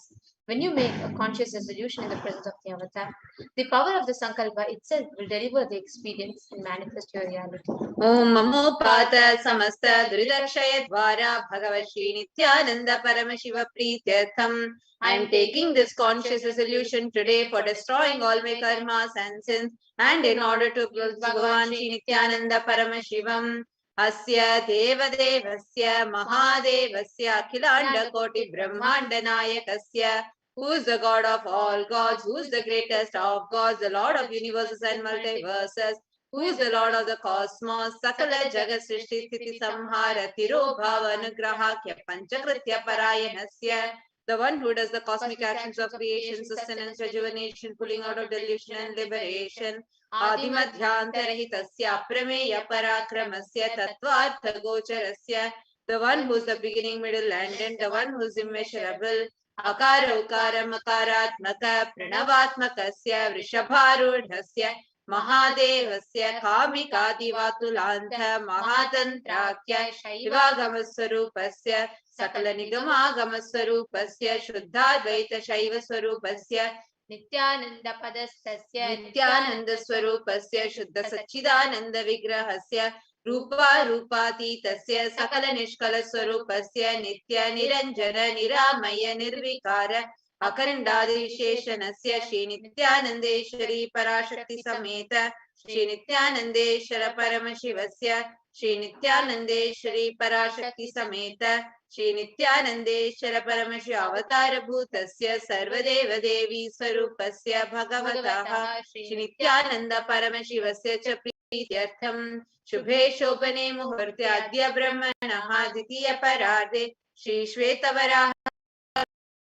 कल्पे वैवस्वतमन्वन्तरे अष्टाविंशतितमे नित्ययुगे प्रथमे पादे जम्बूद्वीपे भारतवर्षे भरतखण्डे मेरोः दक्षिणे पार्श्वे शकाब्दे अस्मिन् वर्तमाने व्यवहारिके प्रभवादीनां षष्ट्याः संवत्सराणां मध्ये शुभनाम संवत्सरे शुभायने शुभऋतौ शुभमासे शुभपक्षे शुभतिथौ शुभवासरयुक्तायां शुभनक्षत्र शुभयोग शुभकर्ण एवं गुणविशेषेण विशिष्टायामस्यां शुभतिथौ during the auspicious time, during the second half of the lifetime of Lord Brahma, during the Kalpa called Shvetavaraha, during the regime of Vaivasvatamanu, during the first quarter of the Yuga called Nitya Yuga, in the island called Jambu, the continent called Bharatavarsha, in the Indian subcontinent called Bharatakhanda, in the southern side of the Mount Meru, in the Shaka era, during the auspicious year, which is one of the set of 60 years, which is in practice of which Prabhava is the first year, in the auspicious Ayana, in the auspicious season, in the auspicious month, in the auspicious Paksha, on the auspicious Tithi, auspicious day, on the auspicious Nakshatra, auspicious Yoga, and auspicious Karana, during such an auspicious moment, आदिकैलासे कल्पवृक्षस्याधः नित्यानन्दनगरे स्मृतस्मृतानां मुक्तिदायके महाक्षेत्रे. Now we request all the participants whether you are offering this mantra for yourself or for someone else. If you are offering for a male, kindly chant the male names now. Namadheyasya. Now we request all the participants whether you are offering this mantra for yourself or for someone else. If you are offering for a female, kindly chant the female names now. Namnyaha cha yajamanaanamavayoho sahakutumbanam bandhuvarganam mitravarganam dayadivarganam sodaravarganam samesham. For all those who are participants, hosts and me with their families, relatives, inheritors, friends, brothers and everyone, Sarvabhishta Siddhartham Sarvamangalavapyartham Uttarottaranavachinna Sthiralakshmi Prapyartham. Always let there be unbroken flow of good and auspiciousness. Always let there be unbroken flow and steady flow of abundance, prosperity and wealth. Kutumbe sarvesham sarvabhishta siddhyartham chintita manorathavapyartham. Let the family always have all kinds of auspiciousness and anything which is desired be fulfilled. Samesham adhivyadhi nivrityartham samesham chiradhipada paryantam vidyamananam sameshu angeshu janita janishyamana sakala vida nana vida roganam vyapohartam Tadvara Rogadradagatravapuhu Siddhartham. Let all the chronic diseases be healed. Let all the diseases and disorders in the body, starting from head till toe, which has occurred or which is yet to occur in various parts of the body, be healed. Let a strong, diseaseless, healthy, handsome and graceful body be obtained. Samesham Parikartrabhischa Kridakarishyamana Sakala Vidha Mantra Tantra Yantra Vishachurna Abhichara Stambhana Marana Uchchathana Vidveshana Vashikaranadi Mantrika Prayogebhyah Rakshana Praptyartham Tadvara Samesham Sarvabhishta Siddhyartham. Let protection be obtained from all the evil effects of acts performed by people either in the past or yet to be performed in the future through the use of mantras, tantras, yantras, poisonous pills, employing spells for malevolent purposes like making a person immobile killing a person through vomiting, diarrhea, upsetting and ruining the health, poisoning, hypnotizing, etc. Apamritidosha nivrityartham, kala mrityu, akala mrityu, durmrityu nivrityartham. Let all the doshas or ill effects related death like sudden death, unnatural death, fatal death be removed. Samesham anta drishti, bahi drishti, krura drishti, vyapara drishti, anukula drishti, pratikula drishti, ityadi. Sakala vida drishta dosha nivrityartham. That all the evil eyes of known and unknown sources, the cruelty filled eyes, evil eyes of business enemies, effects of evil eyes of people who may project as if there are well wishers, and the effects of the evil eyes of people who are against our well-being be removed. Samesham anta shatru, bahi shatru, krura shatru, vyapara shatru, anukula shatru, pratikula shatru, ityadi. Sakala vida shatru badha nivrityartham. That all the effects of inner enemies and outer enemies, fierce enemies, business enemies, enemies who project themselves as good, enemies who work against our well-being be removed. Samesha matrusha sakala vida shapanam vyapohanatham. Let all the effects of curses right from the mother be removed. Anadi avidya vasanaya pravartamane asmin mahati samsara chakre vichitra bihi karmagati bihi chitrasu yonisho punah punaha anekada janitva. From time immemorial, due to ignorance, we get caught in the vast cycle of birth and death. Due to the effects of our action, we take birth again and again in various bodies, which is quiet state. Kenapi punya karma visheshena bhagavatah Shri Nithyananda Paramashivasya aparimitaya kripaya idanintana manushya janma praptavatam. Yet due to some good with the extreme and the immeasurable compassion and the grace of Bhagavan Shri Nithyananda Paramashivam, we have been blessed with a human body. Samesham iha janmani purva janmani janma janmantareshu sarvaihi kritanan shiva ninda devi ninda guru ninda dosha vyapohartam shiva parada devya parada guru parada dosha vyapohartam. Any kind of abuse we may have done to Paramashiva, Parashakti and Guru in the present birth, past birth, or in any of the births be removed. Any kinds of crimes or offences committed against Paramashiva, Parashakti and Guru be removed.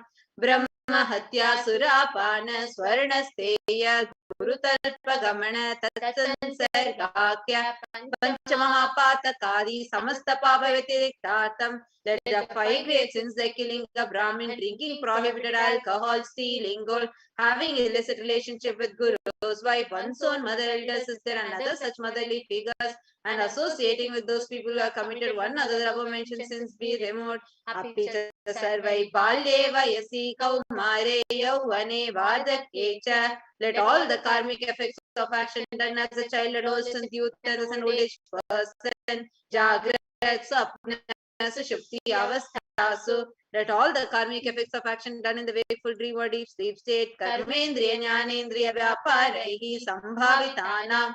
Let all the sins done through the karmendriyas, that is the 5 organs which perform action like speech, hands, feet, excretion, and reproductive organs. Jnanendriyas, that is the 5 organs which receive information like ears, eyes, nose, tongue, and skin. Rahasya kritanam, prakasha kritanam, atipatakanam, upapatakanam, sankalikarananam, malini-karananam, apatri-karananam, jati bhramshakanam, prakinitanam, evam navanam, navavidhanam, bahunam, bahuvidhanam, sarvesham, papanam, satyaha.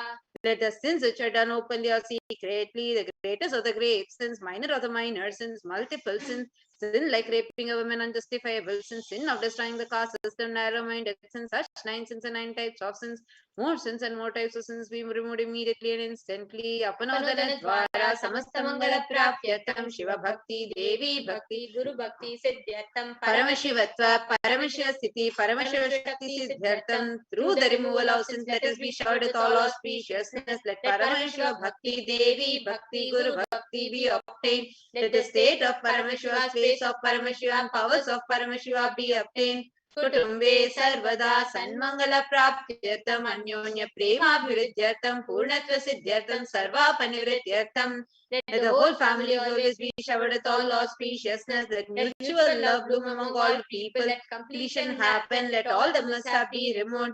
Shiprarogya-vaptyartam ayurvriddhyatam. Let the healthy body be obtained immediately and instantly. And longevity be bestowed. Vyapare udyoge cha sarvajanavashikaranartham tadvara unnatosthana praptyartham. Let your charisma impress everyone in business and job, and through that let you attain the best of the best position. Bahudhana saukya praptyartham griha kanaka pashuputra pautra dhana dhanya saukya praptyartham. Let extremely wealthy and happy life happen. Let various wealth be showered in the form of household, cattle, children, grandchildren, money, grains, and all comforts related to worldly life. Adityadinam navanam grahanam moksha-pida nivaranartham. Adityadinam navanam grahanam anukulyata siddhyartham. Let all the malefic effects of the 9 planets and let auspiciousness be bestowed by the grace of all the 9 planets. Bhumyantarikshe vidyamana bhuta preta pishacha rakshasa brahma rakshasa vetala kushmanda dakini shakini ityadi sarva rishta nivaranartham. Let all the evil effects that cause calamities on planet Earth, the evil effects of the various demonic beings like bhuta, preta, dead people, pishacha, demon, rakshasas, brahma rakshasas, vetala, ghost, kushmanda, class of demon, Dakini, little devil, Shakini, kind of female demon be removed. Manovyakulata nivaranartham. Let the mental confusion and worry be removed. Prarabdhe karmani karishyamane karmani adidevika adibhautika adhyatmika vigna nivaranartham. Let all the obstacles be removed regarding to actions done or going to be done relating to God, world and spirituality. समस्त ऋण निवारणार्थम धन लक्ष्मी धान्य लक्ष्मी सौभाग्य लक्ष्मी संतान लक्ष्मी विद्या लक्ष्मी शौर्य लक्ष्मी वीर लक्ष्मी विजय लक्ष्मी इत्यादि अष्टलक्ष्मी परिपूर्ण कृपा कटाक्ष सिद्ध्यर्थम.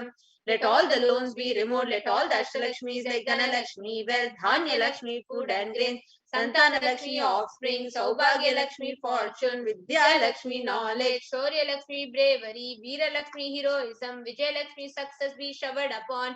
Pariksha Sunnata sthane Vijaya praptyatam Sarva Vidya parangata siddhyartam Medha Shakti Grahana Shakti abhivriyartam. Let the top rank be obtained in the examinations. Let all the excellence be acquired in all fields of knowledge. Let the mental power and understanding ability be increased. Ityadi sakalavida sanmangalani Guru Kripa katakshena praptyartam. By the grace of Guru, let all the auspiciousness be showered upon. Shri Kailasonada Dvadashanta Shyamala Pita Rudha.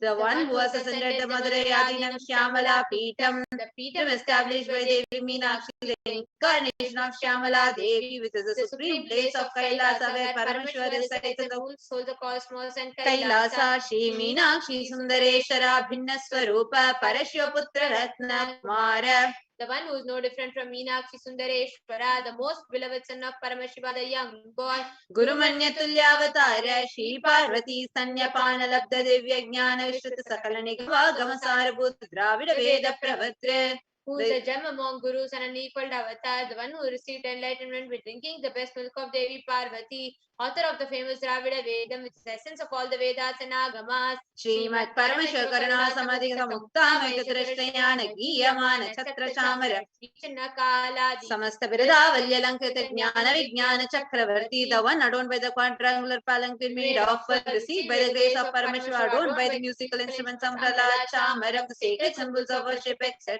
adorned by hymns of praises, the one who has won the whole world by his enlightenment at the signs of enlightenment, been accepted by all the kings as the supreme ruler.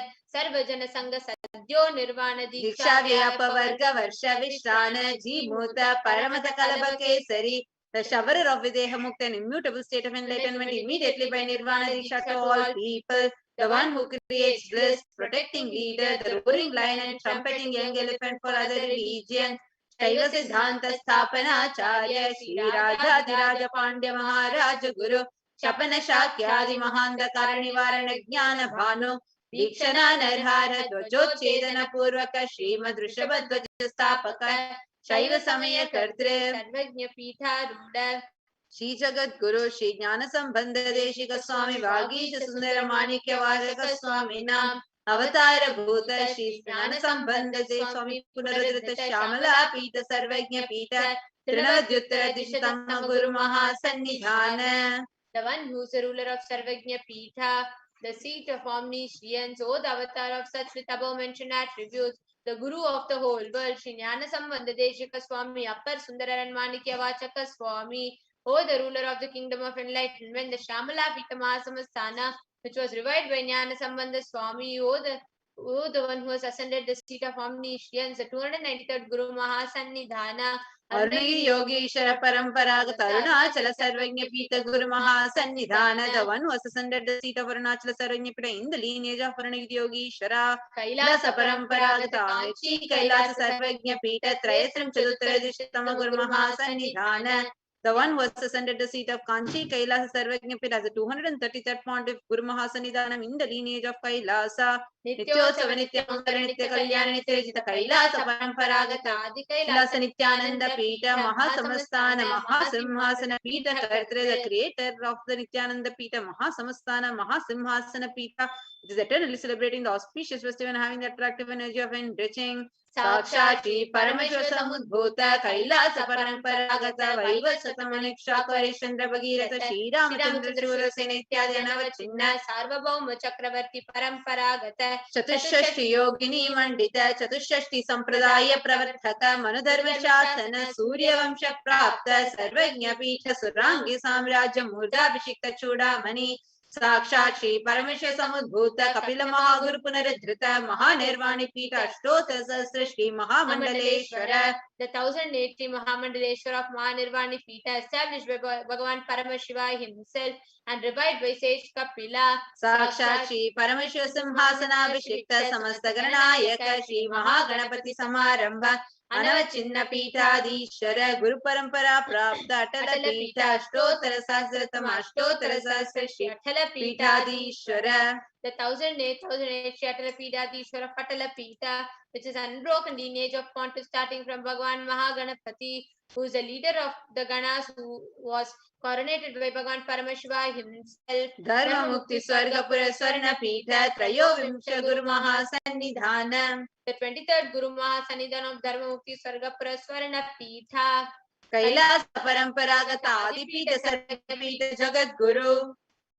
The Jagat Guru of Adipita Sarvagnya Pita in the lineage of Kailasa, Shri Kailasa Punaruddharaka, Shri Kailasa Paramacharya, Srimat Paramahamsa Privrajakacharya Varya, Satchidananda Pranava Swarupa, Shrotriya Brahmanishta, Srimat Jagat Guru, Srila Shri Bhagavat Shri Nithyananda Paramashiva, Shri Jnana Sambandha Deshika Paramacharya Swaminam Prityartham. Who is in the state of Paramahamsa, the Acharya of all sannyasis and parivrajakas, the embodiment of pure truth, consciousness and bliss, the embodiment of the sacred syllable Om, the knower of the Vedas, the one established in superconsciousness.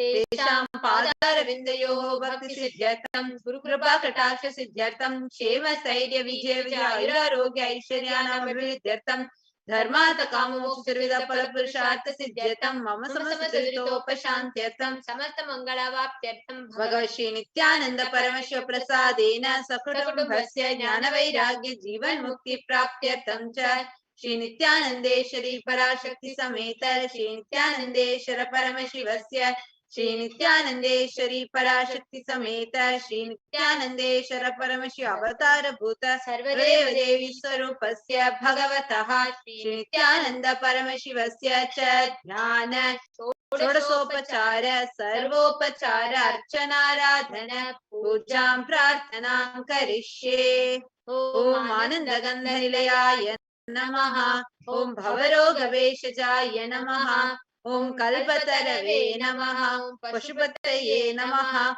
Om Pasha Vimochakaya Namaha. Om Ipsita Paladayakaya Namaha. Om Bhagyavritti Parivartakaya Namaha. Om Adhivyadi Vinashakaya Namaha. Om Samasta Kalyana Gunanvitaya Namaha. Om Vidadi Purishaya Namaha. Om Jai Kailasapataye Namaha. Om Shivashaktaika Swarupaya Namaha. Om Hrim Nithyanandaya Namaha. Om Ham Ham Shivaya Namaha. Om Shri Nithyanandeshwari Parashakti Sameta Shri Nithyanandeshwara Paramashivaya Namaha. Om Shri Nithyanandeshwari Parashakti Sameta Shri Nithyanandeshwara Paramashiva Avatara Bhuta Sarvadeva Devi Swarupaya Shila Shri Bhagavat Shri Nithyananda Paramashiva Shri Jnana Sambandha Deshika Paramacharya Swamine Namaha. Om Nithyanandam.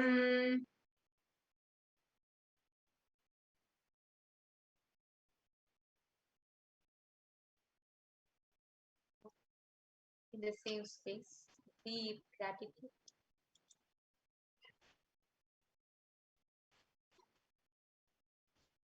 Please, let's all get ready to receive the darshan of Irena Sundareshwara Paramashiva Paramburu by meditating on the form of Sundareshwara Paramashiva through the Shiva Purana. Namah Shivaya Varga Nadantal Varga Imai Purudum Yen Nengil Ningadantal Varga Namah Shivaya Varga Nadantal Varga Imai Purudum Yen Nengil Ningadantal Varga Kogariyanda Gurumanidantal Varga Kogalianda Gurumanidantal Varga Agamam Maginindra Annipantal Varga Egan Nanegan Iraivan Nadi Varga Vegan Kedathanda Vindan Nadi Velga Egan Nanegan Iraivan Nadi Varga Vegan Kedathanda Vindannadi Velga Piraparukum Pinyagandan Peykadalgal Velga Piraparukum Pinyagandan Peykadalgal Velga Puratarku Seyondan Kadalgal Velga Karankuvivar Ulmagarum Kadalgal Velga Karankuvivar Ulmagarum Kadalgal Velga Sirankuvivar Onguvikum Siron Kadal Velga Isan Nadi Potri Endai Adi Potri Desan Nadi Potri Sivan Sevadi Potri Neyate Nindra Nimalan Nadi Potri Neyate Nindra Nimalan Nadi Potri Maya Piraparukum Mannannadi Potri Sirar Perunthurainam Devanadi Potri Arada Invam Arulum Malai Potri.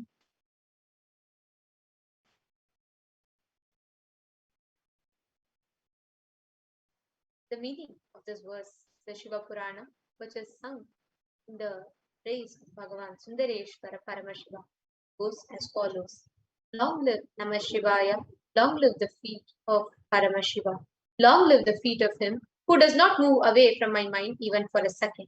Long live the feet of my Guru who ruled over the Tiruvavadurai. Long live the feet of him who became holy books and comes near us. Long live the feet of the God who was one but appeared as many. Long live the feet of Paramashiva who stabilized my mind. Let the feet of Paramashiva who stabilized my mind be victorious. Let the valorous anklets of Paramashiva who cuts off the cycle of births and deaths be victorious. Let the flower-like anklets of Paramashiva who is scars to those who stand away from him be victorious. Let the anklets of King who happily lives in the mind of those who salute to him be victorious. Let the anklets of that great one who uplifts those who bend their head to him be victorious. Praise be to the feet of Paramashiva. Praise be to my father. Praise be to the feet of my friend. Praise to the red feet of Bhagavan Paramashiva. Praise be to the feet of the pure God who stood in love. Praise to the feet of the King who cuts off the illusion called birth. Praise to the feet of the God who is holy in Tirupperumdurai.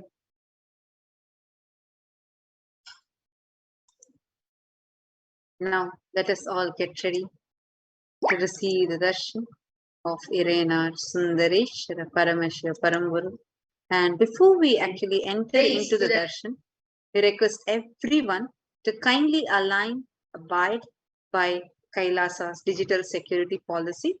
So we request everyone that are watching us live now through the various social media platforms, whether it is this Facebook, Twitter, or Instagram. I request all of you to or YouTube to kindly put your profile picture as your real picture and to have your full name. It can either be your legal name or it can be your spiritual name. But whatever it is, please put the full name. So please have your full name put. Even in YouTube, I'm seeing some of the YouTube users are not having your profile picture. So you can see instead of your profile picture, I'm just seeing letter like R, S, P, like that. Please kindly change to your profile picture. It should be your original picture. Do not have like any generic pictures also, whether it is as a like some rose or things like that. Please have your real picture. And this we request each and every one of you. It does not just apply to YouTube viewers alone. This applies to even all the viewers that are watching us on Facebook or that are asking your prayers to Bhagavan Sundareshwara Paramashivam on Twitter, on Instagram, any platform that you are offering your prayers in. Please make sure that you abide by the Kailasa security policies, and for the ease, for having the blissful darshan and having a comfortable darshan, please make sure you abide by these security guidelines, and so that you have a blissful experience of the darshan. If there is any breach in this security guidelines, we would have to maintain the security policy, we would have to be removing you from the channel or removing you from removing your question from the other platforms. So I request each and every one of you to kindly take a minute or two to align yourself by the security policy, Kailasa's national security policies, which requires each and every one of you to put your complete name, your original name, your complete name. It can be either your spiritual name or your legal name, but you're required to put your complete name along with your profile picture. So your profile picture can't be a generic picture like a bike or a rose. It can't be like that, or it can't be just no profile picture. You are supposed to have your original picture as your display picture. And before you ask your question, please make sure you abide by this. And there might be some names who are in Chinese, who are in French or different languages. And we request each and every one of you to put your names in English, so such that it can be read out. So please make sure each and every one of you are putting your name in English language, your original name fully, and having your original picture as your profile picture. We request each and every one of you to take a few minutes to abide by this so that you can have a blissful experience of the Paramashiva Sayajya Samadhi Darshan. So we're going to be entering into the meditation shortly. So we're requesting everyone and meanwhile to kindly abide by this. So now let us all sit with the head, neck and spine in a straight line. Close your eyes and start chanting the Mahavakya. Om Nithyananda Paramashivoham. Om Nithyananda Paramashivoham. Om Nithyananda Paramashivoham. You to meditate on the form of Irena Sundareshwara Paramashiva Paramburu. Meditate upon his form, your Ananda Gandha, the region between your heart center and above your navel center. Meditating upon the form of Irena Sundareshwara Paramashiva Paramburu as he resides in the form of the Nija Avatara, the supreme pontiff of Hinduism, in your Ananda Gandha. Avoid any kind of distractions. Relax from all the restlessness.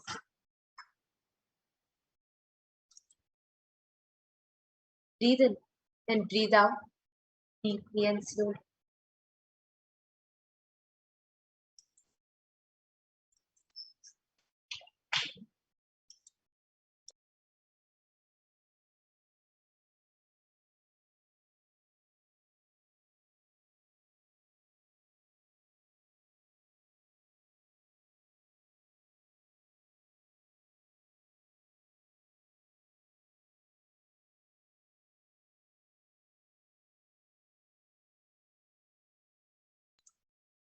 Continue to be the deep devotion space. Just see whole inner space melting in gratitude. Remember all the Leelas that Sundareshwara in the physical Nijavatara through Swamiji has been performing in your life. Every moment he is there with you. Every moment he is there, continuously protecting you, assuring you that he is there for you. Remember all your sweet moments. It might be that moment when you heard Swamiji call out your name, or just that moment when he gave that gaze from the corner of his eyes, or that smile, or just the curtains opening and immediately he just entering into your inner space, flooding you with tears of bliss, flooding your whole body with divine nectar.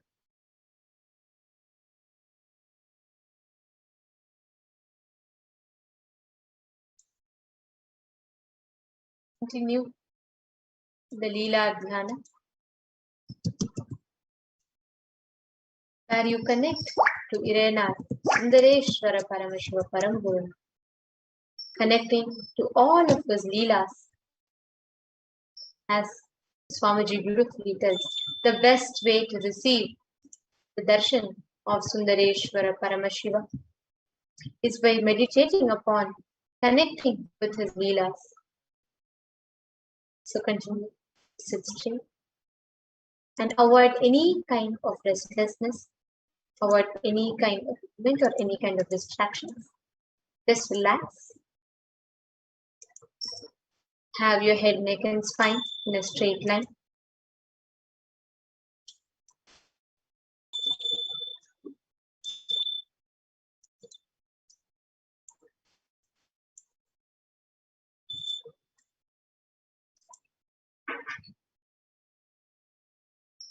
Just remember the first time that you met Swamiji, how did that divine intervention happen in your life?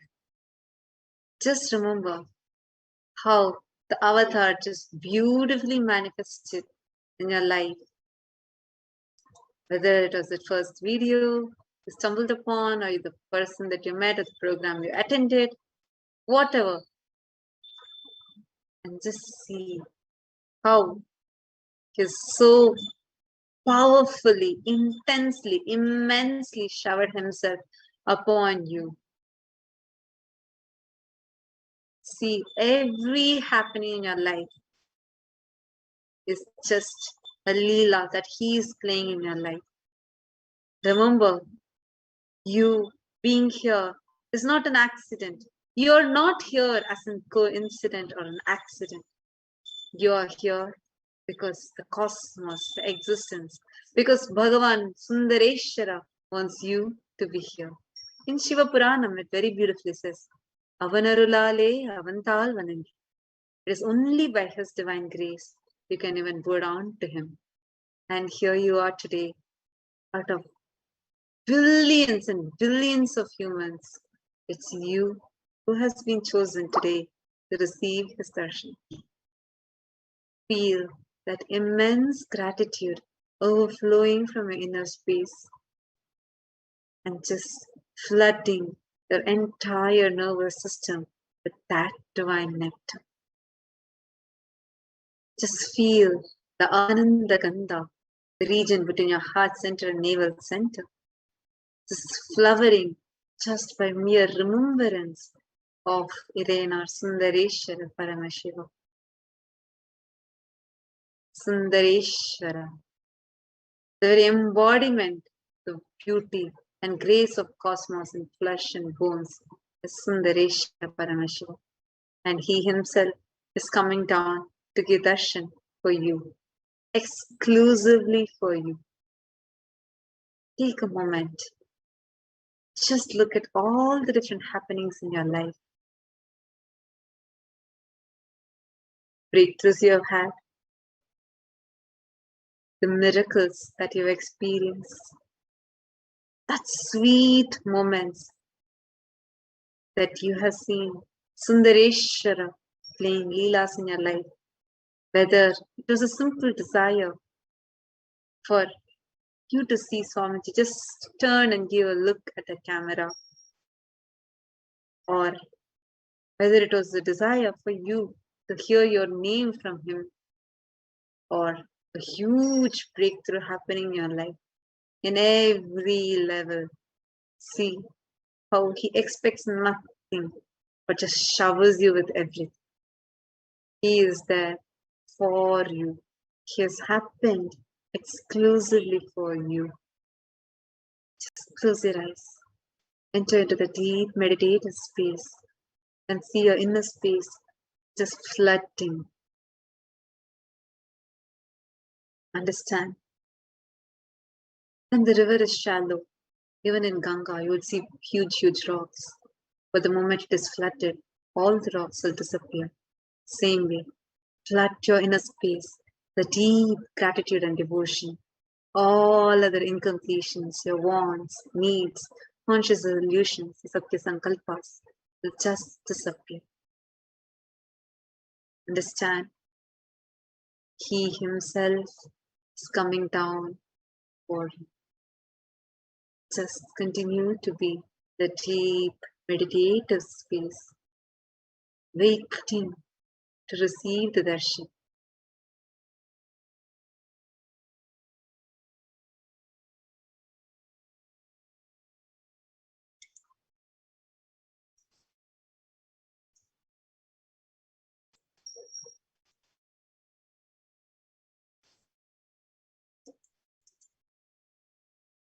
All the people that have gathered here today, just remember, he is here exclusively for you.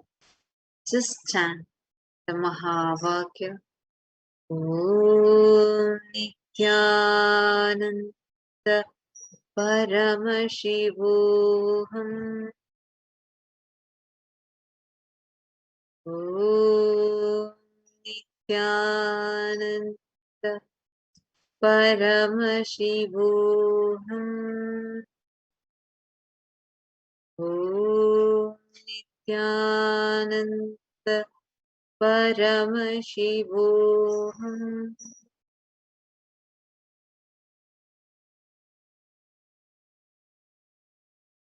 You be next, please.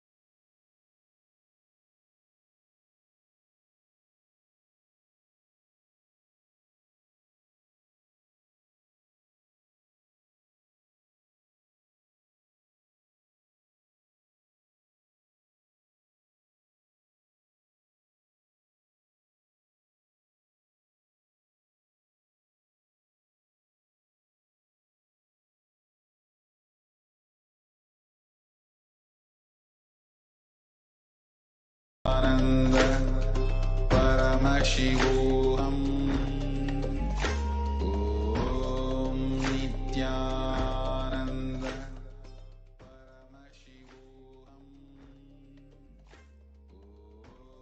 Om Nithyananda Paramashivoham. Om Nithyananda Paramashivoham. Om Nithyananda Paramashivoham. Om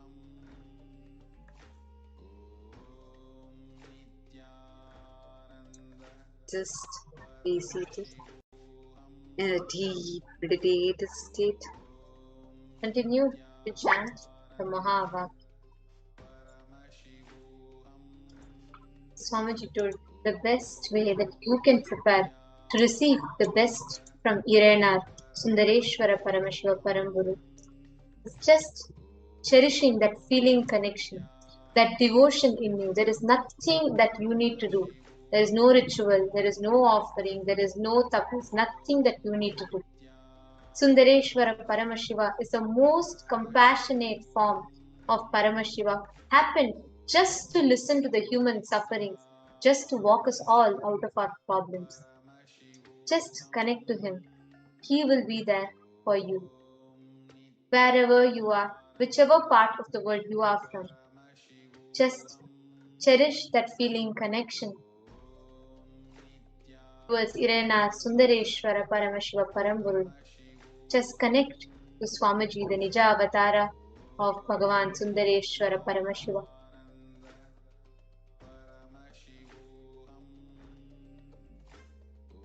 Cherish the feeling connection.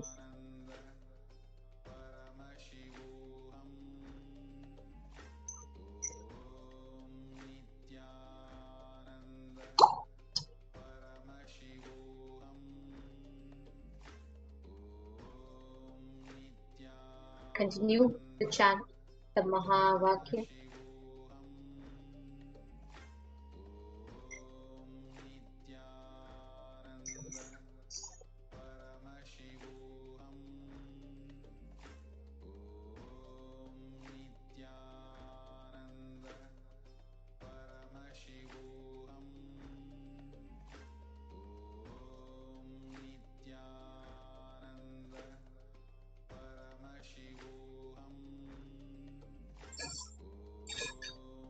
Just remember, you are here today just only because of His grace.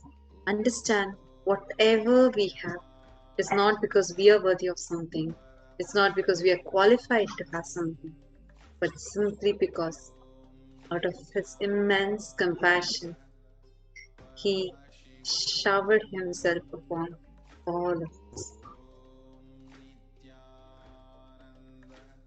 You be in that space, the deep meditative space.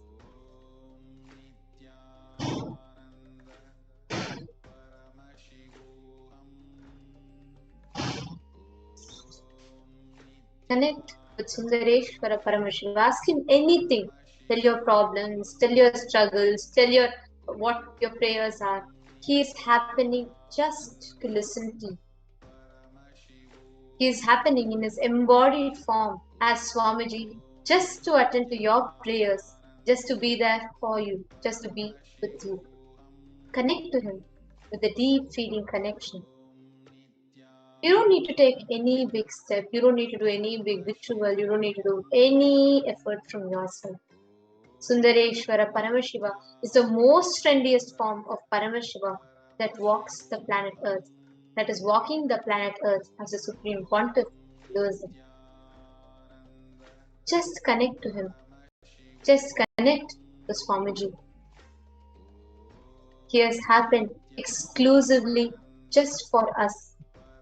Just to listen to the human sufferings, just to walk us all out of all of our problems, to give us solutions, to grant us boons, to cause miracles in our life, to play His divine leelas in our lives. Just pray, connect to Swamiji. Whatever prayer that you have, Whatever you want to ask to Sundareshwara Paramashiva, connect to Swamiji and post your questions, post your prayers. Bhagavan Sundareshwara Paramashiva is the most compassionate form of Paramashiva that happened just to listen, to attend to the human sufferings, to give us all solutions. Connect to him, call him, and he will be there for you. Pray to him, he will be there, he will come down for you. He will attend to your prayers, he will attend to your problems, he will attend to your issues.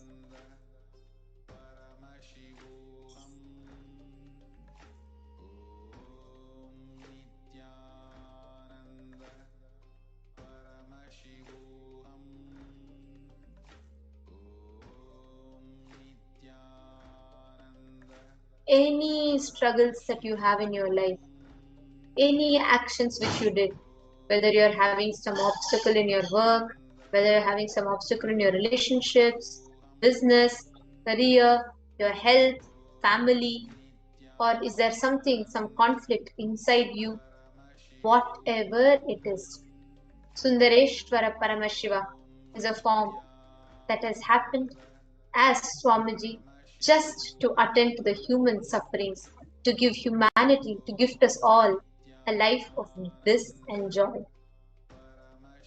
Connect to him, tell all your problems, ask solutions, ask your prayers, ask solutions for your problems. He will attend to you.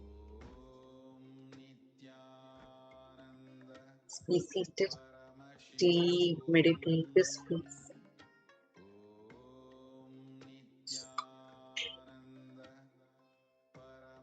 Very, very, very shortly, we are going to be having the live darshan of Irena Sundareshwara Paramashiva Paramburu.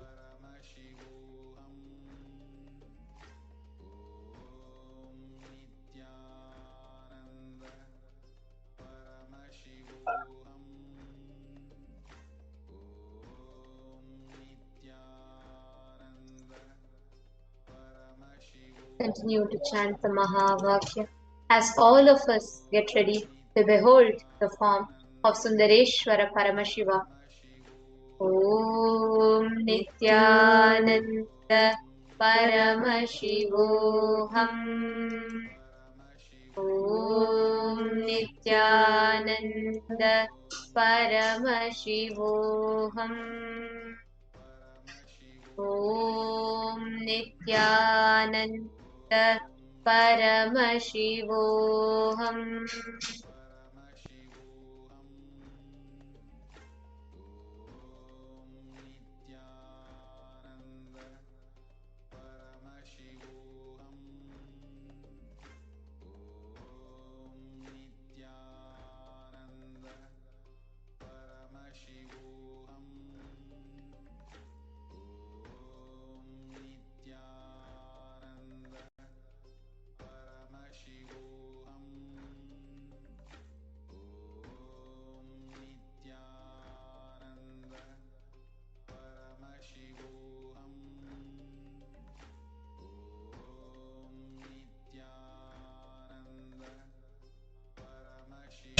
Paramashivoham.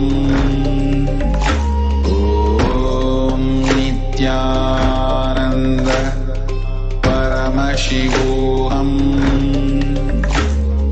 Om Nithyananda Paramashivoham.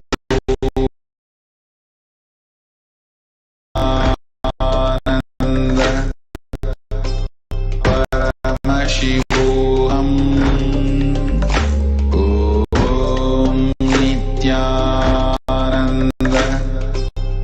Paramashivoham.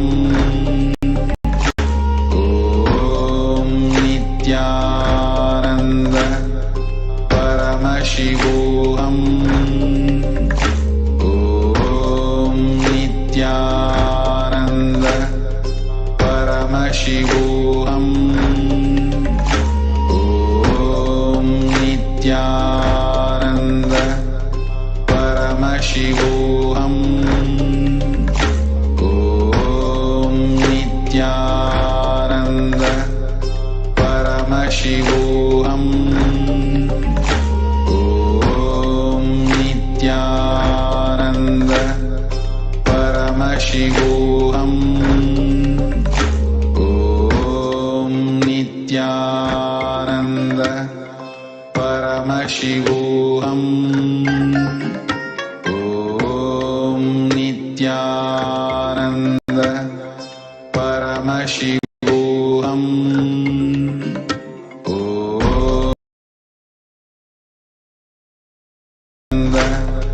Paramashivoham.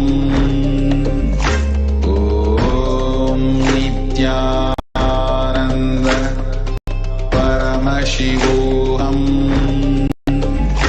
Om Nithyananda Paramashivoham.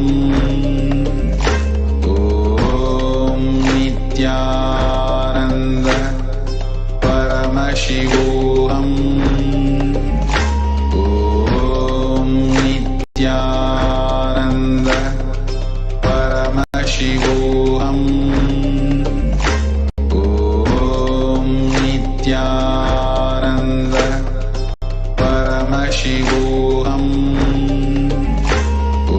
Om Nithyananda Paramashivoham. Om Nithyananda Paramashivoham. Om Nithyananda Paramashivoham. Om Nithyananda Paramashivoham. Om Nithyananda Paramashivoham.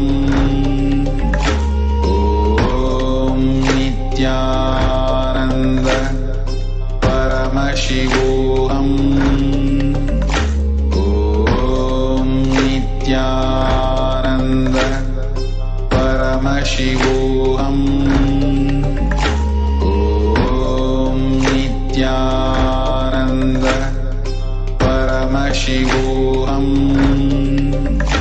Om Nithyananda Paramashivoham. Om Nithyananda Paramashivoham. Om Nithyananda Paramashivoham. Om Nithyananda Paramashivoham. Om Nithyananda Paramashivoham.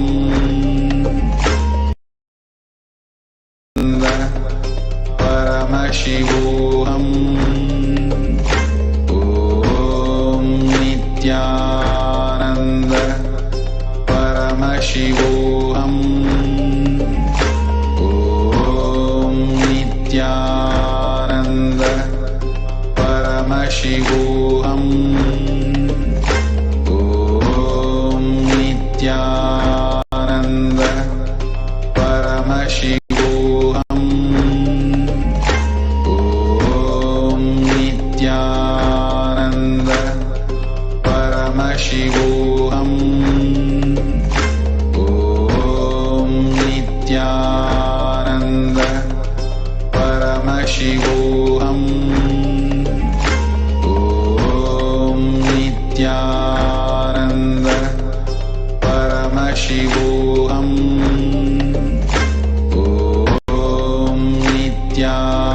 Om